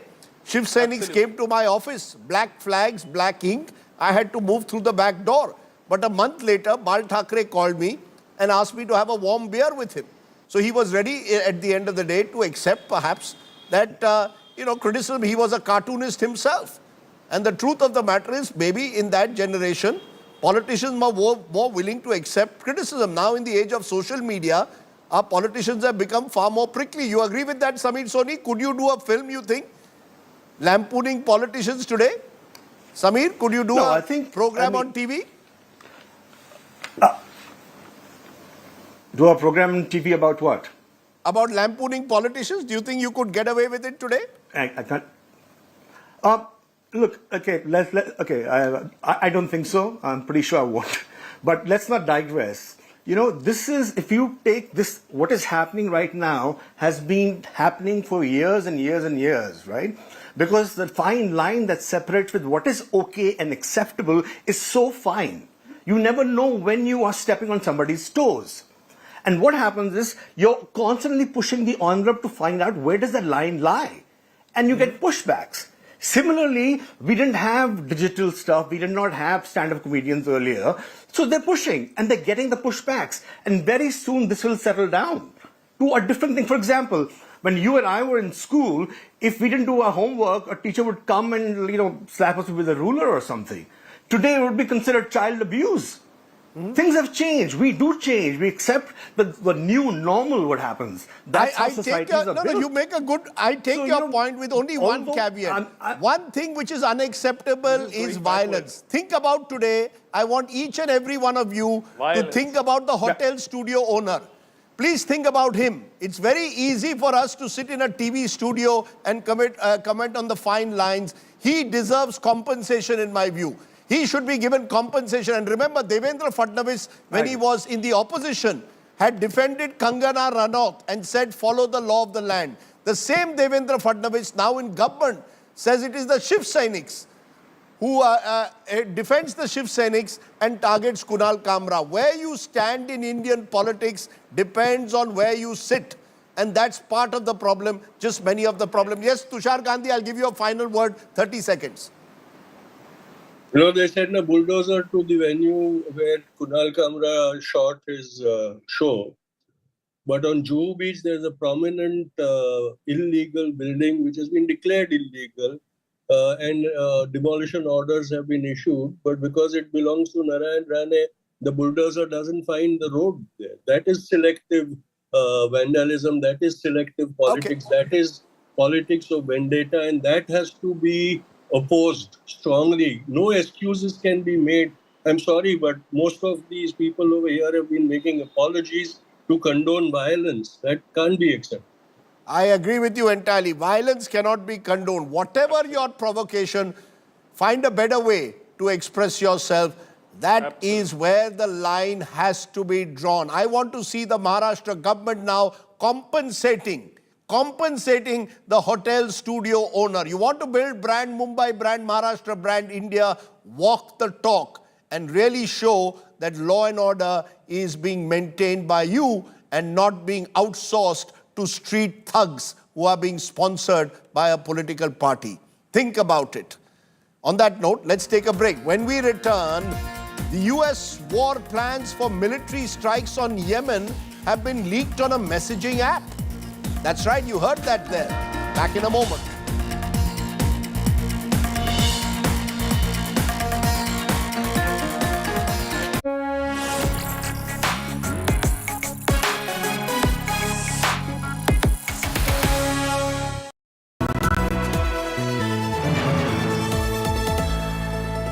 Motorola Razr 50 Ultra comes with Google Gemini. Motorola Razr 50 Ultra comes with Google Gemini. Hi, I am AI anchor Sana, bringing the top headlines for you, presented by Motorola.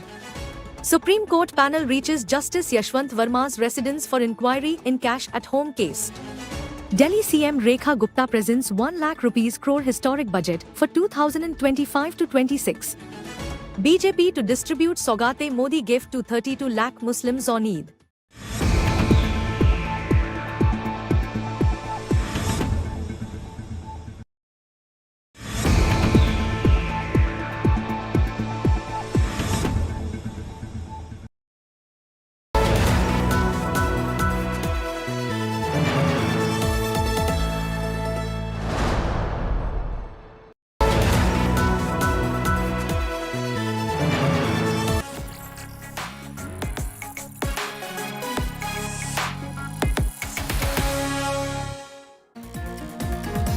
To the top global story, a huge security breach and a blunder by the Trump administration. Several top US national security officials in the Republican administration, Defense Secretary Pete Hegseth, texted war plans for military strikes in Yemen to a group chat. The problem? That chat ended up including a journalist. A national secret is now out in the public domain. Here's a report.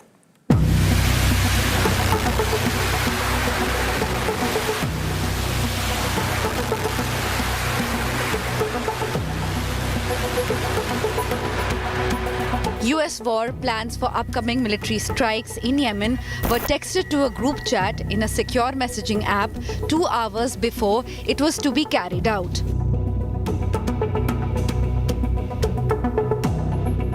Top national security officials for President Donald Trump, including his defense secretary, were part of the group chat, and it also included the editor-in-chief for the magazine The Atlantic, Jeffrey Goldberg. He was invited in the group by none other than Mike Waltz, U.S. National Security Advisor.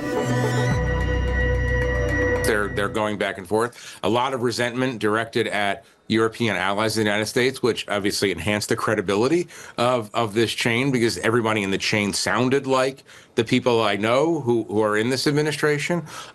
Nevertheless, it wasn't until Saturday that I was reasonably certain that this wasn't a hoax, that I had actually mistakenly been included in a conversation of the Principals Committee, essentially the leaders of the national security community, including the head of the CIA, in this discussion of whether the Houthis should be attacked in Yemen.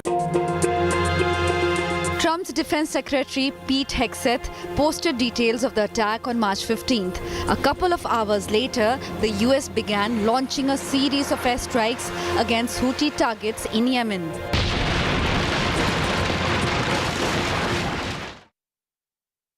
Honestly, my reaction was, I think I've discovered a massive security breach in the United States national security system, which is to say, it's almost automatically true that if the editor-in-chief of The Atlantic is being given access to this kind of information, weapons systems and packages and timing and weather in Yemen and all kinds of information about sequencing of particular events, then obviously there's a security breach. He left the group as soon as he realized that this group was not a hoax or AI generated or a scam, but real. But to his surprise, there were no questions asked or doubts raised of his sudden disappearance from the chat group.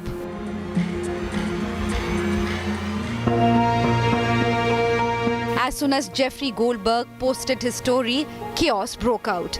The US Defense Secretary slammed him and his credibility, as well as denied posting any war report in the group. Can you share how your information about war plans against the Houthis in Yemen was shared with a journalist in The Atlantic? And were those details classified? You're talking about a deceitful and highly discredited so-called journalist who's made a profession of peddling hoaxes time and time again, to include the hoaxes of Russia, or the fine people on both sides hoax, or suckers and losers hoax. So this is the guy that peddles in garbage. This is what he does. The second one included landed report. What is your response to that? The US National Security Council said in a statement that it was looking into how a journalist's number was added to the chain in the Signal group chat. In addition to the US Defense Secretary Pete Hegseth, it included Vice President J.D. Vance, Secretary of State Marco Rubio, Tulsi Gabbard, Trump's Director of National Intelligence, and National Security Advisor Mike Waltz. Bureau Report, India Today. Interesting story. Let me turn to an only in India story. It's happy hour literally in Uttar Pradesh. Liquor vends in India's most populous state are offering huge discounts. Buy one bottle, take one. Listen in to our only in India story. There is a mad rush outside liquor vends in Uttar Pradesh. Shops are offering heavy discounts and 1+1 schemes. The reason is that the current liquor licenses expire on March 31st. सुबह से इतनी भीड़ है जैसे कि ration की दुकान पे भीड़ होती है। लोग राशन पे कम है, दारू की ठेके पे ज़्यादा है, क्योंकि एक के साथ एक फ्री, एक पेटी के साथ एक पेटी फ्री। व्यवस्था बननी चाहिए, इस टाइप से अगर करती है तो इनकी व्यवस्था बननी चाहिए। आप देखो ना कैसे मारामारी का माहौल है, अफरा तफरी का माहौल। ये आज सुबह से है और कह रहे हैं 31 तारीख तक ये ऑफर है।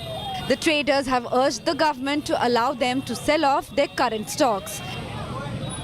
31 मार्च के बाद में जो अनुज्ञापी है वो माल को रख नहीं सकता। अगर वो माल को रखेगा तो बिना लाइसेंस के रखेगा, जो कि अपने आप में अपराध होगा। तो अब इस असमंजस को बचाने के लिए अपना जो भी लॉस हो रहा है उसको कम से कम करने के लिए मजबूरी में जो लाइसेंसीज हैं वो इसको डिस्काउंट रेट पे बेच रहे हैं। अब वो मार्च महीने का कोटा नहीं उठाएंगे तो उन पे पेनाल्टी लग जाएगी, सिक्योरिटी का उनका पैसा भी जब्त हो जाएगा।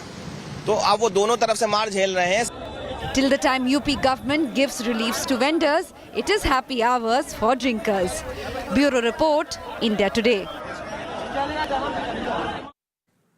What should one say? Hic, hic, hooray. Or maybe if I say that, someone will get offended. Okay, let me leave you with our image of the day. The BJP today launched the Saugate-e-Modi initiative, which they claim is going to benefit 32 lakh underprivileged Muslims who will receive special kits to celebrate Eid. This includes food items, clothes, vermicelli, dates, dry fruits and sugar. BJP says it's their way to reach out to the Muslim community ahead of Eid. That's a good sign. Maybe they could do more. That, of course, is the subject of a debate on another day. For now, those are good images to see. Festivals must be celebrated across communities. That's the spirit of India. Thanks for watching. You stay well, stay safe. Good night, Shubhratri. Jai Hind. Namaskar.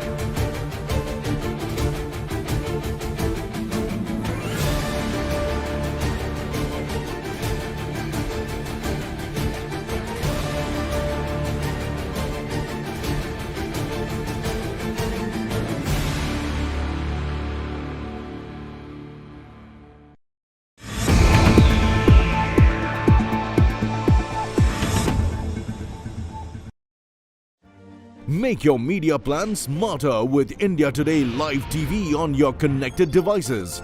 Amplify your brand with 100 million smart internet viewers. To advertise, mail us at sales@aajtak.com.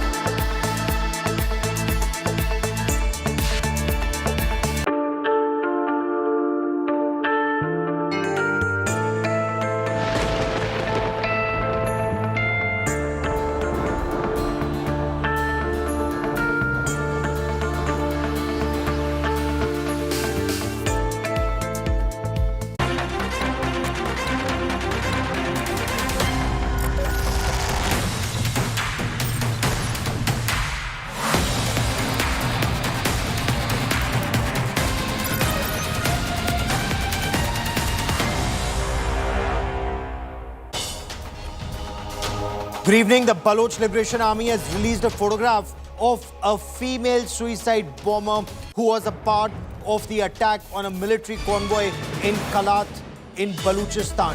So the Baloch Liberation Army claims Mahikan Baloch led the attack on a military convoy in Kalat, and that's the image that you see on your television screen. Is this a part of a wider psychological warfare that the Baloch freedom fighters are waging against the Pakistan army? The BLA released this picture saying Mahikan Baloch was part of their elite Majid Brigade. And this is the name that the Baloch Liberation Army has increasingly been talking about. The Majid Brigade is a suicide squad that the BLA calls its elite squad, the elite Majid Brigade. The BLA has claimed Mahikan Baloch is from Gwadar or was from Gwadar and had joined the Majid Brigade of the BLA 4 years ago. The Pakistan Army in recent days has intensified its operations both in Baluchistan and in Khyber Pakhtunkhwa. There are additional areas that are now being placed under curfew. There are internet curbs that are being put in place ahead of sustained military operations as part of Pakistan Army's Azme-e-Ishtikam, or that's the latest operation. But as Pakistan Army intensifies its military operations and crackdown on Baloch activists, including Dr. Maharang Baloch, the military arm of the Baloch resistance, the Baloch Liberation Army, has released these pictures of Mahikan Baloch, a young Baloch woman from Gwadar. The Baloch Liberation Army claims she joined the Majid Brigade in 2021. She is believed to have detonated herself in front of a military convoy in Kalat. The Majid Brigade has also released a video of her action. Incidentally, this month, the month of March, has seen intense operations by the BLA, also the TTP against, that's Tehreek-e-Taliban Pakistan, and that is in Khyber Pakhtunkhwa against the Pakistani security forces. So it wasn't just the hijack of the Jafar Express.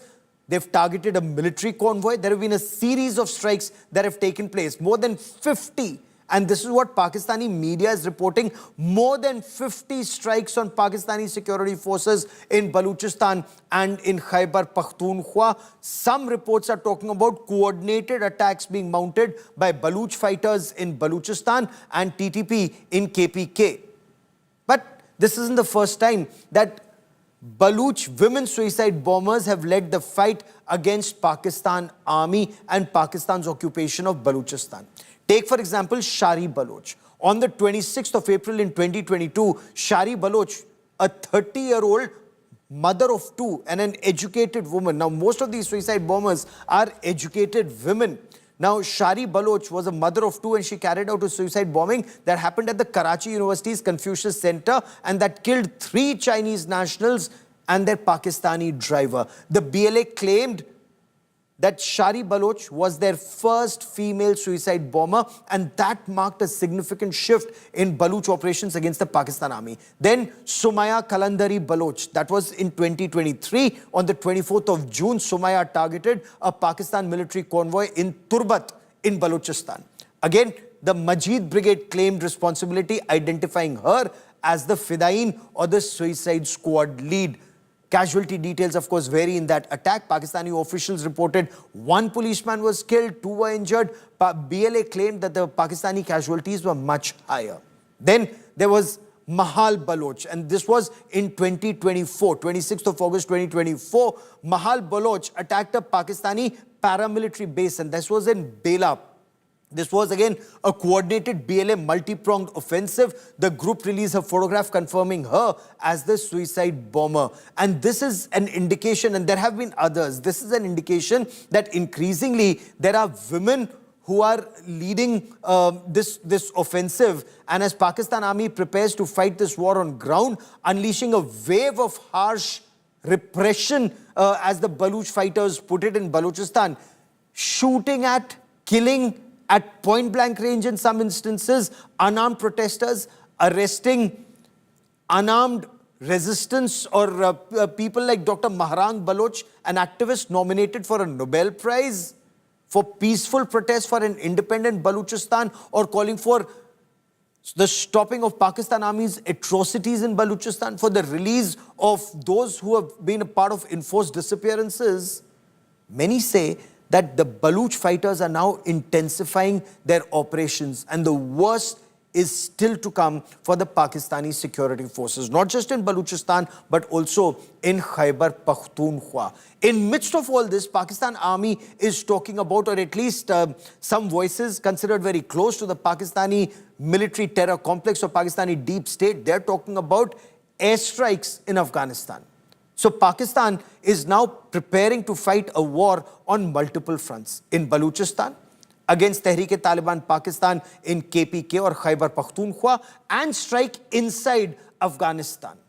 Joining me for more on this is Professor Brahma Chilani, a very well-respected strategic affairs analyst who keeps a hawk-eye on developments across the region. He's a geostrategist on the show. Professor Chilani, BLA has released the picture of a woman suicide bomber, Mahikan Baloch. There have been other women suicide bombers that we were talking about. But is this a message, the timing of this release of this picture, the operations on ground, the peaceful protests? What do you make of what's happening in Balochistan, sir? The use of suicide bombers by Baloch militant groups is actually a relatively recent development. Only in recent years have Baloch militant groups employed suicide bombers. They began with male suicide bombers, and most recently it's the female suicide bombers that have been pressed into service. The reason is obvious: increased desperation and frustration among Baloch people. And coupled with that is the increased Pakistani military repression in Balochistan. So these two factors have contributed to the increasing use of suicide bombers, and now the role of female suicide bombers is becoming important, especially to inflict maximum damage and generate widespread fear, because it's very difficult to control female suicide bombers. The attention of security forces tends to be on young males, but when females also engage in suicide bombings and suicide attacks, that makes the task of security forces in Balochistan or, for example, in Karachi and Sindh far more difficult. And in fact, this is the only way the Baloch Liberation Army and other Baloch militant groups have been able to target Chinese interests. Because to target Chinese interests, they have to rely on increasingly sophisticated methods, because the Chinese interests are protected by rings of security, not one ring, two rings. At times there are 4 or 5 rings of security around any Chinese project or even around Chinese nationals. So to penetrate several security rings, Baloch militant groups need to use innovative methods. Professor Chilani, has the Pakistan Army so far been caught flat-footed and without any new ideas on how to deal with this fresh wave of freedom struggle? Highly educated, middle-class men and women, Dr. Allah Nazar Baloch, for example, a doctor, Dr. Mehrang Baloch, a doctor. So both the armed resistance and the peaceful resistance are being led by educated people. Does the Pakistan Army have, one, ideas, and two, adequate funds to mount operations like either Zarb-e-Azm in the past or Raddul Fasad? What do you make of this Azm-e-Ishtikam operation? Has that yielded any results, or is that likely to yield any results the way Pakistan security forces are moving forward? Well, you raise a very important issue. There are two aspects to it. One, that the Pakistani military is pretty stretched in Pakistan. It's involved in operations in several parts of Pakistan, because there is widespread discontent in Pakistan against the Pakistani state, especially the Pakistani security establishment. The resentment against the Pakistan military is apparent across Pakistan, apart from Punjab.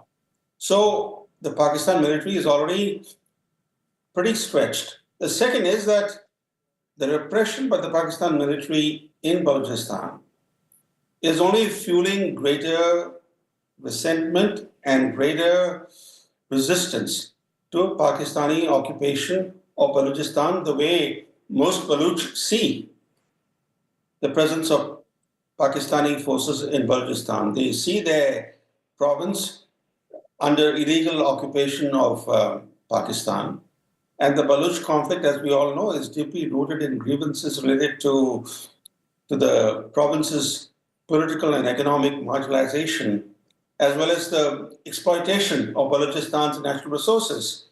Balochistan has been kept underdeveloped, poor, and marginalized. So these two factors together are making things very difficult for the Pakistani military, because the more and more forces they pour into Balochistan and the more repression they let loose, the more human rights abuses they commit, they only facing greater resistance to their presence there. So tell me this, you talk about the Pakistan army being stretched already from Gilgit to Gwadar. They appear to be stretched, barring, of course, Pakistan's Punjab province for now at least. But Pakistani commentators are already talking about mounting airstrikes inside Afghanistan and may not just be along the AFPAC border or the Durand line.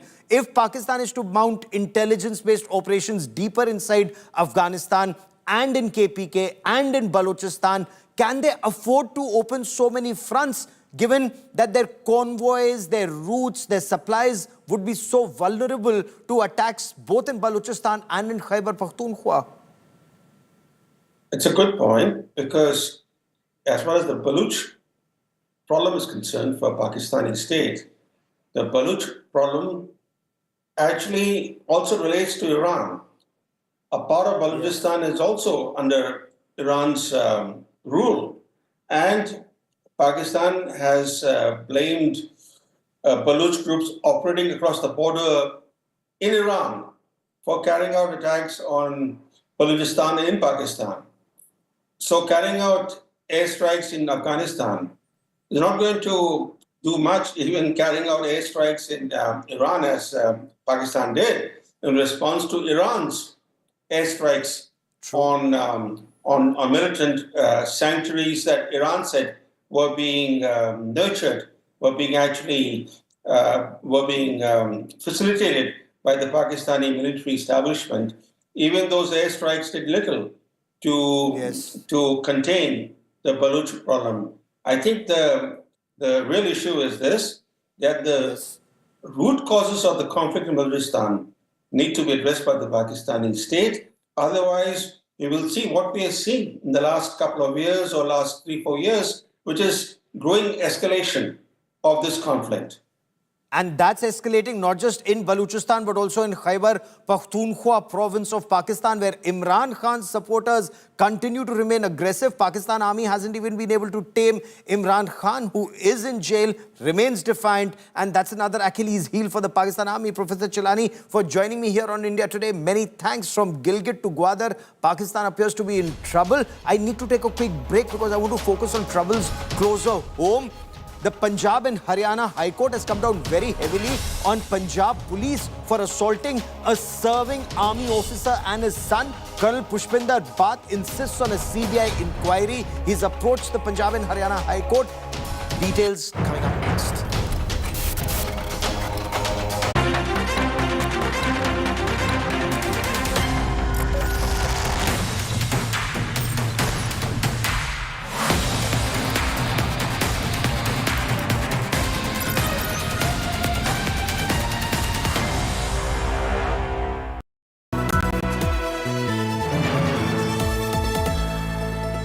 Motorola Razr 50 Ultra comes with Google Gemini. The headlines that shaped the day, the newsmakers who set the agenda, and the moments you just can't miss. Fast, fresh, and full throttle. This is 5 Live with me, Gaurav Sawant. Weekdays at 5 p.m. only on India Today.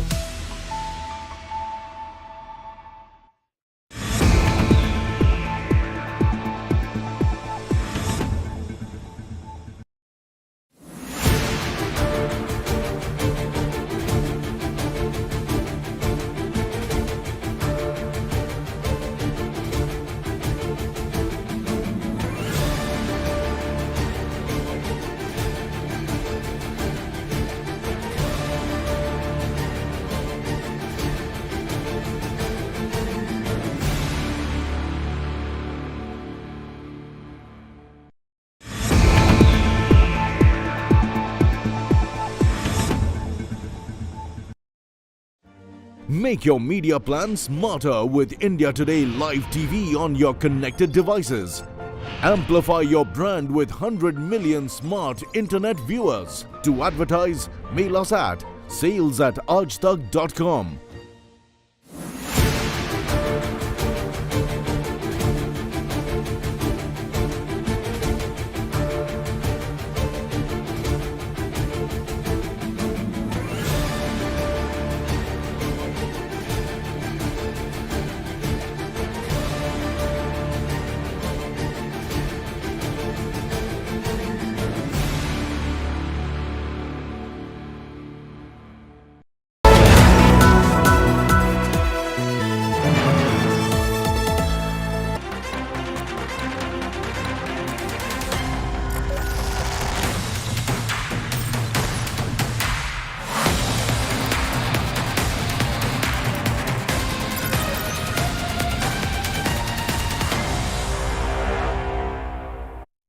The Punjab and Haryana High Court has come down heavily on the Punjab police for the delay in registering an FIR in the case of assaulting an army officer and his son in Patiala.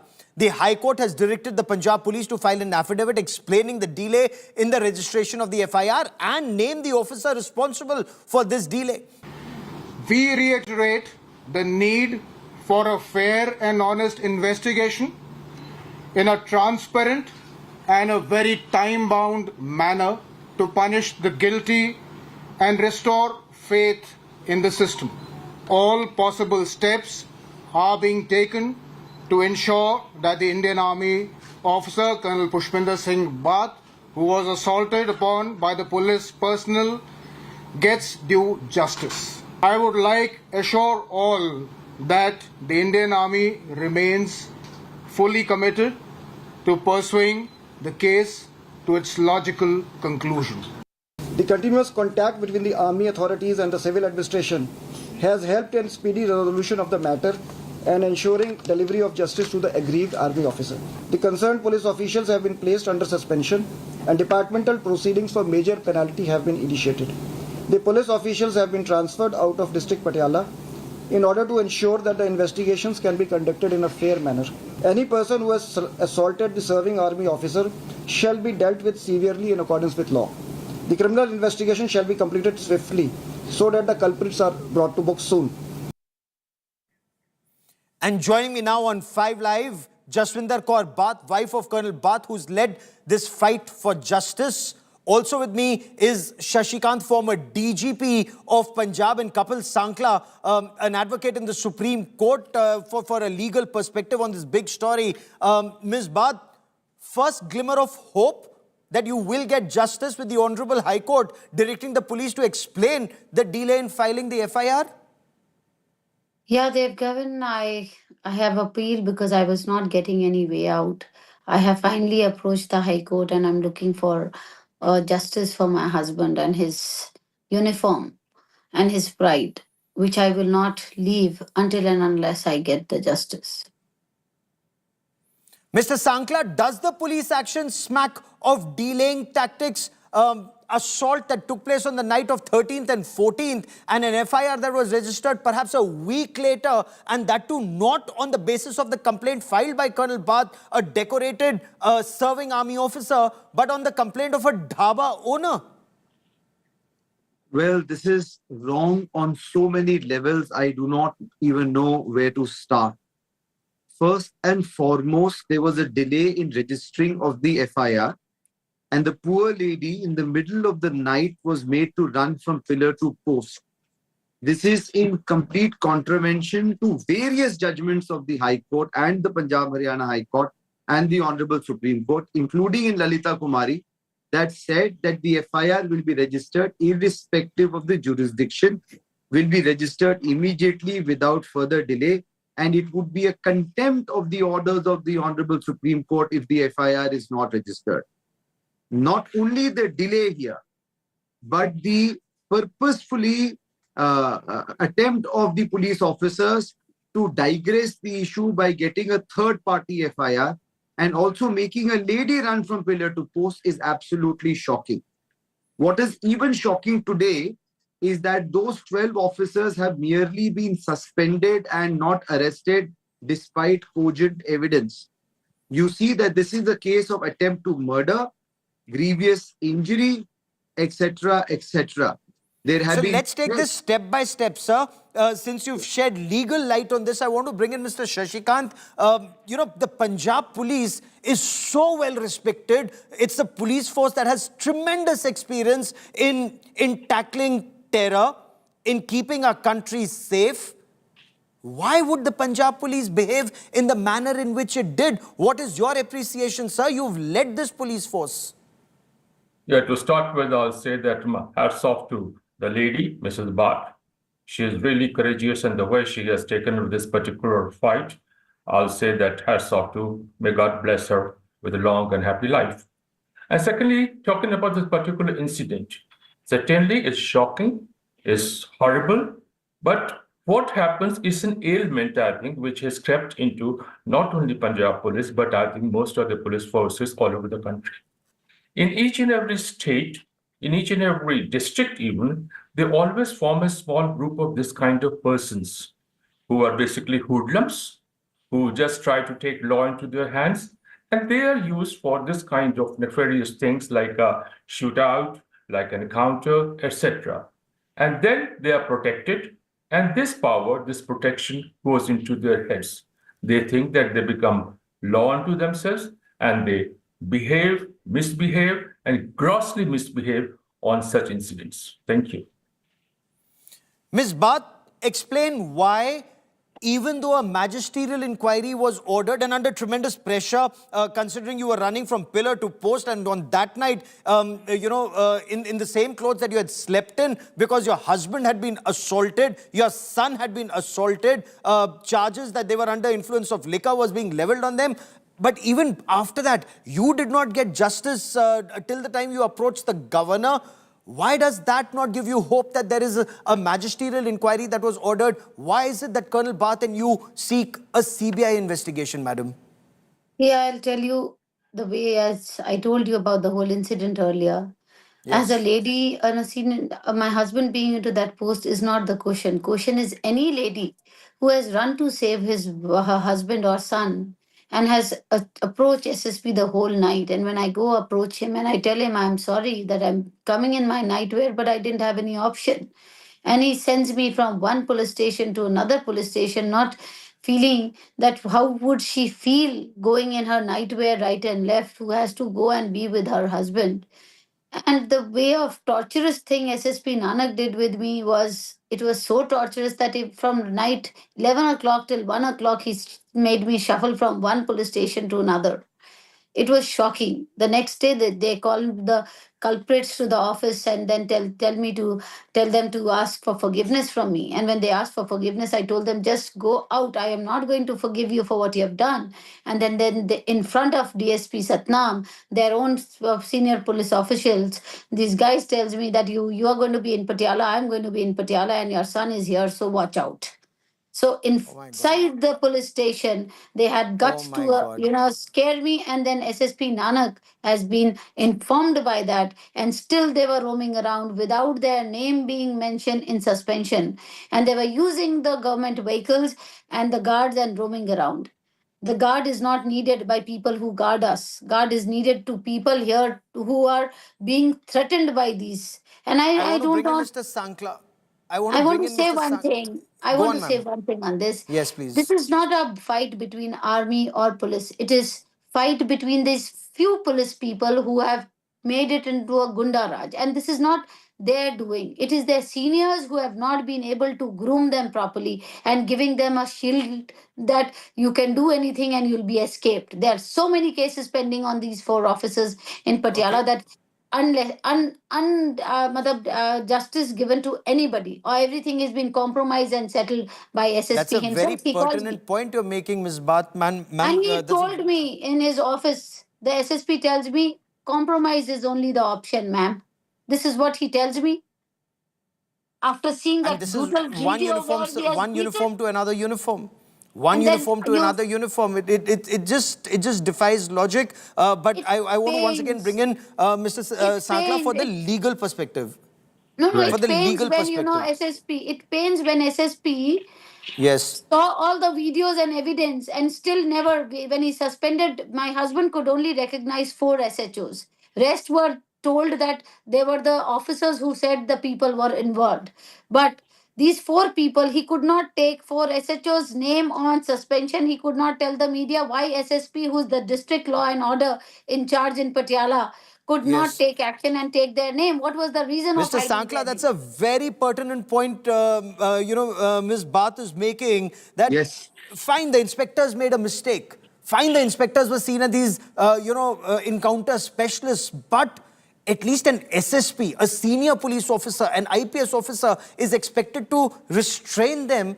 Unfortunately, even that didn't happen. So this is a failure of the system, sir, is it not? This is an absolute disgrace, as I was saying. You see, the senior officers, only because the lady had the gumption, the power to make some noise and take help of media, is now in a way threatening her that yes, aap settle kar lo, warna aapki family bhi yahin pe rehti hai. This officer should also be suspended. Strict action should be taken. His vardi should be taken off, because this gives a wrong message to the police that don't worry, we'll suspend you for some time, but your officers will take place. Understand this: attempt to murder with dangerous weapon is punishable with up to 10 years of imprisonment. And the officer is saying, doesn't matter, compromise this. And even now they are only getting suspended and nobody is getting arrested. What happens if some action, some illegal action is taken by them? I don't even understand how, under the circumstances, the hospital could have given them a clean chit. So that also needs to be checked, because you also know with the other case that took place that how even the hospitals are being manipulated when that boy was arrested. So there is much And more. they've done this because now they're saying there were 2 people who were arrested. This was the team which was DIG in the morning had awarded 10 lakh rupees for an encounter. And he had given them promotions that they will be promoted. And these were the same team which had come to Rajendra Hospital, and then they were drunk, stayed wearing their khaki trousers and civil shirts. And then the police have to make up a story that they had come there in their civil dress to catch a drug peddler with a headlight, with a police vehicle, because they didn't want to tell their identity, and but then identity was to be hidden with the police vehicle which was flashing on the light. You can see it in the video. You know, who better than Mr. Shashikant to shed light on whether this is a systemic failure, not just of police personnel high on their par, but even an IPS officer who's expected to rein them in, sir. Is this a failure? I will not say collapse, but a failure of the system up the chain of command. Loyalty to lanyard became more important than loyalty to justice, sir. It's a totally failure of system, I'll admit there. And to add this thing, I'll say that these hoodlums, some of these hoodlums, they become so powerful. In the past, I have seen several incidents where these hoodlums have the audacity of getting the SSP and even DIGs transferred out because they refuse to fall in their line. This is the state of affairs. That's why I say it's a systematic failure, which I think, unfortunately, nobody is taking any action on it. There have been innumerable sort of reports on how the police morale should be increased, their training, etc., etc. These reports are just catching dust. No actions taken. And again, it's all leading to a systematic failure. Seeking a CBI inquiry. I hope truth prevails. For joining me here, Ms. Bath, Mr. Sankla and Mr. Shashikant, many, many thanks.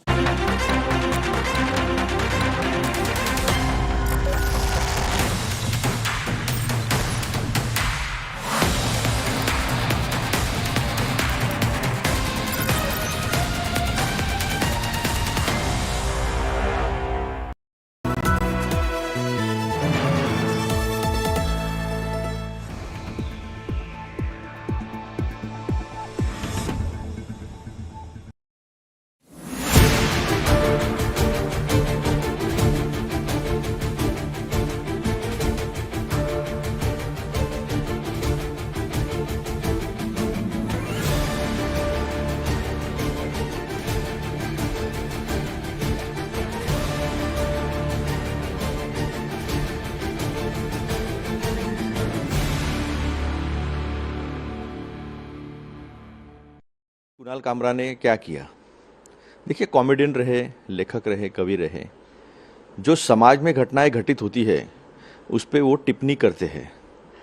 और अगर stand up comedy से इतनी तकलीफ है, वहाँ की भाषा से इतनी तकलीफ है, तो फिर उसको पूरी तरह बंद कर देना चाहिए। एआई भी हमने देखा है, उसके बाद में हमने कुछ और उस तरीके के प्रोग्राम देखे हैं। तो टिप्पणी से इतना डरना क्यों? ये तो फ्रीडम ऑफ स्पीच के खिलाफ है, ये तो संविधान के खिलाफ है। अगर आपको आपत्ति थी, आप एफआईआर दर्ज कर दीजिए। अगर आपको आपत्ति थी, कानून का जो प्रक्रिया है उसका इस्तेमाल करिए। ये जो तोड़फोड़ कर रहे हैं, दिखा रहे हैं, कहीं ना कहीं वो उनको चुभा है, उनको पता चला है कि जो बोल रहे हैं, जोक के माध्यम से बोल रहे हैं, उसमें सत्यता है, इसलिए जाकर इन लोगों ने इस तरीके की हमला किया है। जान माल का नुकसान करना ये कहां तक लाजमी है? ये लोग सरकार में हैं, ये लोग महाराष्ट्र की सरकार चला रहे हैं। ऐसे ही इन्होंने नागपुर में आग लगाई, अब मुंबई में आग लगाने पे लगे हुए हैं।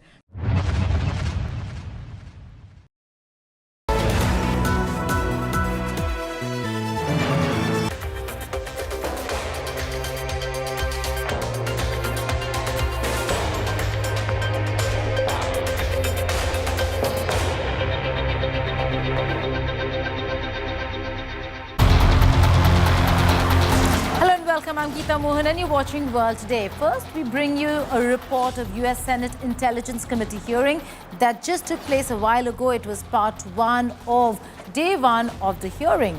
Trump administration's top intelligence officials faced the Congress in first hearing of this week to offer their first testimony in office about the threats facing the United States of America and tackle urgent questions about the security breach that unfolded when war plans were mistakenly leaked to Editor-in-Chief of The Atlantic, Jeffrey Goldberg.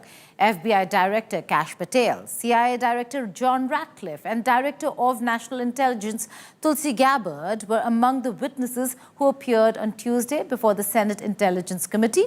On Wednesday, they will appear before the House Intelligence Committee in back-to-back hearings. But listen in to what happened and what transpired at the Senate hearing. It was indeed a fiery spat between senators who were questioning these intelligence officials.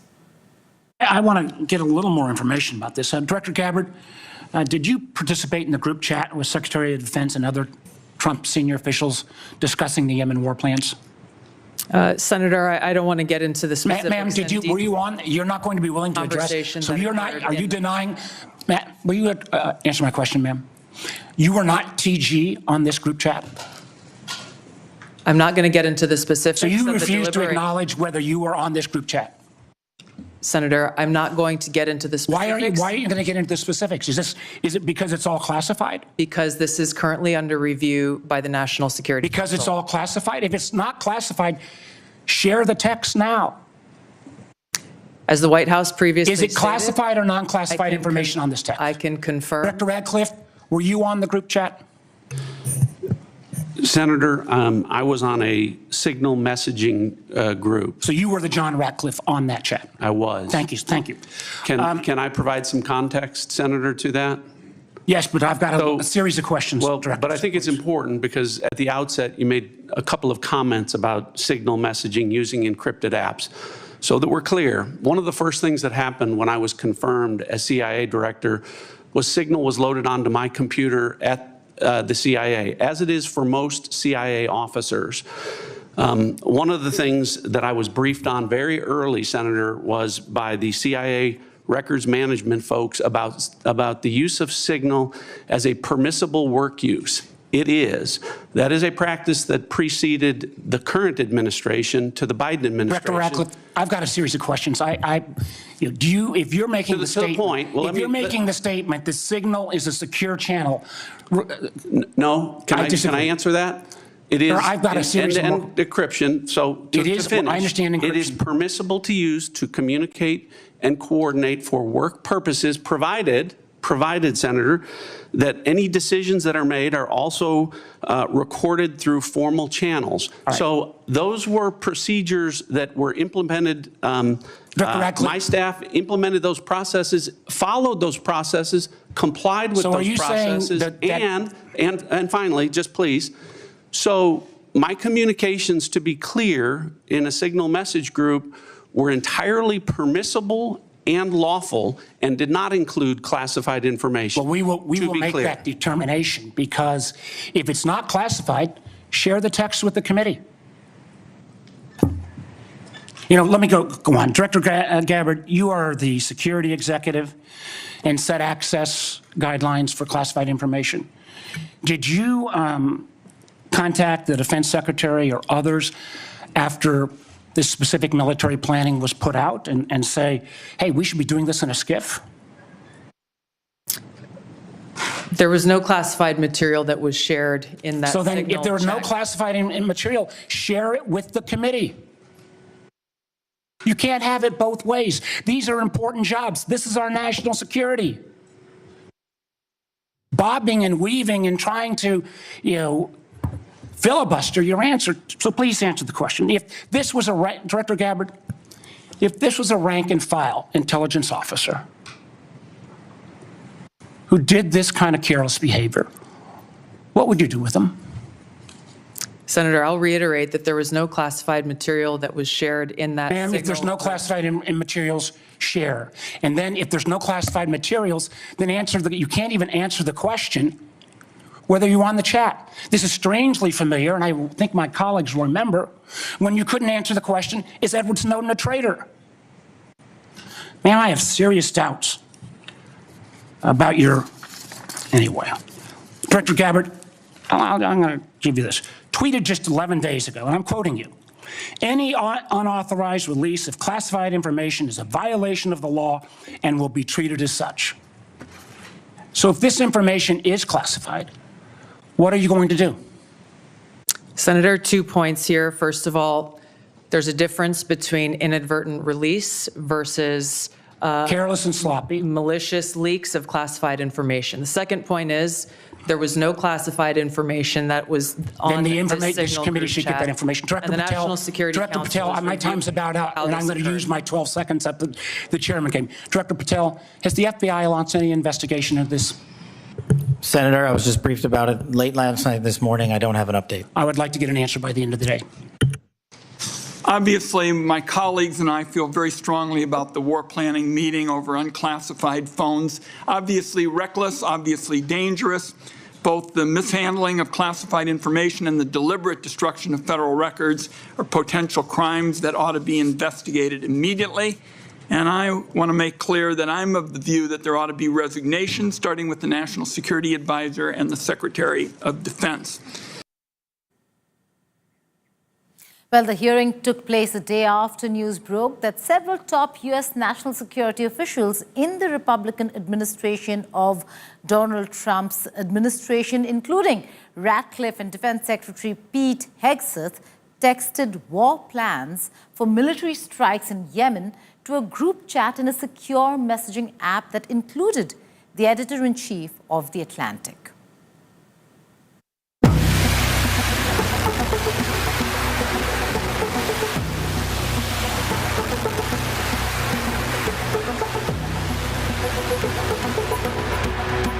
US war plans for upcoming military strikes in Yemen were texted to a group chat in a secure messaging app 2 hours before it was to be carried out.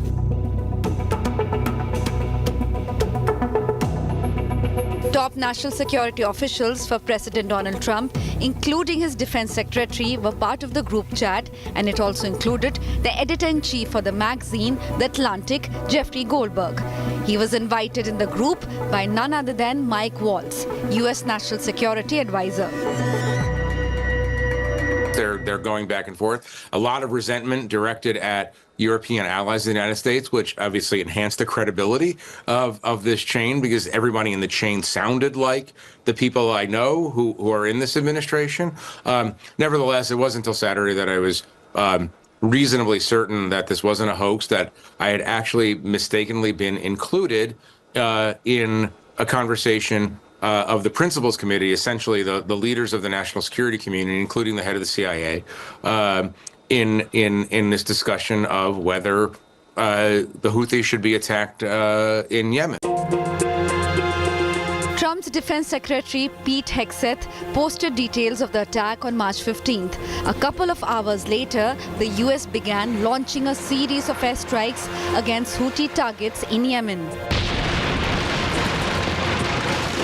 Honestly, my reaction was, I think I've discovered a massive security breach in the United States national security system, which is to say, it's almost automatically true that if the editor-in-chief of The Atlantic is being given access to this kind of information, weapons systems and packages and timing and weather in Yemen and all kinds of information about sequencing of particular events, then obviously there's a security breach.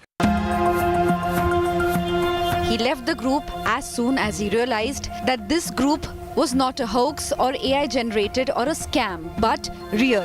But to his surprise, there were no questions asked or doubts raised of his sudden disappearance from the chat group. I removed myself from the chat, actually. So I am no longer privy to what, if anything, is going on in the chat. I watched this Yemen operation go from beginning to apparent end, and that was enough for me to learn that there's something wrong in the system here.